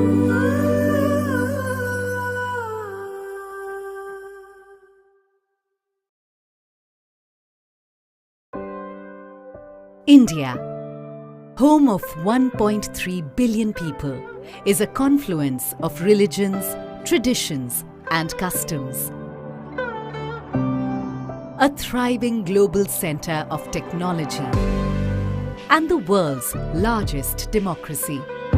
As one of the oldest civilizations in the world with a rich cultural heritage and diversity, and as the fifth largest economy in the world, India is proud to assume the presidency of G20. As the country blooms into a new era, we look to another poignant symbol for humanity to emerge victorious from its challenges. Lotus, the national flower of India, representing our culture, history, and heritage. A poignant symbol for humanity to emerge victorious from its challenges.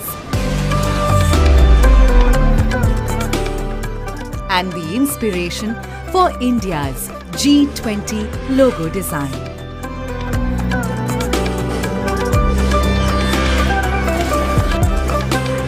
The design, rendered in saffron, white, green, and blue, is drawn from the national flag of India. The 7 petals in the logo signify the 7 seas and the coming together of 7 continents at G20 India 2023. Sitting above the lotus is a representation of the earth, reflecting India's pro-planet approach to life and seeing the world as one family. From this, we derive the theme for G20 India 2023, Vasudhaiva Kutumbakam, one earth, one family, one future. A theme that brings the G20's focus on shared global growth, while being in harmony with nature. G20 India 2023. One earth, one family, one future. Vasudhaiva Kutumbakam.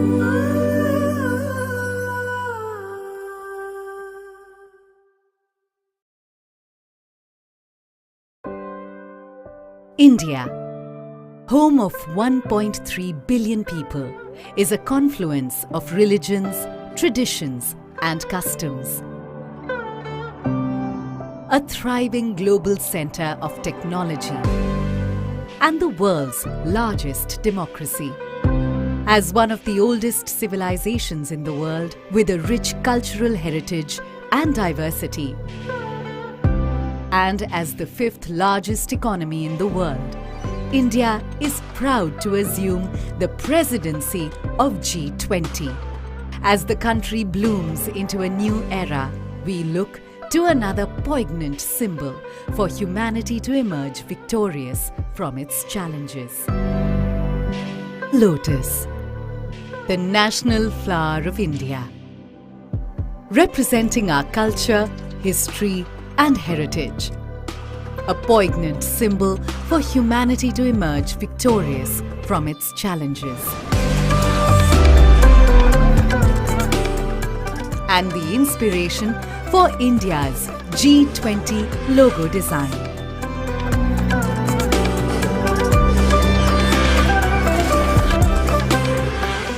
The design, rendered in saffron, white, green, and blue, is drawn from the national flag of India.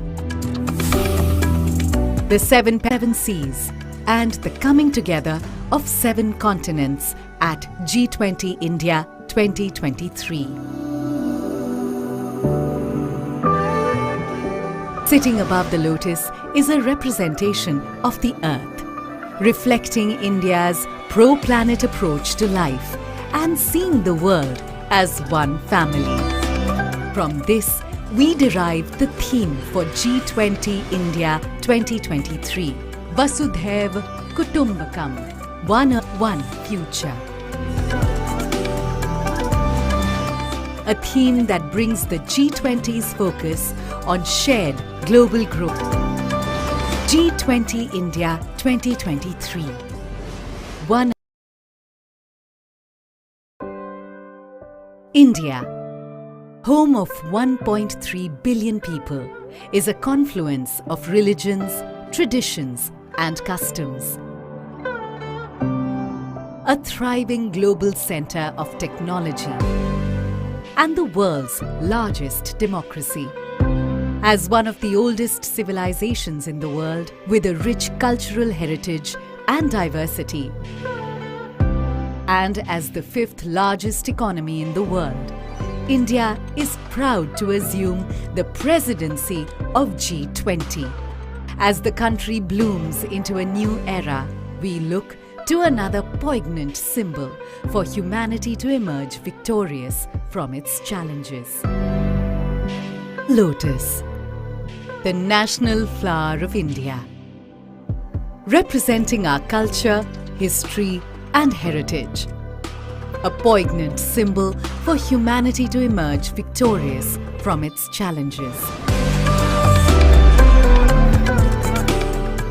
And the inspiration for India's G20 logo design.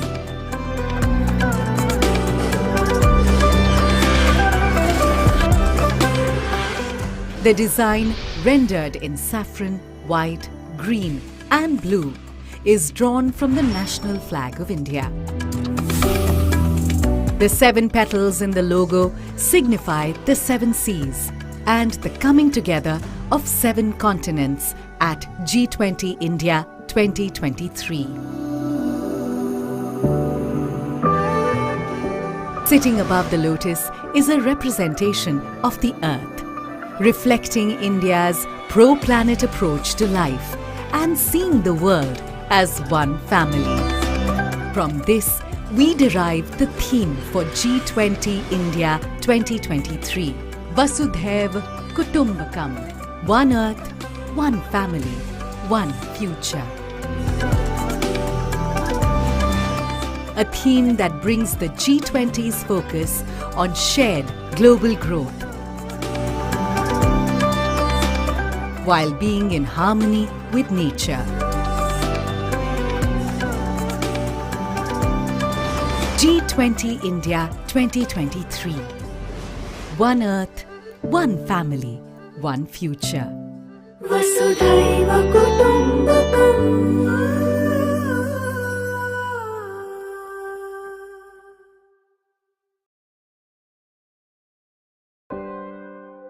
India, home of 1.3 billion people, is a confluence of religions, traditions, and customs.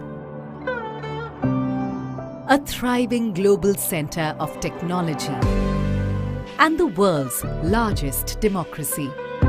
As one of the oldest civilizations in the world with a rich cultural heritage and diversity, and as the 5th largest economy in the world, India is proud to assume the presidency of G20. As the country blooms into a new era, we look to another poignant symbol for humanity to emerge victorious from its challenges. Lotus, the national flower of India, representing our culture, history, and heritage. A poignant symbol for humanity to emerge victorious from its challenges. And the inspiration for India's G20 logo design.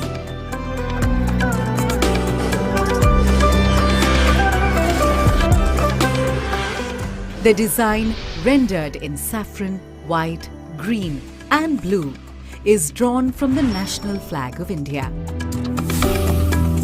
The 7 petals in the logo signify the 7 seas and the coming together of 7 continents at G20 India 2023. Sitting above the lotus is a representation of the earth, reflecting India's pro-planet approach to life and seeing the world as one family. From this, we derive the theme for G20 India 2023, Vasudhaiv Kutumbakam, one earth, one family, one future. A theme that brings the G20's focus on shared global growth, while being in harmony with nature. G20 India 2023. One earth, one family, one future. Vasudhaiva Kutumbakam.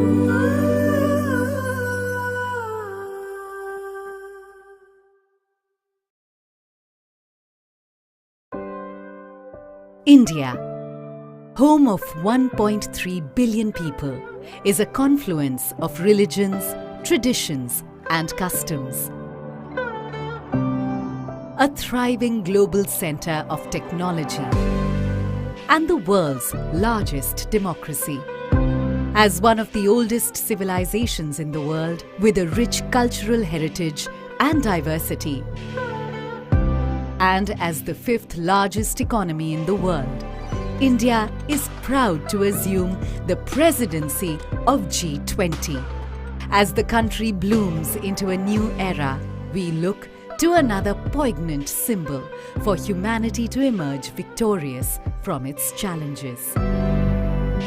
Lotus, the national flower of India, representing our culture, history and heritage. A poignant symbol for humanity to emerge victorious from its challenges. And the inspiration for India's G20 logo design.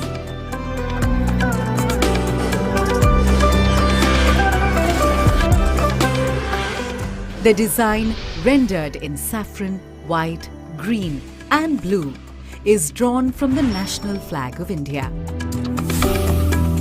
The 7 petals in the logo signify the 7 seas and the coming together of 7 continents at G20 India 2023. Sitting above the lotus is a representation of the earth, reflecting India's pro-planet approach to life and seeing the world as one family.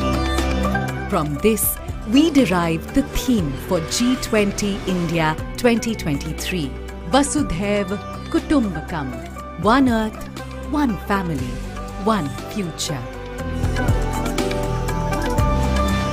A theme that brings the G20's focus on shared global growth, while being in harmony with nature. G20 India 2023. One earth, one family, one future. Vasudhaiva Kutumbakam.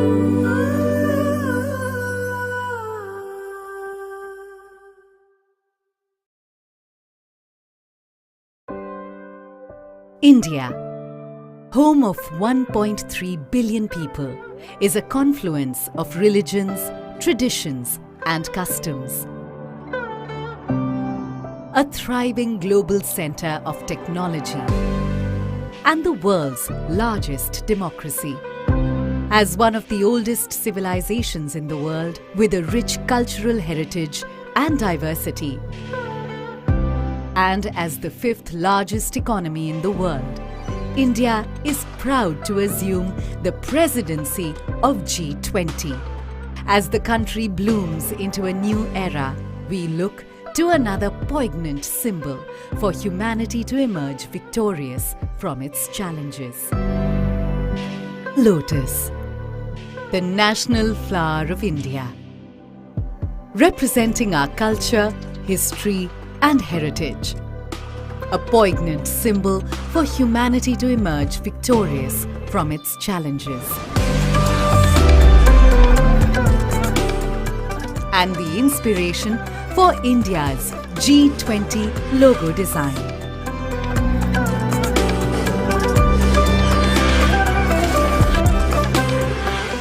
The design, rendered in saffron, white, green, and blue, is drawn from the national flag of India. The 7 petals in the logo signify the 7 seas and the coming together of 7 continents at G20 India 2023. Sitting above the lotus is a representation of the earth, reflecting India's pro-planet approach to life and seeing the world as one family. From this, we derive the theme for G20 India 2023, Vasudhaiva Kutumbakam, one earth, one family, one future. A theme that brings the G20's focus on shared global growth, while being in harmony with nature. G20 India 2023. One earth, one family, one future. Vasudhaiva Kutumbakam.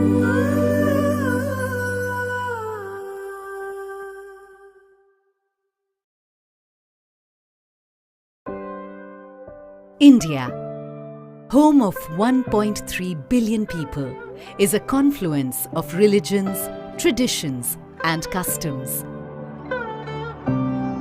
A thriving global center of technology and the world's largest democracy.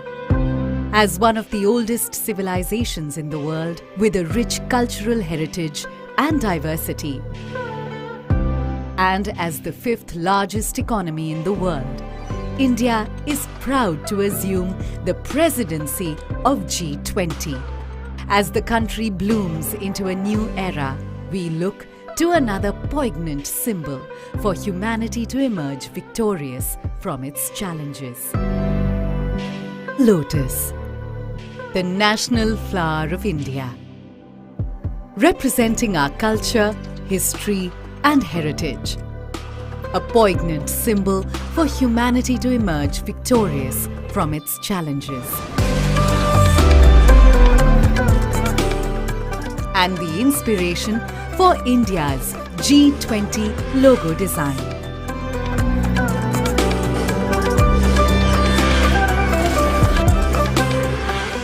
The design, rendered in saffron, white, green, and blue, is drawn from the national flag of India.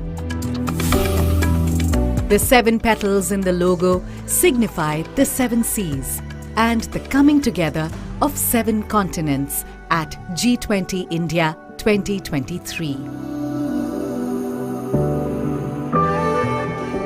Sitting above the lotus is a representation of the earth, reflecting India's pro-planet approach to life and seeing the world as one family.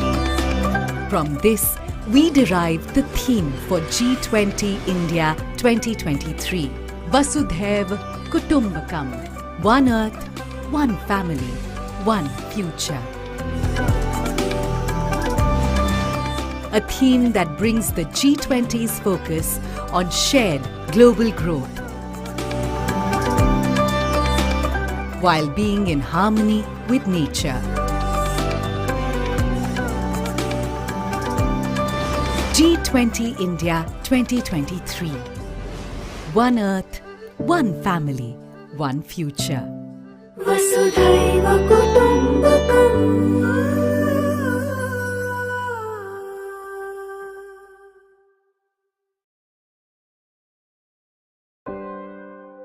India, home of 1.3 billion people, is a confluence of religions, traditions, and customs. A thriving global center of technology and the world's largest democracy. As one of the oldest civilizations in the world with a rich cultural heritage and diversity, and as the 5th largest economy in the world, India is proud to assume the presidency of G20. As the country blooms into a new era, we look to another poignant symbol for humanity to emerge victorious from its challenges. Lotus, the national flower of India, representing our culture, history, and heritage. A poignant symbol for humanity to emerge victorious from its challenges. And the inspiration for India's G20 logo design.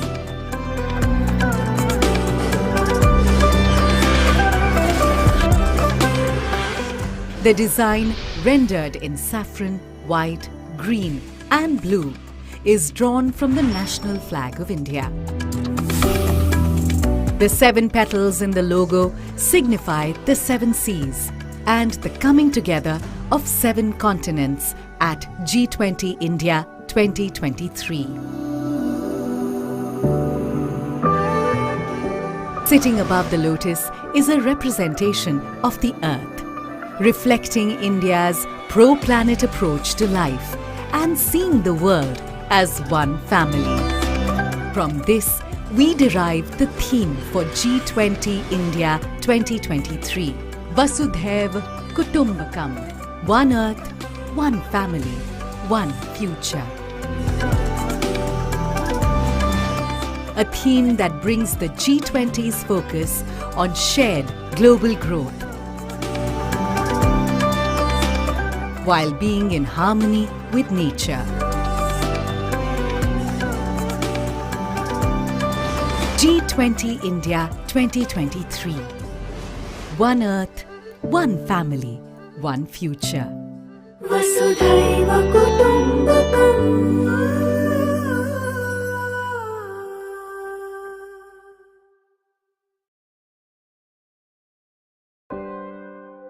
India, home of 1.3 billion people, is a confluence of religions, traditions, and customs. A thriving global center of technology and the world's largest democracy. As one of the oldest civilizations in the world with a rich cultural heritage and diversity, and as the 5th largest economy in the world, India is proud to assume the presidency of G20. As the country blooms into a new era, we look to another poignant symbol for humanity to emerge victorious from its challenges. Lotus, the national flower of India, representing our culture, history, and heritage. A poignant symbol for humanity to emerge victorious from its challenges. And the inspiration for India's G20 logo design.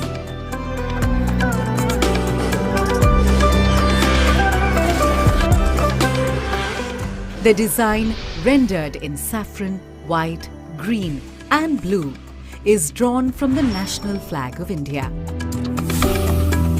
The 7 petals in the logo signify the 7 seas and the coming together of 7 continents at G20 India 2023. Sitting above the lotus is a representation of the earth, reflecting India's pro-planet approach to life and seeing the world as one family. From this, we derive the theme for G20 India 2023, Vasudhaiv Kutumbakam, one earth, one family, one future. a theme that brings the G20's focus on shared global growth,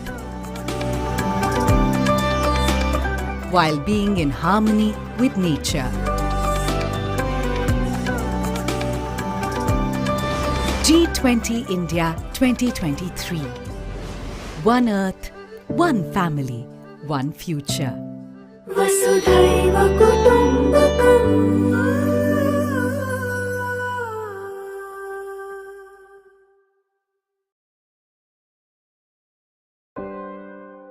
India, home of 1.3 billion people, is a confluence of religions, traditions, and customs. A thriving global center of technology and the world's largest democracy. As one of the oldest civilizations in the world with a rich cultural heritage and diversity, and as the fifth largest economy in the world, India is proud to assume the presidency of G20. As the country blooms into a new era, we look to another poignant symbol for humanity to emerge victorious from its challenges.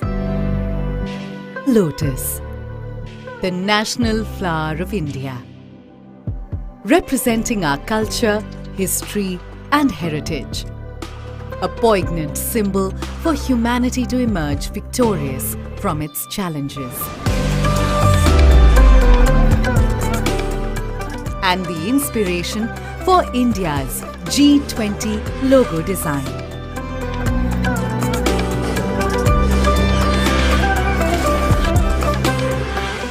The design, rendered in saffron, white, green, and blue, is drawn from the national flag of India.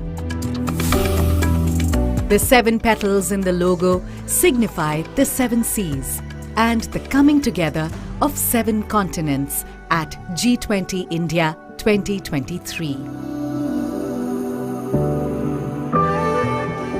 Sitting above the lotus is a representation of the earth, reflecting India's pro-planet approach to life and seeing the world as one family. From this, we derive the theme for G20 India 2023, Vasudhaiva Kutumbakam, one earth, one family, one future. A theme that brings the G20's focus on shared global growth,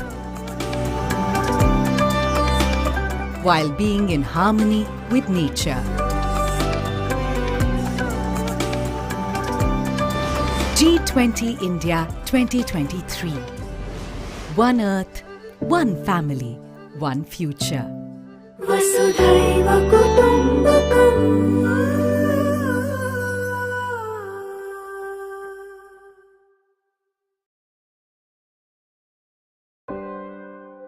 India, home of 1.3 billion people, is a confluence of religions, traditions, and customs.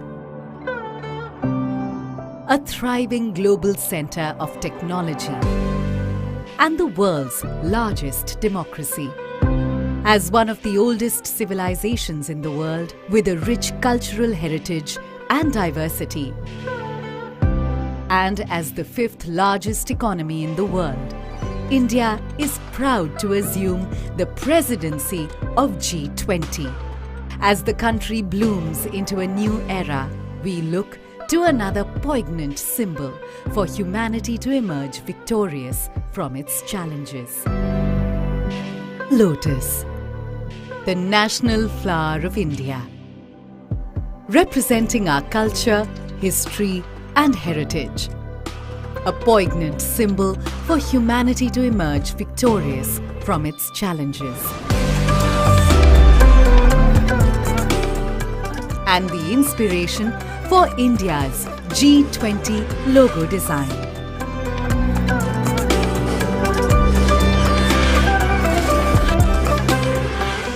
The design, rendered in saffron, white, green, and blue, is drawn from the national flag of India.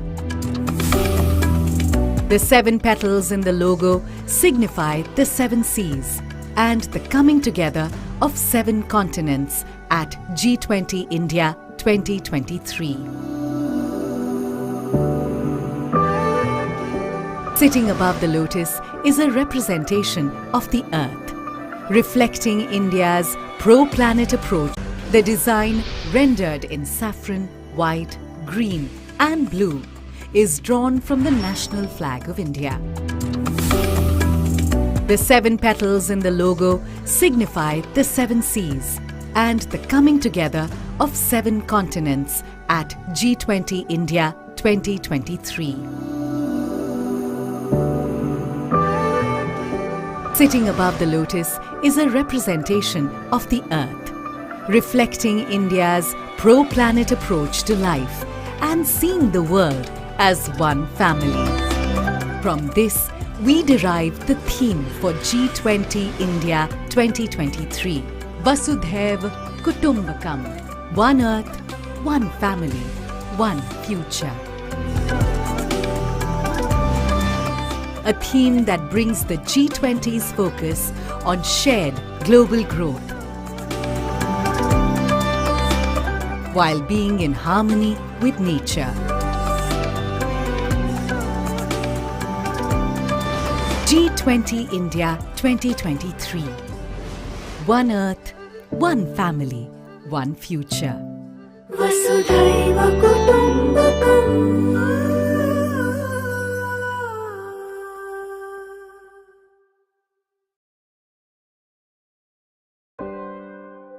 India, home of 1.3 billion people, is a confluence of religions, traditions and customs. A thriving global center of technology and the world's largest democracy. As one of the oldest civilizations in the world with a rich cultural heritage and diversity, and as the 5th largest economy in the world, India is proud to assume the presidency of G20. As the country blooms into a new era, we look to another poignant symbol for humanity to emerge victorious from its challenges. Lotus, the national flower of India, representing our culture, history and heritage. A poignant symbol for humanity to emerge victorious from its challenges. And the inspiration for India's G20 logo design.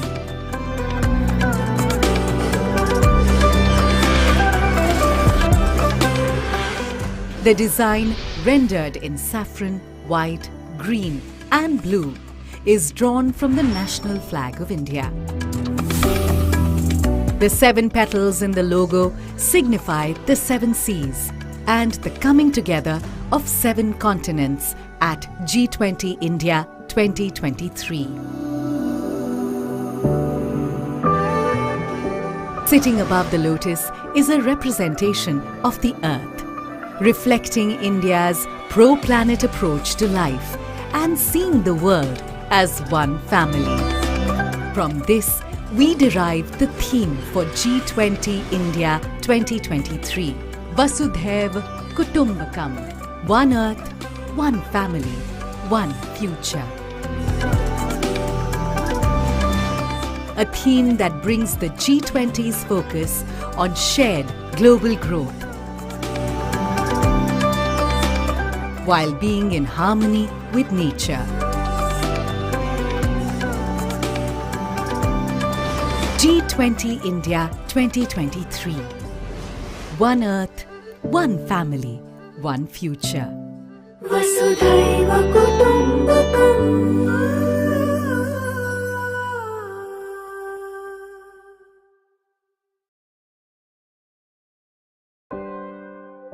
India, home of 1.3 billion people, is a confluence of religions, traditions and customs. A thriving global center of technology and the world's largest democracy. As one of the oldest civilizations in the world with a rich cultural heritage and diversity, and as the fifth largest economy in the world, India is proud to assume the presidency of G20. As the country blooms into a new era, we look to another poignant symbol for humanity to emerge victorious from its challenges. Lotus, the national flower of India, representing our culture, history, and heritage. A poignant symbol for humanity to emerge victorious from its challenges.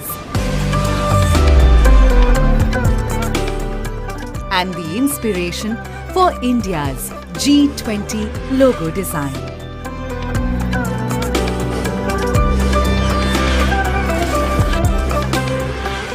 The design, rendered in saffron, white, green and blue, is drawn from the internal medicine, but I have over the years seen a lot of role in alternative, complementary, integrative therapies in the role of, they have a big role in improving outcomes on our patients.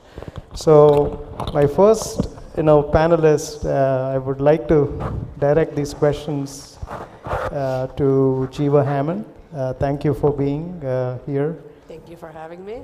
So, what is actually the definition of an addict in your experience? In my humble experience, an addict is a person, first of all, addiction is a disease. That's something that is not recognized.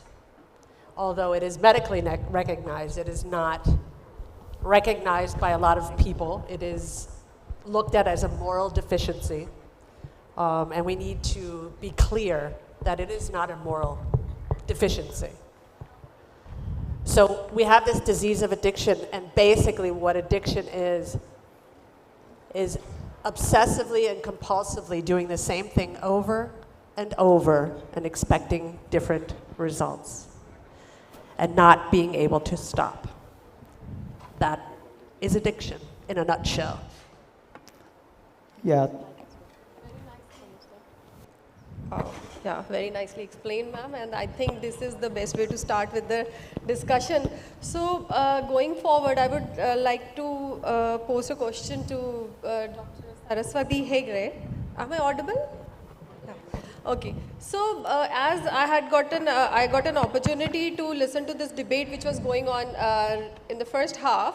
So, it was a debate between alternate medicine and on the allopathy or the traditional and the so one point which came forward was that whether alternate therapies are good enough for chronic and all those genetic diseases. So my question to you, ma'am, can healing cure, or how will it affect the chronic diseases?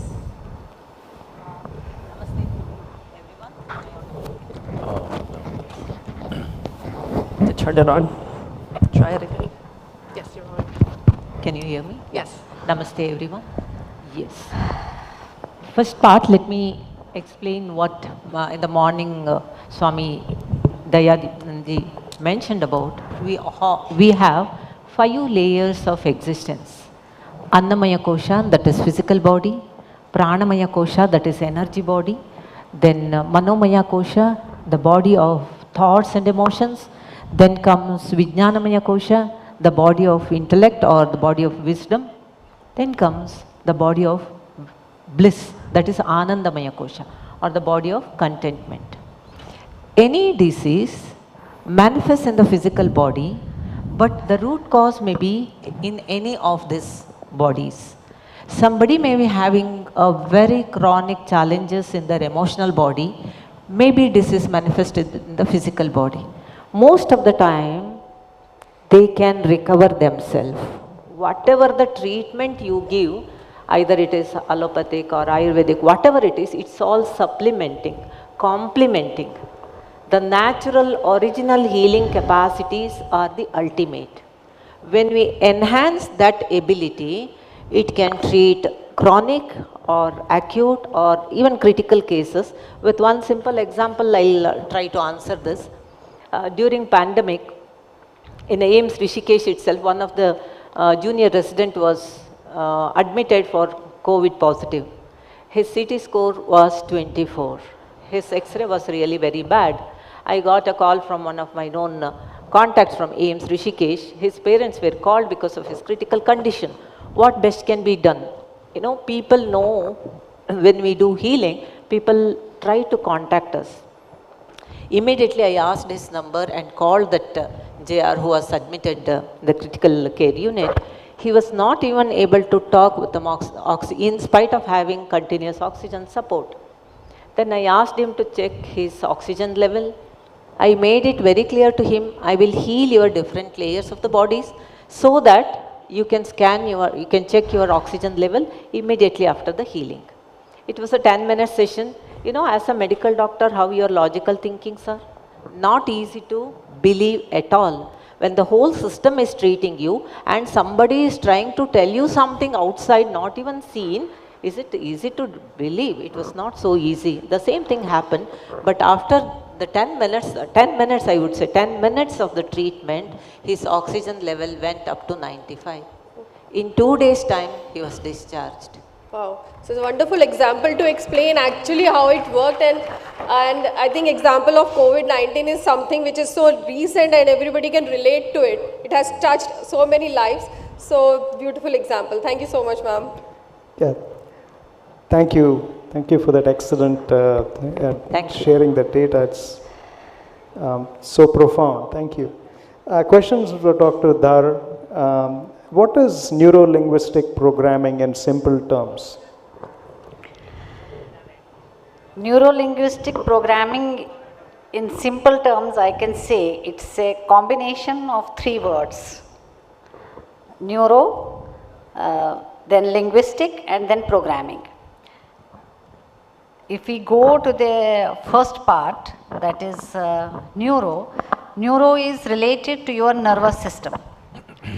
So, what we can say that if we divide our nervous system into 2 parts, one hardware and another software. So, the hardware is our sensory organs and brain and nervous system with nerves and spinal cord. You know, these are the things which are the hardware part. And then the software part is simple mind. We don't have any control to change the hardware, but there is possibility and there are techniques that we can change and upgrade the software, which is mind. So the neurons are storing each and every experience and each and every information what they get through the 5 senses. So neurons are there storing each and every bit. When we communicate and when there is a time that you store these things and you have the need to understand what are they. So they will get along with them the limiting factors like what they have experienced in their life. The experiences can be any bad experiences, or they can have any memory along with that. So that is the neuro part.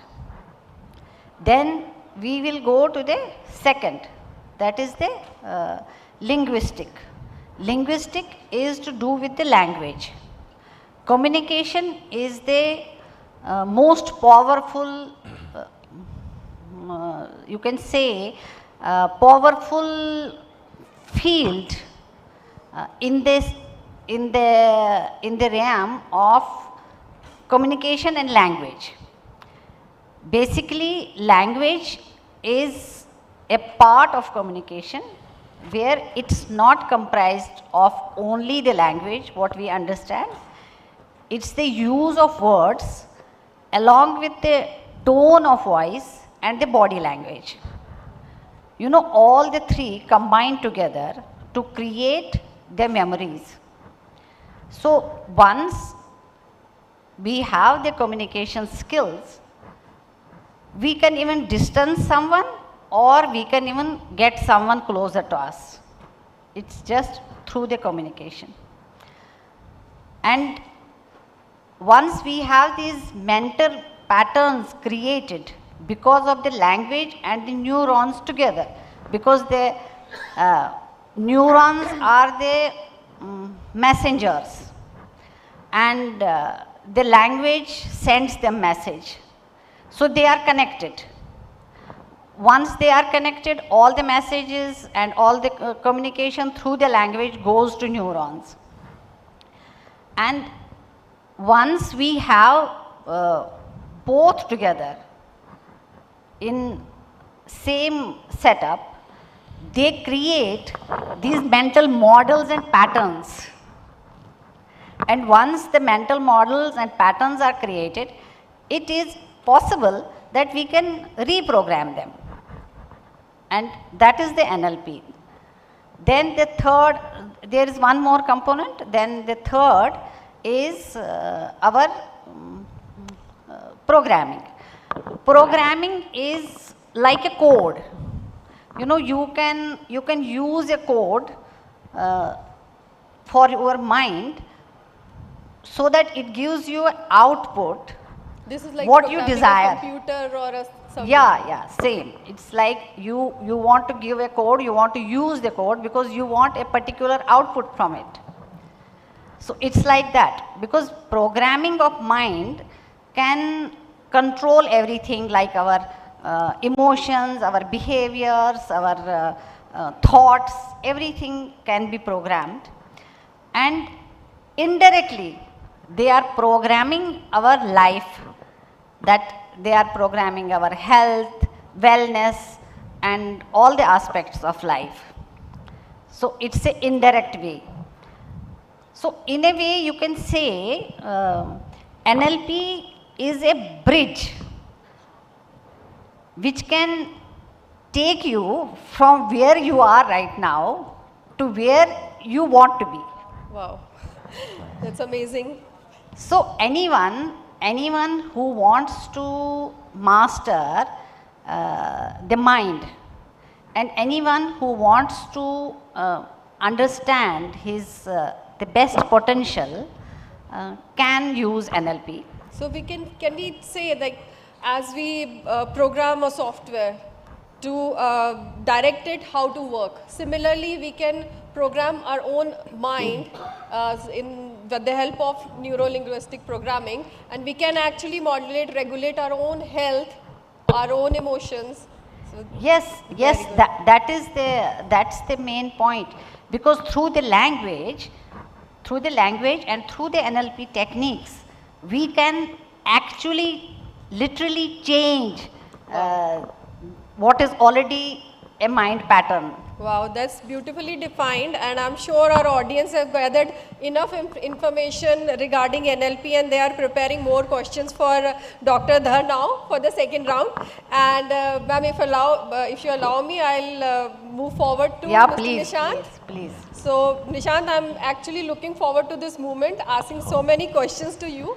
Because this field of aura, when I read your profile, so this word aura, it fascinates me a lot. So I'm sure this is same case with all most of the people in our audience. So there are so many questions which are coming to you. I hope you are ready. I'm ready. So first question I would like to ask you is, how can you relate aura to health, and can it be used for preventive purpose, specifically in the modern medicine?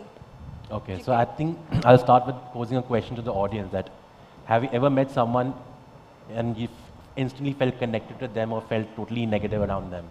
Anyone ever felt this? So most people talk about vibes of a person. So that's just the layman's understanding of these vibes. But from a spiritual point of view, what you know as vibes are aura, right? Is the aura. And aura, like Dr. Saraswati said, there are 5 layers of energy around us. Like we have physical, mental, emotional, spiritual, and astral.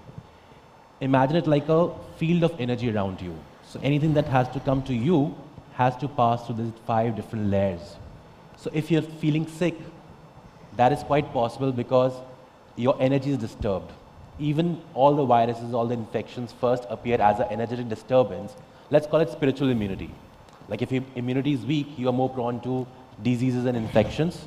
If your spiritual immunity, which is the aura, is weak, then you're more prone to diseases, not just from the physical level, but since aura has 5 layers, then mental health issues, emotional issues, spiritual, where you talk about intuition, connection, spirituality, or anything can actually be mapped out by looking at the aura of a person. In fact, we are fortunate that we have so many scientific technologies now. For example, I'm wearing a band right now, which is calculating what my energy is, what my aura is. And I can look into my tablet and see if my aura is positive right now, negative right now, and that gives me an edge because I can manipulate my emotions, my feeling, what I think, and that will instantly affect my aura. So that means I can change my immunity from a low band to a higher band when I'm able to see it in real time. Like doctor does X-ray, maybe this is a spiritual X-ray that we all have ability to. Can we say that aura is a diagnostic technique as a CT scan or MRI? Yes, in fact, in Gangaram Hospital in Delhi, there's an alternative medicine department. They have this technology called polyinterference photography. In that, they use the human aura imaging system to see what is happening inside the body. And then they're able to diagnose that are the organs healthy? Because if they're healthy, they will produce enough light of its own, which is called the aura light, right? And then we're able to see the patterns of energy. And then the doctors can actually diagnose the problem before it happens, So it could be a very, very good preventive measure to prevent illnesses before they happen, because it takes about 5 to 6 months on an average for the disease to come from the outer layer to the innermost layer, which is the physical body. Wow. Yes. That's really, really interesting. Sorry to interrupt. Yeah, I was just wondering, is the aura reading similar to biofield technique? Yeah, so biofield is the same thing, which is the scientific term given to aura. So aura is a spiritual name. Scientific, it's bioelectromagnetic field.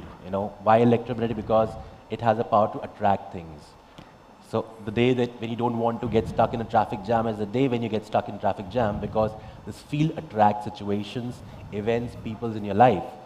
So that is why you have to be really sure of what you're thinking and what you're feeling, because you're unconsciously programming your aura all the time.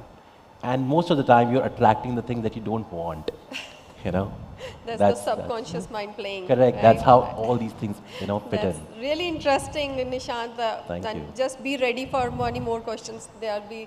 You'll be bombarded with many more questions. So Thank you so if you allow, we can move forward to Dr. Sheetal Soni, because I have a special question for you, ma'am. Because when I was going through your profile, you have done so much work on behavioral patterns and all. So my question to you is, how are behavioral patterns, they actually regulate our everyday behaviors and our lives, and how they are connected to our chakras or the energy centers? All right. Now that's an interesting thing, because most of our lives are governed with the behaviors. Everything around us is how we behave, who we are, how we react, and how we want to be. So it's actually a story building which is happening. I'm liking it so much. The flow is so beautiful. So now coming to all of it, after programming, after aura scanning and everything, there comes a behavior. So now, how many of you have heard of a fish and a pan story? Fish and pan. Anyone? That will also give me a reality check who all are awake. Okay. So I'll tell you a short story before I begin on that, how it is connected to the chakras and all. So there was a little girl, and she was just checking with her mom that, my mother, everybody in my school gets a tiffin box in which they get a fish. And that is a whole fish. Why is it that I get a fish which head is cut and the tail is cut? Is there some medical reason behind it, that are there others who are not doing it rightly, or are we not doing it rightly? So the mother said that, I actually don't know. My mother used to make it like that, you know. So she went to her grandmother and asked, then grandmother, that what is it that we are the only ones who are cooking our fish like with the head and the tail cut, and everybody else is getting a full fish. Why? So she says, even I don't know. It's my mother who used to make like that. And then fortunately for her, her great grandmother was alive. She went and she asked that, why are we like this and why are we different from others?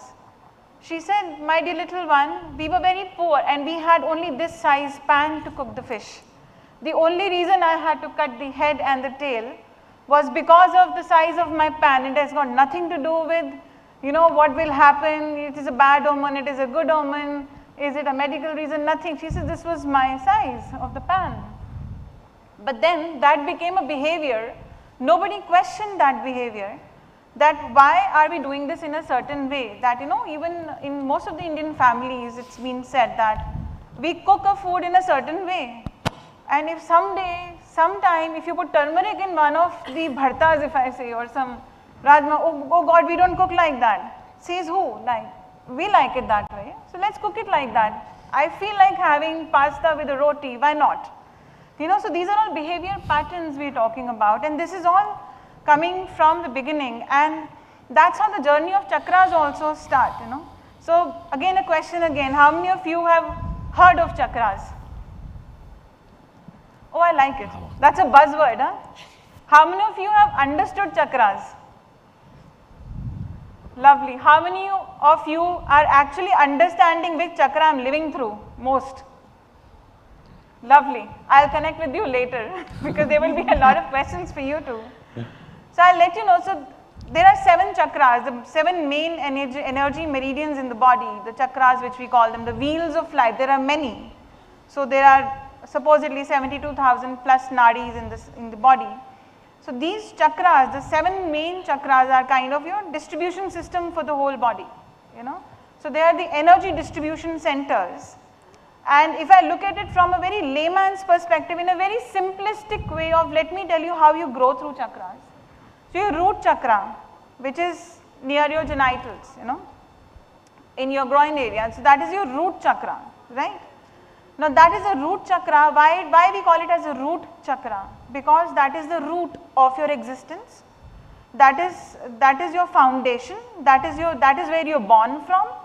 So when you're born, you're mostly living in your root chakra because you've just come into this world from the womb, you know, and you've just seen the world and you're kind of in fear that I was now inside the womb of my mother, now I'm outside. So the fear energy what you carry in your system till today also comes from that time when you were born and you felt disconnected suddenly, and then you felt that, and then you have a fear of insecurities always. You're mostly living in insecurities and fear. When your foundation is not strong, your foundation also comprises of your body structure, your bones, you know, your other elements which are solid, you know, which are hard. So all these things are coming from the root chakra. So then you come, once you're born and you've experienced all this, okay fine, I am in this world, then you gradually move on to the sacral chakra, the next level chakra, which is just 4 inches below your navel. That is a chakra of desire, we call it, you know. That's an orange color chakra, which is why we say orange color, probably which Nishant would be able to tell, because the aura colors and the chakra colors, even the Vibgyor colors, every color is associated to one of our chakras too, by the way. That is a long story, so this is not the right forum for that. But then in sacral chakra, once you are born, then comes the desire to touch and feel everything, right? You want to touch, you want to feel, you have desires to do something in life. Now I am in this body, what do I do with this body? I want to experience, you know. Now you want to explore more and more. Then comes, once you've explored and tasted the food, you know, you like the food, it's delicious. Everything you start liking, tasting, desires start increasing, I want more, you know. And then in that, suddenly you come to your solar plexus chakra, which is in the center, 4 inches above your navel, right. Then comes your solar. When I say solar, like a solar system, this is the energy zone for rest of the body. This is an energy center. From here you're distributing to the rest of the body, and there comes your power, because solar is a power.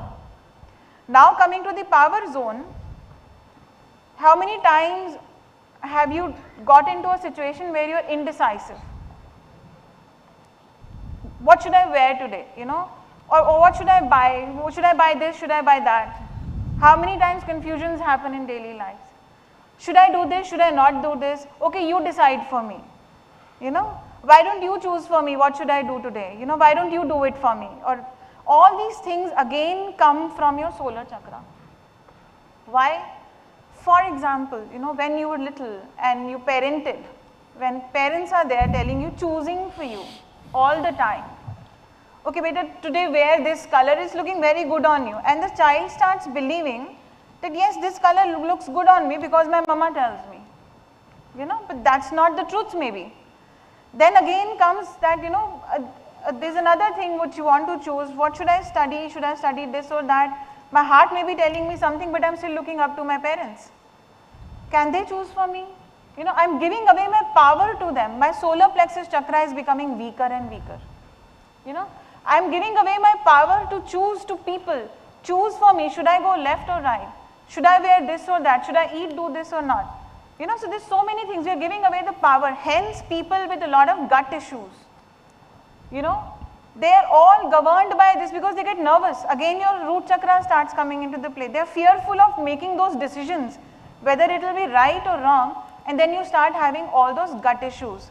I can go on and on about all the chakras, but because of the time paucity, I'll park it here. But then having said that, this is how you will know which chakra you are living from. Are you like having maximum desires and not being able to flow with the flow of life? In the sacral chakra is all the reproductive organs and the maximum water bags are there, right? And which is the second chakra. You are unable to flow with the flow of life and then having too many desires which become a staller for you, you know. So, and then again losing the power or probably wanting to gain more and more power to fulfill those desires. That makes a behavior pattern in your life. So, the question here is always come back into a why analysis. Why am I like this? You know, why it was like this, like that kid did, you know, why were we cutting the head and the tail of the fish? Why, till your whys are finished. Then only you will come to know why you were in a certain way. So, always whenever you are in a behavior and you subconsciously realize that this is not the correct behavior I am into, do a why analysis on yourself. So we can say that if we actually understand our own behavior, we can regulate our own health by concentrating to that particular chakra and making it, balancing it, bringing it to the right vibration or oscillation. So we can regulate our own health. And it's vice versa as well.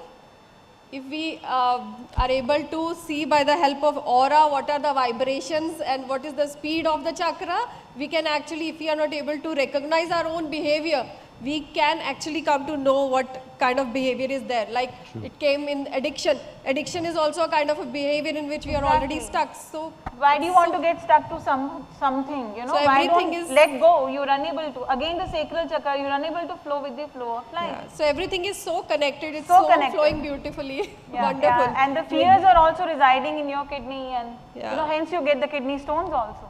Yes, you agree, Dr. Yeah, actually there are peer-reviewed journal articles which show that people who are equipped with some kind of spiritual practice, they have been shown to live 7 to 13 years longer than people without spiritual practice. Absolutely, so, absolutely.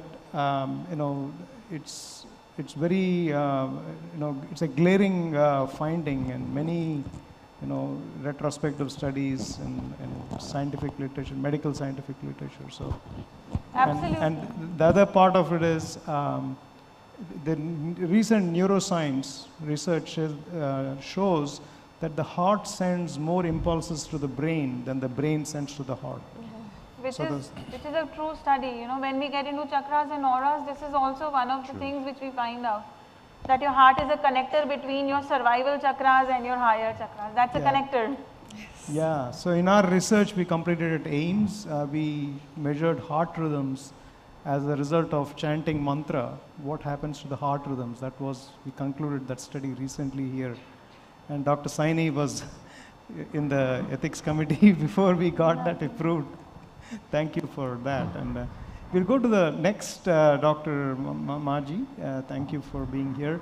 Just wanted to find out what is the role of yoga and meditation in cancer care in your experience. Yeah.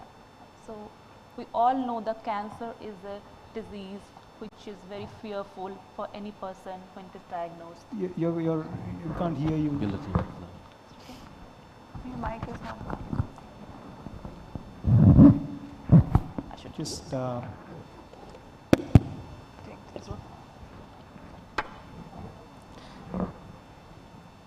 So we all know that the cancer is a fearful disease for everybody when it is diagnosed, and the treatment is very long term. So whenever a patient see that he has or she has a cancer, his impact on their mind and their body as well. He has very fearful and have anxiety and lots of impact of side effects because the chemotherapy, radiotherapy has multiple impacts on their mind. So I am a researcher's physician, so I can give a few evidence from the review literature that few yogas and meditation in UK-based studies shows after chemotherapy and radiotherapy or before surgery, having a yoga meditation for an hour for at least before this session of chemotherapy have impact or positive impact over the mind, and they have better compliance to therapies. In case other side effect, if I talk about the chemotherapy induced MSs like nausea, vomiting, a patient having a distress about having next session of chemotherapy, how can they have it when they have lots of side effect? In this UK-based study, it's done, published in Cochrane Review, has shown the promising result as well for this therapy due to nausea and vomiting. Other perspective for chemotherapy-induced pain, mostly in the solid tumor like lung cancer and prostate cancer. They have also evidence that after having a yoga and meditation, which helps to calm your mind and impacts a well-being, fear, decrease the anxiety. This painful situation can be overcome by having a yoga for a 1 hour before these therapies. So summarize all these evidences I got, because I'm not expert in this field, so I just want to mention few evidences, and in that situation we should have more and more researchers in this field, impact of yoga and meditation in cancer care. By those we can overcome and have our own Indian generated data, so more and more people will be attracted to these therapies, and how can they help through this cancer care, and India would be lead in global medical field by this way. Thank I you. hope so. Yeah, in my literature review also, we know that self-induced states of concentrated states, they improve T cell function. So you all know about immunotherapy, which is transforming cancer care, and it exploits the T cell. You empower the T cells, you take them out, and you genetically engineer them and put them back in the body so they go back and fight the tumor. Similarly, even natural interventions like yoga, meditation, they actually upregulate natural killer cells, T cells, and all the great references you've mentioned. It makes sense that it improves immunological mechanisms. Definitely. And improves cancer outcomes. Thank you. Thank you. Yeah, I'm just back to Jeeva.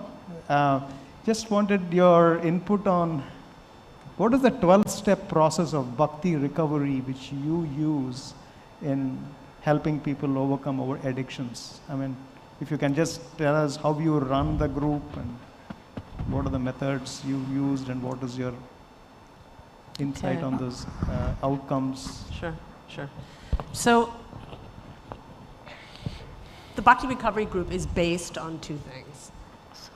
The 12-step programs of Alcoholics Anonymous and Bhakti Yoga. So the 12 steps goes like this. It's a perfect process, simple and tangible. It's very easy to understand and work and do. Don't have to have any degree. Anyone who's sick and tired of being an addict and cannot anymore may come to this program. There are no dues. We are independent of any other institution. So the 12 steps takes you through a process, and I would like to just say one thing about everybody here. We're all saying the same thing. This is a universal truth. It is a universal truth, and there are 100 ways to get there. So the first thing is to admit that we're powerless. That's the first step. In the Bhakti Recovery Group, we say we're powerless over our addictions and our associated behaviors, and that our lives have become unmanageable. Now, anybody who lives in this world today would probably say that there is unmanageability in their lives. After this realization, we go into the second step, which is that we came to believe that a power greater than ourselves can restore us to sanity. What does that mean? That means sane mind. That means peace of mind. Because in active addiction, we're doing insane things. Let alone just being in this world right now. It's insane, as far as I see it that way. So when we go through this process, we go through that, then we get to the third step. We give our will and our lives over to the care of God as we understand God. We make a moral inventory. That's the fourth step. That means if we don't know what to change, we can't change. So we need to take a good, hard look at ourselves and a good, hard look of what's going on. In order to remove a problem, we have to name it and own it first and take responsibility.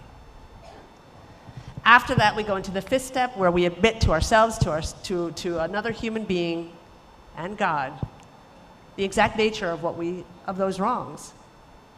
Then we humbly ask God to remove those defects from us. We become willing to have them removed. We ask God to remove them. Then we go into the eighth step where we make a list of all persons that we had harmed, and we came willing to make amends to them all, which means we are admitting our faults. We're cleaning house. This is a house. Addiction is a biopsychosocial, spiritual disease that eats away at anything called a good life, whether that's socially, spiritually, mentally, physically, all of it. It will eat you alive. I have a disease. The reason is because I worked a spiritual program. And a spiritual program is the only thing that could have helped me, because there was no doctor, there was no person, there was no place or thing that could fill that God-sized hole inside of me that I was trying to fill with material things. Trying to fill that. Something was missing in my life. When we get to the 10th step, we get to the 9th step. The 9th step is then you got to give them $100 back and apologize. It is humiliating, believe me. But it makes you humble anymore. The 10th step is we continue to take personal inventory. And when we were wrong, we promptly admitted that.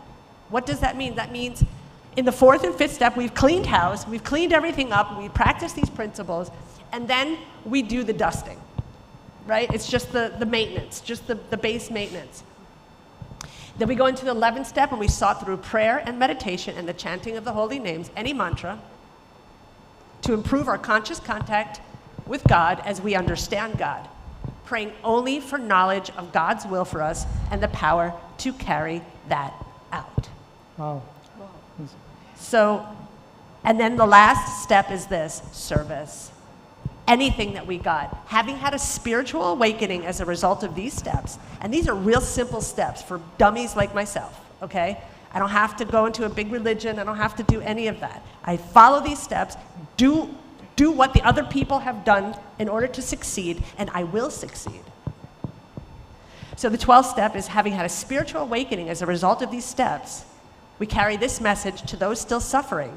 And we practice these principles in all of our affairs. That means when we see a newcomer at a meeting who's hurting and has nowhere to go and needs help, we reach our hand just as it was reached to us. No money is involved. Nothing is involved. We are self-supporting and we are completely independent. Now that is very important because we don't want anything manipulating our sacred Sangha. This is, when I had 17 years sober, I fell into a deep, deep, deep, dark depression. It was a very dark time for me. And in this deep, dark depression, I realized that I needed more.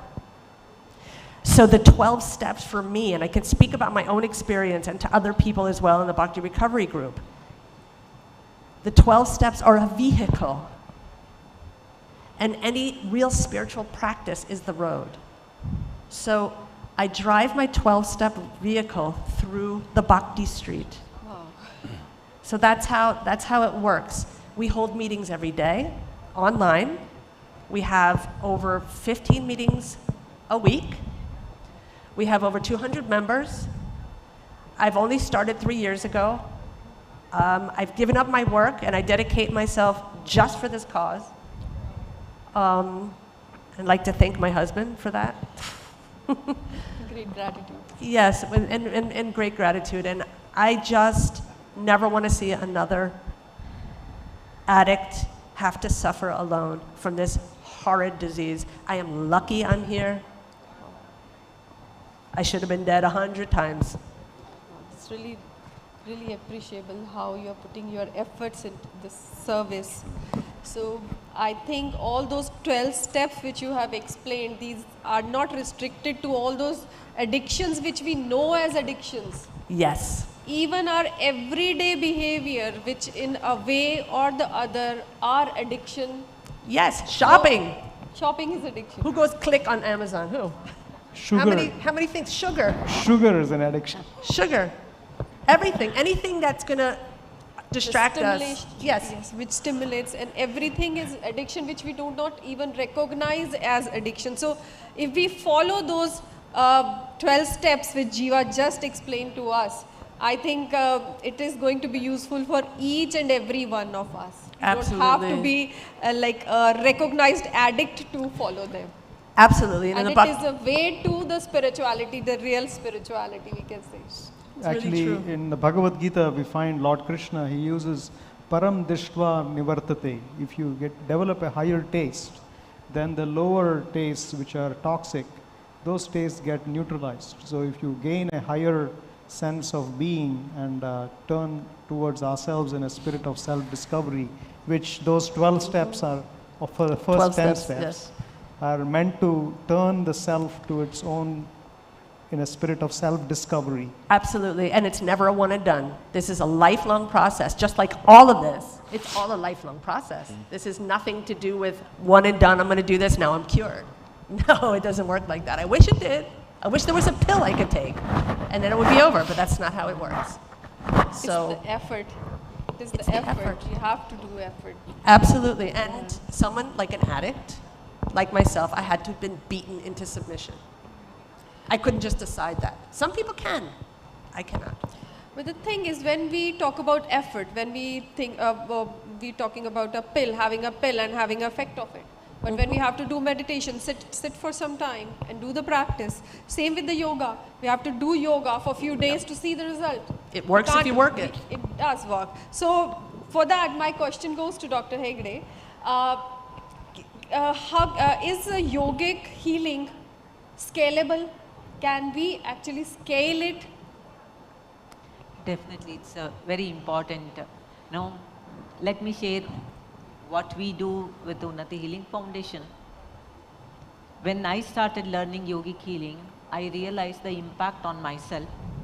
And as a human beings, whatever we like, we tend to share it with others. Even though I'm not a medical doctor, I got an opportunity to work in a medical college and hospital as a research head for pranic healing. During that time, I witnessed, it was surprising to me, there was an incident of medical student committing suicide. Later I started realizing this is almost entire India, there is no medical college, almost no medical college exempted from losing a medical student. As a non-medical person, according to me, health science college should provide ultimate help to anybody. When patients comes to the hospital, if they can provide, what about the students? Why doctors are losing their health or they're losing their life? It was a deep, strong question within me. I couldn't sleep for a few days. As a mother, as a social responsible person, I couldn't take this. They do not have any health issues. According to the society, they are highly intellectual. They got their dream college. They have everything in their hand. But what is that stopping their life? What must be happening within them? It made me to get more deeper into that. Then sitting in the healing room and waiting for patients to come to me, instead of that, I came out of my counseling room and got into the society. Started understanding more about that. Then I realized again the Panchakoshas from the Vedic scriptures. Some people may be having a strong problem in mental body or body of intellect or body of bliss. We started working with more with the medical colleges. We have an MOU with Government of Karnataka, Department of Education. Actually, we are supposed to reach almost 55 lakh children next few years. Due to pandemic, our work is delayed. In collaboration with Rajiv Gandhi University of Health Sciences in Karnataka, we started making medical students to understand. We brought out that humanity within them. You know what, how to treat. I'm just giving a simple, because these people are not patients. They have very simple things to fix within. Started talking to medical students about the humanitarian concerns. Made them to understand the power of giving, power of talking, power of empowering. I used to take a session to them and taking them to a nearby high school and making them to talk to high school students. It's like a brotherhood concept. And high school students, that is adolescent students, start opening up because it was a big mass open interaction. Please remember, they were not patients, because everybody was doing for these students to share, from high school students to share the emotions was easier. We found out in our childhood that kind of depression was not there. We found out lot of children had depression. Lot of high school students tried committing suicide. These things were very shocking. Then we started teaching them a basic, simple yogic healing techniques so that they can empower themselves. As in Bhagavad Gita, as the Lord Krishna says, Uddharet Atmanatmana. It means you have to empower yourself. Others can extend their support, but you have to hold on to that and enhance your inner healing power. That is what we started, and we have already reached 15,000 children, that is adolescent children, through 5,000 medical science students. It is definitely scalable. Another approach, young girls, adolescent girls should be empowered. If one girl is empowered, one entire family is empowered. We should not be waiting for disease to occur, because natural ability, it's a universal gift, the divine gift we all of us have. We all of us can heal ourselves. So it is anything is supplementing is the support required for further recovery. It's about the inner power we have. It's just we have to channel it. Yes. In a way or the other. Yeah. Show them a mirror. Yeah. Show them a guidance so that it is taken care. Wow. That is what our tradition has taught us in the way of life. We have to bring it back again so that prevention can be a major therapy. Instead of waiting in ICU to save life, in a community we can save a lot of lives. So this is a way we have to go forward. can say. Yeah. So we are running little late with the time, so let's stick to answers very briefly. We'll, because I'm sure our audience, they are looking forward to one more round of questions. Let's just finish, try to cover most. We'll take little time and briefly we'll go with the questions. Next question, Dr. Dar. What are the uses of neuro-linguistic programming in health and wellness? Yeah, before I go to my topic, I first, want to at least express this, that how we all are talking about the same thing. Like all are talking about same concept, that we as a human mind and as a body, how much coordination is there and how much the use of taking the responsibility, like Jiva said, or how Sheetal said that how the behaviors are there with us for generations. And I can see myself seeing clearly how much is the use of NLP here, that you can at least look at the behaviors, you can talk about the responsibility. It's the language, the language outside and the language inside, both are important. This is the way it will help to realize what actually is going inside. Yeah, like Ms. Hegde said, they are, trying to find out what is happening inside, like they are talking about children. And this is exactly, what the deep-rooted things are there. And NLP is exactly what the techniques are trying to do, to find the deep-rooted things. And now to come to the, we don't have the time to come to the main question. The question is that, let me explain it very briefly. For when we have a goal, whenever we want to achieve something, we have a goal, and we have a strategy also, an action plan, you can say. Okay, we have this action plan. So I'm giving you an example, like I have a goal that I want to get up early morning, 5 o'clock, and do yoga, pranayam for my well-being or for my health. Now this is my goal, and strategy is also there, the action plan is also there. But it doesn't get mature till we are actually determined and till we actually are motivated 100%. So there needs to be just one thought, only one thought, that I have to wake up in the morning and do yoga and pranayam. But what is happening within us, our own communication? We will say, oh, we can do it tomorrow. Maybe we will start it tomorrow, or maybe maybe day after. Maybe Monday. Or maybe Monday, or maybe first. And sometimes we will say, oh, what this pranayam is. We don't know the results, whether it's good for us or not. Yoga, we have not seen. If this sickness has to come, it will come to us. So there's the internal communication which is going. Yoga and pranayam will not stop. So this is a communication, what is happening inside you, the language. So that means all your actions are related directly to your thought. Okay.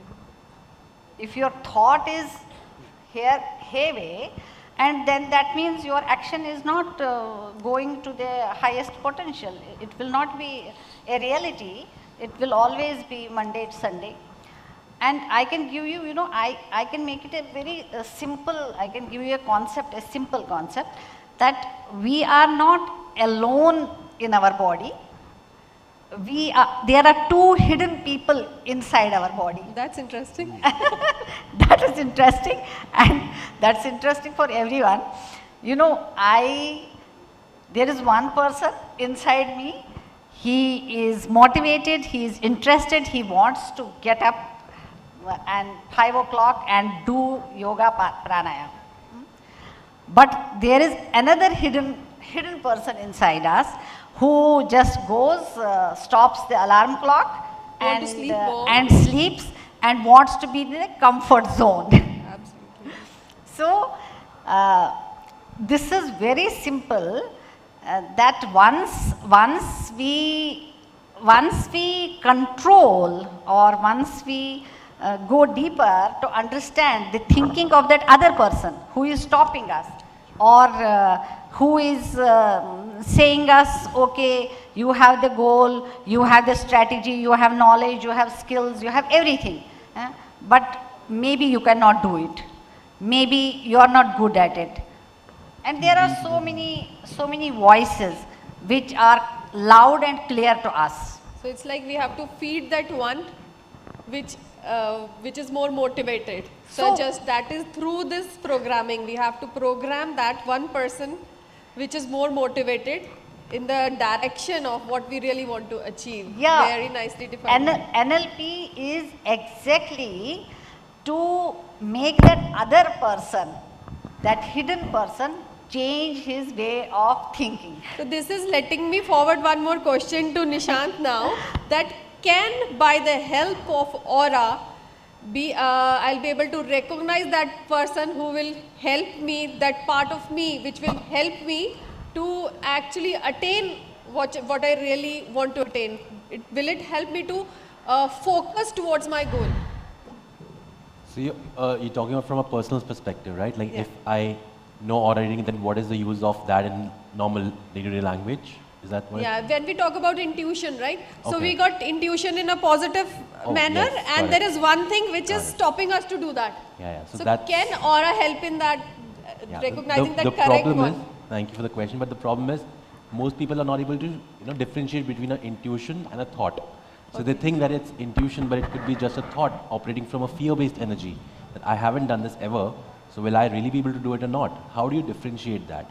I have a very simple exercise which is connected to aura, and if the audience wants to learn, I probably can show it in 30 seconds if they want to learn a technique. Simple process which is to do with expansion of energy, because aura is connected to your mind and emotions, right? So if you can feel the energy, right? Like there's a process of sensing the energy of your hands. If you affirm something positive, right? If, for example, I've been given a job offer which give me 10 lakh rupees, right? For a month. I'm really tempted to do that. But if my intuition says no, then it feels like a gut feeling. But if I'm not sure about it, then there are ways to use the science of aura to test that decision. That is it going to be a fruitful decision for me or not? Because if it's really intuition, right, even though you don't want that, but the aura will expand because that's coming from within. It's the soul guiding you, your gut feeling guiding you in the right direction. So we can say aura is a good decision-making tool. Aura energy is a good decision-making tool because whenever you feel happy, whenever you feel connected, the aura expands. Wow. And whenever you feel stressed out, anxious, negative, the aura shrinks. It collapses on you. So aura can actually be used as a mechanism, or you can say a decision-making tool to help you understand and form a really good mind-body connection. So when you say aura is, when it gets shrink, so I believe that is the time when these physical diseases, they start hitting us. So from here, this question, it goes to Sheetal ji, that can you give any example of some disease with the help of that you can explain this chakra disease and healing relation? So most of the people, the most common thing that comes across, it doesn't go only to the doctors, it comes to the healers too, by the way. I've never smoked, I've never had a drink, didn't do anything wrong, why did my liver go for a toss? Mostly liver is associated with alcohol a lot. But then I think more than me, you all are doctors here, you would know it better. But then from just putting it, probably rephrasing it from the behavioral patterns again, you have a tendency to be in fear all the time, being indecisive all the time, or in anxiety all the time, or always getting either agitated or in some or the other emotion. If you are always not centered, if you're always taxing your heart too much, have you noticed that it starts palpitating too much when you want to just do something? Should I not? Should I do this, should I not? If you're in a habit of doing it, if it has become a perpetual habit of doing it, then you're not only taxing your heart, but you're actually you're actually not doing justice to your liver. Because all liver has to do is send a pure blood to your heart, because your heart is pumping differently. You know, when your heart is pumping differently, all it's going to do is ask for blood from the liver, and liver, what it has to do, being a good friend of heart, will have to send the blood immediately, and just because to save the heart, and that will be a circulation of an impure blood in the body all the time. It is going to hit you sometime or the other time, right? So your liver also is taxed, your heart is also taxed, and then it somewhere leads to a perpetual kind of a thing, also leads to some sort of cancerous movements also inside. You know, because you're suppressing everything all the time, you're just not letting it out, you're not just letting be yourself. So these kind of diseases also come into the play, you know. If you're not relaxing your heart, so how many of you are able to feel your chair beneath? Just when I said, you know, that's how you test your awareness. Be in awareness, just touch something, feel something, don't get into that zone all the time. So I am not taking much of the time here, because I know they have a positive, but there's so much you can do. Yeah, thank you. Thank you very much. The last question from us before we turn to the audience for their questions. Dr. Maji, I just wanted your insight on what are the benefits of integrative therapies in terms of outcomes, cancer outcomes. Do you have any kind of data which in your institution has been published or publishable in terms of outcomes using integrative therapies? Integrative therapies, including all complementary therapies or alternative therapies together, alongside of conventional therapies, which is called the modern medicine basically. So in case of chronic pains, usually mostly more than 3 months remains in a body, which is very disturbing for a patient. As a bone marrow transplant physician, we know that patients usually comes with chronic pain, even they are cured from the disease, and that remains for a long time, and it's also impact on their mind for a because they are cured, they are thinking why they have pain after that, why they have so much of pain even they are cured from the disease. Even despite of giving maximum treatment like analgesic, opioids, everything, which have a much side effects, we all know its impacts on other organ as well. So here comes to use for the therapies, alternative therapies like integrative therapy, we have using aromatherapies or massaging therapies. It comes into the roles of them. So we have some data I have just gone through before this, it's a Cochrane-based review done on UK-based data. So before chemotherapy and after therapies of curative therapy, we are using massaging therapy, which helps to reduce their pain after having a session of almost a month, or in Canadian-based data also said that around 1 year of treatment is required for that. Even after those therapy, most of young person usually require this of massaging therapies as reducing their pain, and usually they seek help for these therapies rather than the older generation population. And if the pain cycles are mostly more than 4, they usually require a hospital admission, although less than 4 usually managed by those integrative therapies. So here I comes to a conclusion that we can have these all integrative therapies, useful therapies, and can be carefully we can include in our modern medicine, which be mostly helpful and can have a new data, because we don't have any Indian data on that. Again, I want to say, because we need to involve our institute of the national importance, so we have a database and more people will be engaged on these therapies, and and it will be very helpful, because will not be affected much, or no as much of organ will not be damaged that much. Thank you. We invite the audience to ask any questions to our panelists if you have.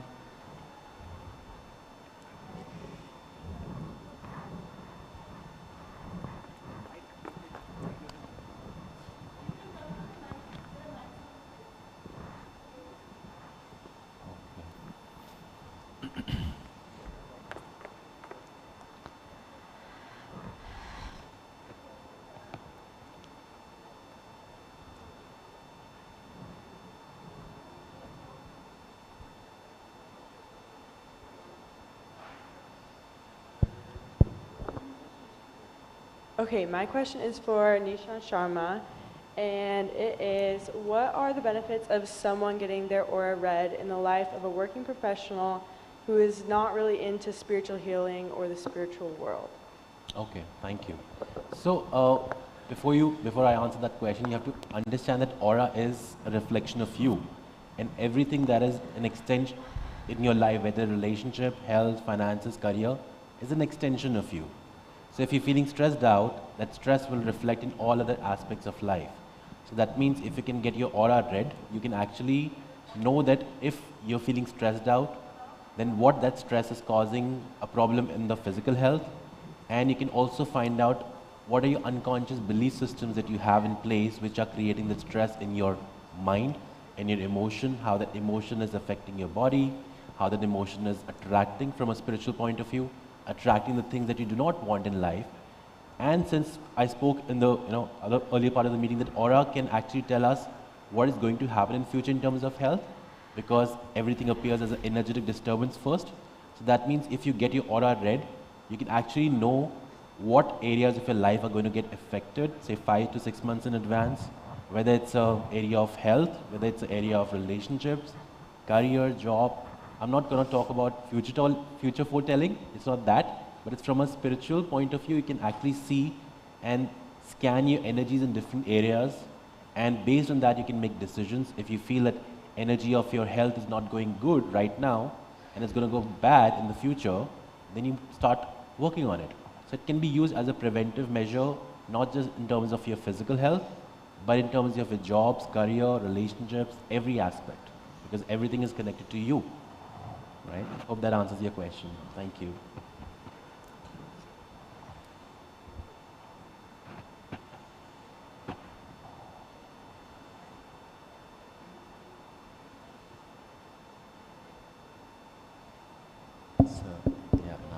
My question is for Jiva Hammond. My question is just, as healthcare providers, how can we best show support to and provide care for those who classify as addicts? How can we best show support to and take care of addicts as healthcare providers? Okay, good question. Thanks for asking that question. You know, the very first thing is to make sure that that person knows that they do not have a moral defect. That is something that's really important, because usually people who are addicted have a lot of problem with shame, and they're usually traumatized. That's kind of comes with the territory. So I think the best thing to do is make them feel as comfortable as possible, and it's the most normal thing. It's just another disease, you know, and it's not a willpower thing, and that, you know, to be prepared to say, here we've got meeting lists, we've got, have your AA meeting lists available, have the NA meeting lists available, have perhaps if you work in a hospital, often you can work closely together with people from 12-step programs. We do this also in the Bhakti Recovery Group, but in just a regular traditional 12-step group, we have people coming and explaining about it. It's called Hospitals and Institutions, and the more experienced people go in and they talk about the program. So if you're working, I don't know in which field, but there's many ways that you can do that. First of all, if you have personal contact, to make them feel comfortable, to make them feel that it's really okay, and that, you know, it's a huge step to ask for help, you know, and make them feel welcome and that you're going to help them. But make sure to tell them that you're not going to carry them. They have to walk themselves. No codependency. So, any more questions from the audience? So, I think, oh, sir. Can we have the mic, please? So, this is the last question, and after that, we'll be wrapping up the discussion.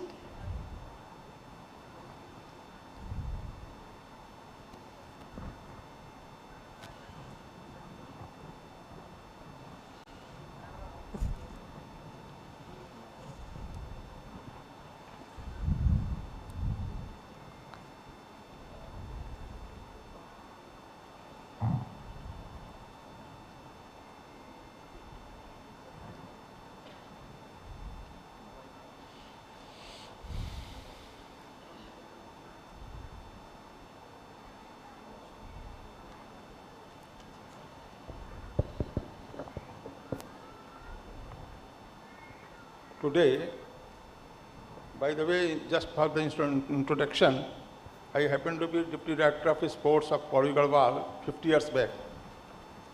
And I worked in Uttarakhand for about 15 years. Here I could realize, I am a basically science student, I could realize that science is far away gross than the subtle science of spiritualism. This is a introspective science, and all the panelists recently said very well that it is integration of all. Recently it is summed up very nicely, but one by one I have to put some questions. Say for example the aura. My question is, in our Shastras, there is a universal psyche and the individual psyche. When individual psyche attuned with the spiritual psyche, you can do anything in the world because the nature is your slave. This is our theory. So how the aura is correlated with this? When the aura will be powerful, accordingly you can command the nature. And this goes to the so many horizons. Next I say the addiction is practically the conditioned response. So for that sake, this conditioned response, for this we have the Ashtanga Yoga, and all these achievements, whether it is chakras, whether it is neuro-linguistic program, these all can be achieved only through our mechanism of Shastras, which says us sacrifice and denunciation, selflessness, spirit of service, love and compassion. If we can practice these things, then only these are operative, otherwise these are not operative. Basic point is this. Okay. So I want the clarity. Say for example, neuro-linguistic program. How the neuro-linguistic program is very well for the thousands of years is practiced by the chanting of mantras. Is it right or wrong? You know, it's not direct reply, but if you think of indirect reply, what is chanting doing? Chanting is basically indirectly programming our mind. So chanting is effective, but you cannot say it's a direct technique of neuro-linguistic program. It's an indirect technique. So, excuse me, sir. I would like to intervene here, so we can have more detailed discussion over tea after the session. Okay. And actually we are running out of time. So if you please excuse, so we can have a discussion later on. I'm sure whosoever will be willing, so we can have all discussion. Thank you so much, sir. And your insight is really going to helpful for every one of us. Thank you. Yes. Now I'd like to invite our chairpersons, Dr. Saini, Dr. Dubal, to say a few words. Thank you very much.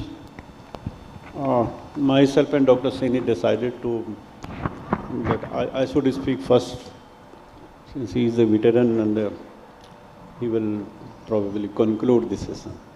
First of all, congratulations to all the panelists for extremely wonderful thoughts they have and their respective domain. And of course, they don't be that, clap loudly for the panelists.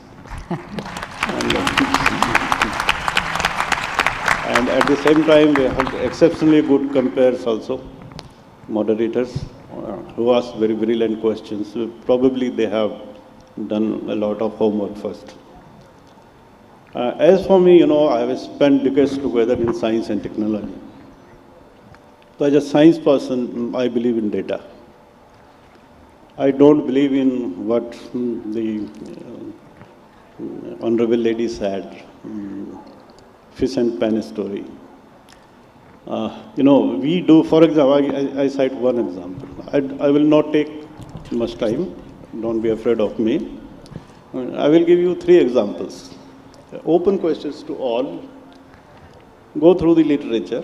Today is the era of ChatGPT. You can ask questions, you will get answers as well.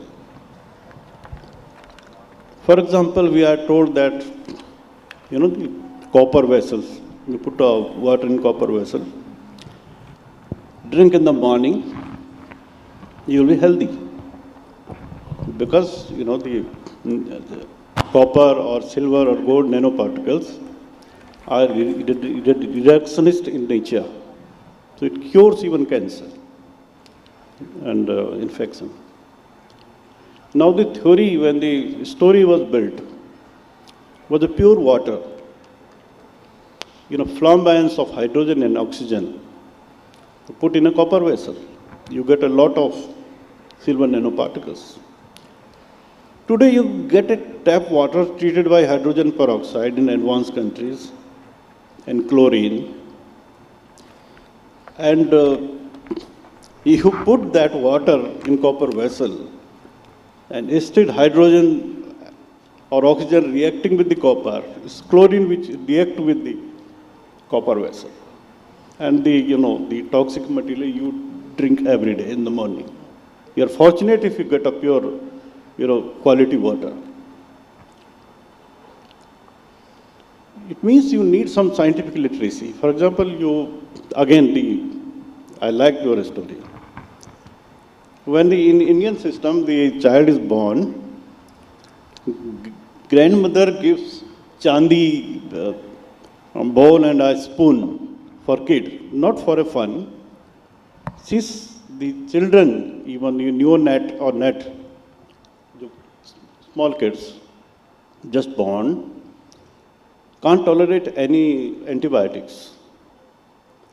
So if they are fed with the chandi spoon, they get silver nanoparticles and they don't get infection. This is the story behind it. Today we get it and we just, we keep it as a decorative material. We don't know science behind it. That we have to, number 2 example is haldi, for example. Now, how many of us know that haldi, it cures, it's amrit, it cures life. So we ate haldi daily 3 times in the breakfast, lunch and dinner. Average Indian. We in our religion leave haldi only when someone is dead in your house, and for customary 13 or 12 days we leave haldi. Otherwise, so why we are so ill? Because the curcumin which works inside your body, the Ayurvedacharya doesn't tell you, he doesn't know it. That curcumin is, and the alsi oil, the absorption rate is less than 8%. It hardly works inside your body. So you need at least 7 to 8% curcumin containing haldi means turmeric. Then it will impact your body, and that too in a pure form. Don't burn it. And I generally go to inspect the factories, companies, and the industries which claims, the tax, import tax, subsidy from Government of India. I said, you have removed curcumin from this turmeric. What the hell you do with this yellow powder? They say in the market what you get is this, what you use in your kitchen.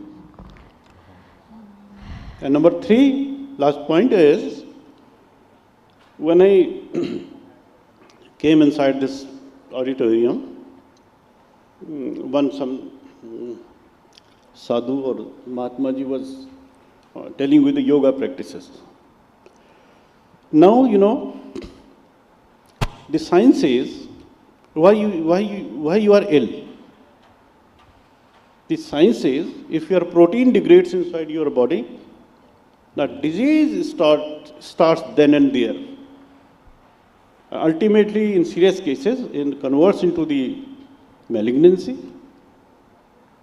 dementia, or whatever you call it. Now, it starts after the age of 40. Now, what causes this protein degradation?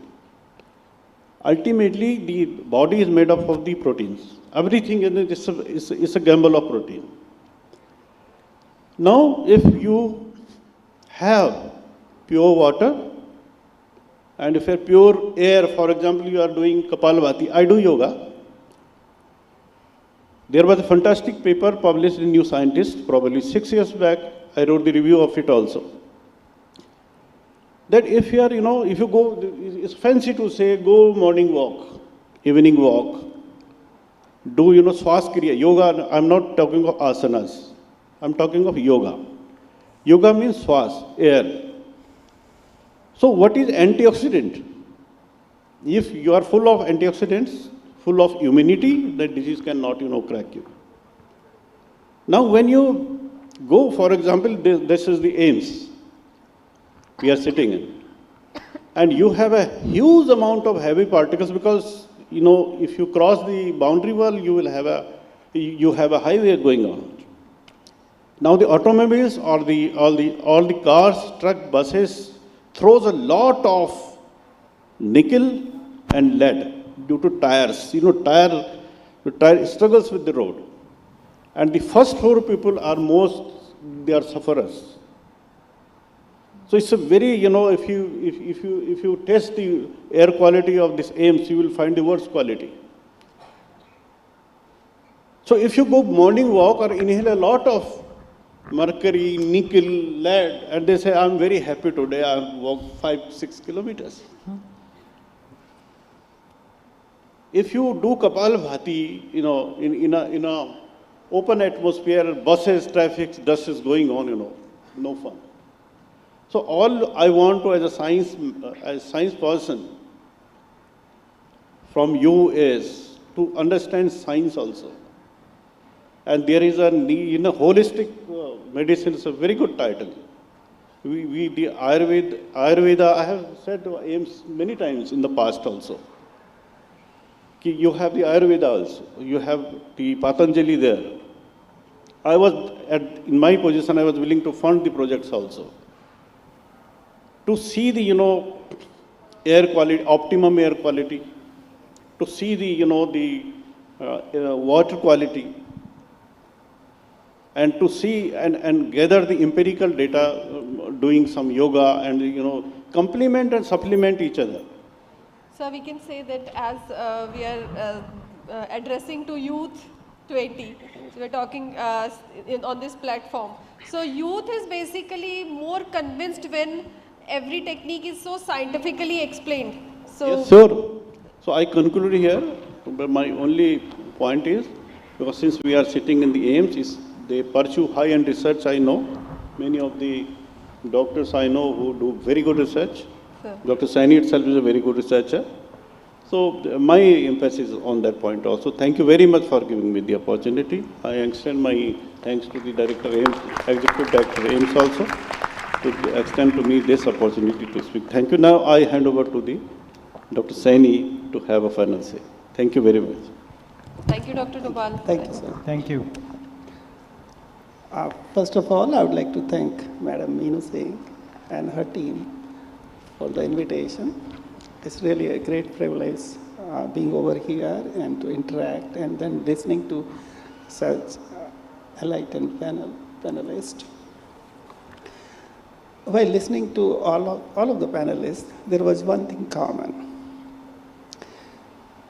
And the common thread was they were trying to connect.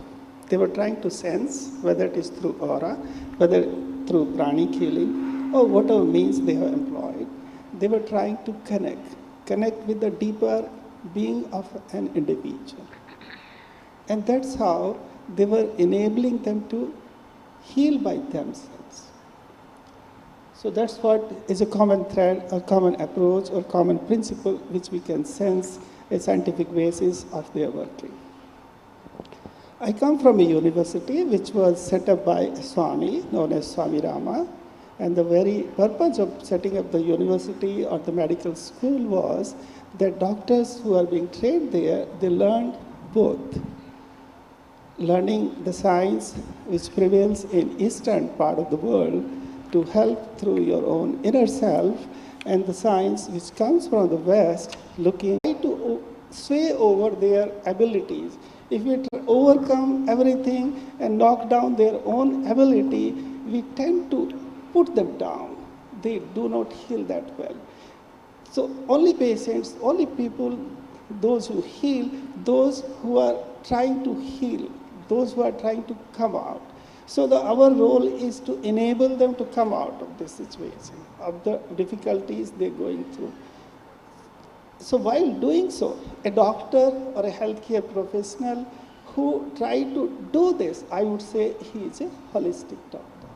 Only an individual or a healthcare professional who has understood individuals in the larger context of the environment of the society, or their physical being, their mental being, their social being, or their inner self, he alone can approach a patient like that. So he can be a holistic doctor. So when we can say that we try to help our patients, looking in totality, just trying to enable them, we can say this is a holistic approach to help people. And when we say holistic, only the panelist doesn't need to take up this role. Every doctor, every individual who is in healthcare profession, they need to be holistic doctors or holistic healthcare professionals. Well, to do so, what you need? You need to help your own self first before you help others. So to help your own self, you need to set in order your inner self. You need to be at peace with your own self. And they were talking about intuitive, being intuitive. Who can be intuitive? Who is at peace with his own self? Who can retrieve the data? Who can retrieve the information lying at the subconscious level to help others or to make a decision? That is an individual who is pursuing spirituality, and who is the one who is at peace. Who is that individual is holistic in his disposition. So these are some of the perspectives I shared with you. So to be at peace with your own self, that's the first prerequisite for any healer sitting over here on the dais or sitting outside in the audience. To help anybody, just learn to be at peace with your own self first. Then coming to meditation, which we keep hearing every day. So, well, let me say, to be spiritual, you need not to be religious. I'm an atheist, yet I'm trying to be spiritual. Okay? So, coming to meditation, anything we do with one-pointedness, anything we do getting absorbed into it, is meditation. Most of the doctors, most of the professionals sitting here might have experience. If you read a book, getting absorbed into it.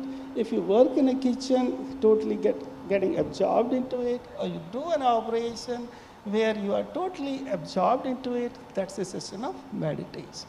So it's not always necessary to sit down or see something, say something, or you just do your work with one-pointedness. So with these things, with these concepts in mind, I would say every doctor, every individual has an opportunity to be spiritual. Everyone has an opportunity to be a meditator and help people. Okay? So I would like to conclude here. Thank you. Thank you. Thank you, Dr. Saini. Saini. Thank you, Dr. Dobal. It's a real honor for all of us to actually get all this knowledge and wisdom from you. And really want to thank all the panelists as well. We would like to conclude the session now.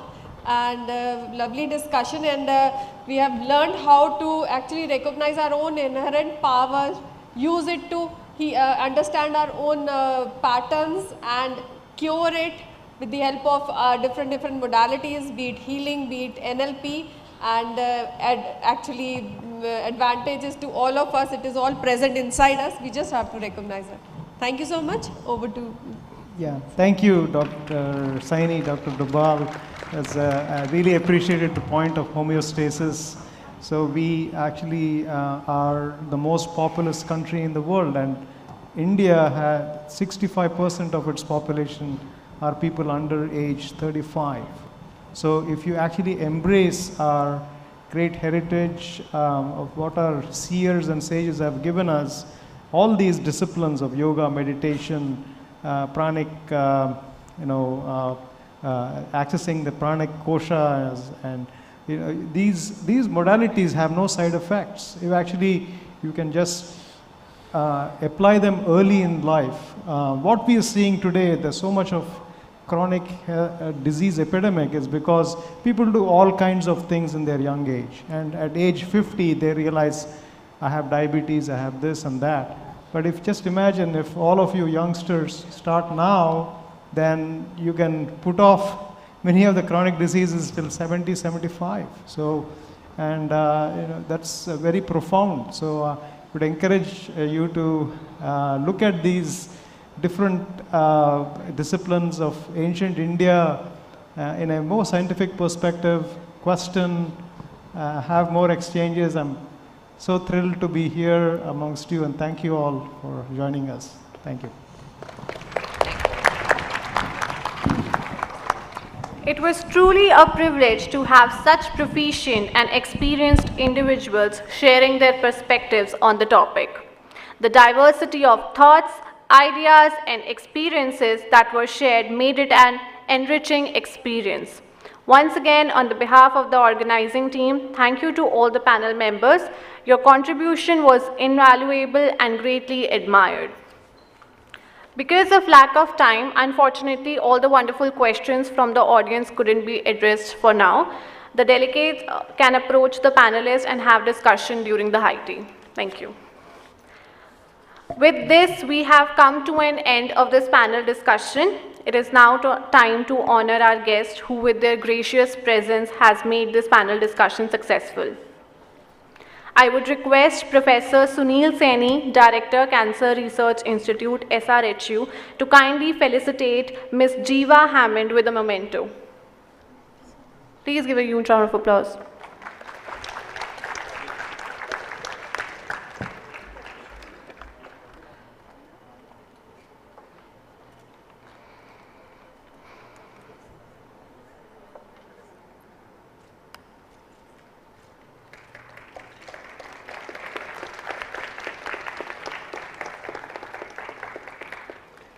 Thank you, sir. I would again request Professor Sunil Saini to felicitate Dr. Saraswati Hegde with a memento.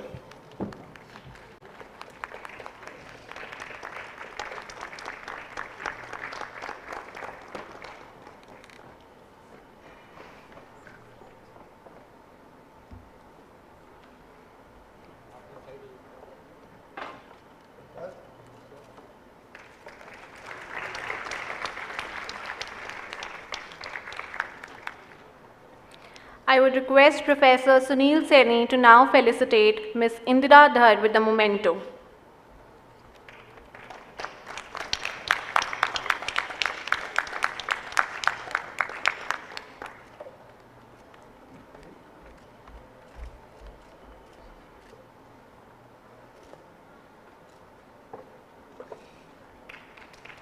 I would request Professor Sunil Saini to now felicitate Mr. Nishant Sharma with the memento.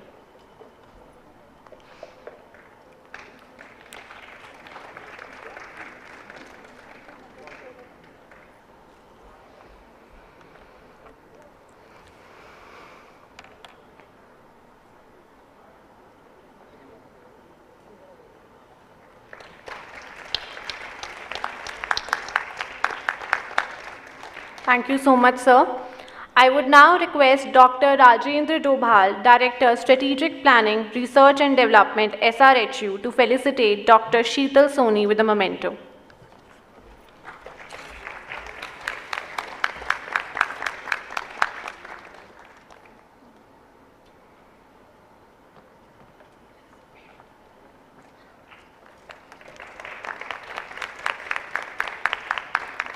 I would again request Dr. Rajendra Dobhal to felicitate Dr. Manideepa Maji with a memento.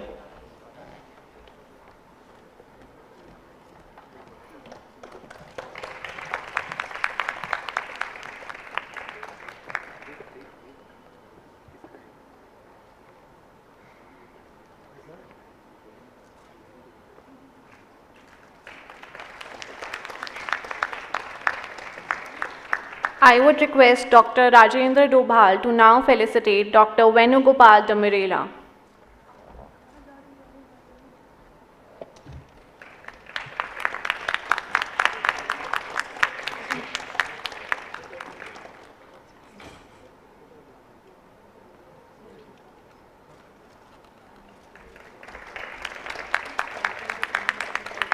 I would again request Dr. Rajendra Dobhal to felicitate Ms. Neetu Kent with a memento.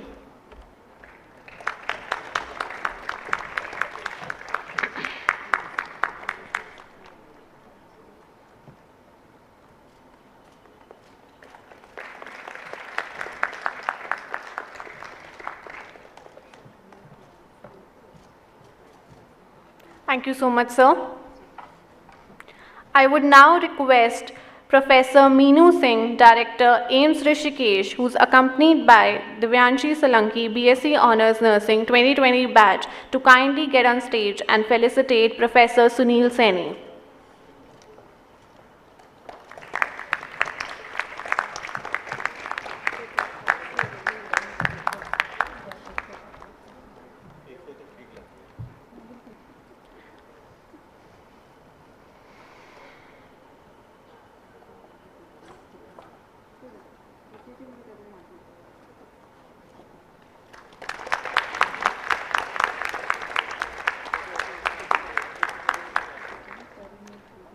Thank you, ma'am. I would now request Professor Jaya Chaturvedi, Dean Academics, AIMS Rishikesh, to kindly get on stage and felicitate Dr. Rajendra Dobhal. She is accompanied by Sakshi Verma, BSc Honours Nursing 2020 batch.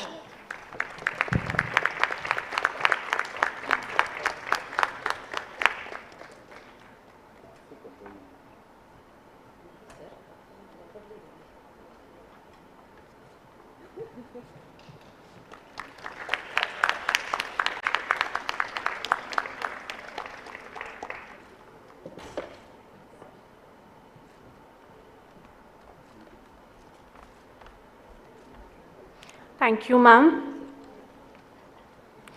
It is now time for a group photograph. I would request all our guests and the dignitaries to kindly rise for the group photograph. Also, I would request the volunteers to present Modi @20 book to distinguished guests.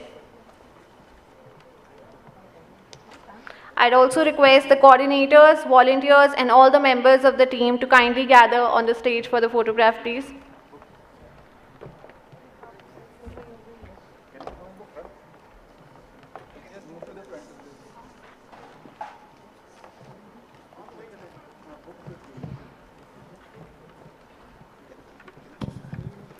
Ma'am, may I please request Director ma'am and Dean ma'am to join for us for the photograph, please.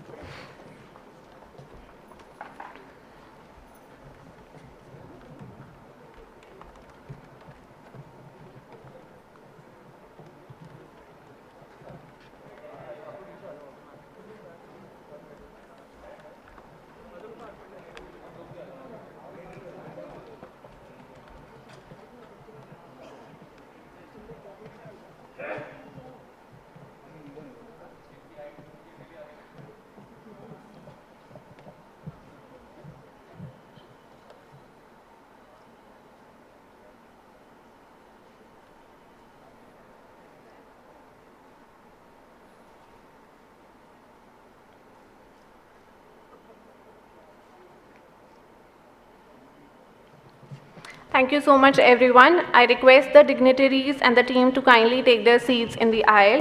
May I now request the chairpersons, moderators, and the panelists to kindly guide their way towards the media room for a media bite. The volunteers will accompany you.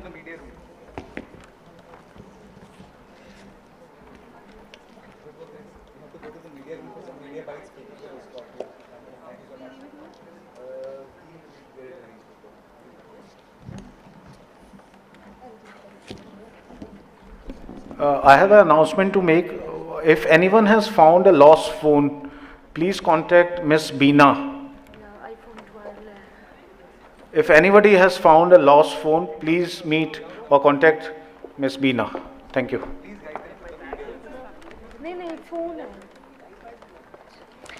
In the end, now we have a high tea break which is arranged outside the auditorium. But before that, I'd like to inform the audience that as per scheduled event for today's evening, we have travel facilities available from gate number 2, which will drive you to Parmarth Niketan for the Ganga Aarti that takes place by the banks of Holy River Ganga at 5:30 p.m. Vehicles will depart at 5 p.m. today. It is a very beautiful and serene ceremony. Kindly attend. Thank you. Please proceed your way for the high tea.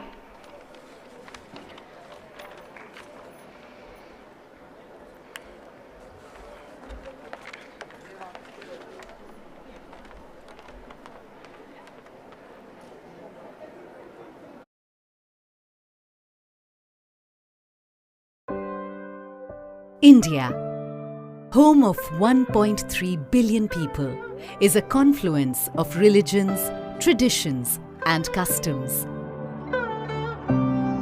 A thriving global center of technology and the world's largest democracy. As one of the oldest civilizations in the world with a rich cultural heritage and diversity, and as the 5th largest economy in the world, India is proud to assume the presidency of G20. As the country blooms into a new era, we look to another poignant symbol for humanity to emerge victorious from its challenges. Lotus, the national flower of India, representing our culture, history, and heritage. A poignant symbol for humanity to emerge victorious from its challenges. And the inspiration for India's G20 logo design.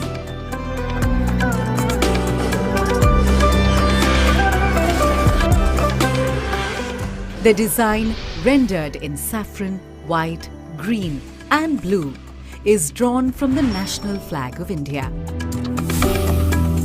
The 7 petals in the logo signify the 7 seas and the coming together of 7 continents at G20 India 2023. Sitting above the lotus is a representation of the earth, reflecting India's pro-planet approach to life and seeing the world as one family. From this, we derive the theme for G20 India 2023, Vasudhaiva Kutumbakam, one earth, one family, one future.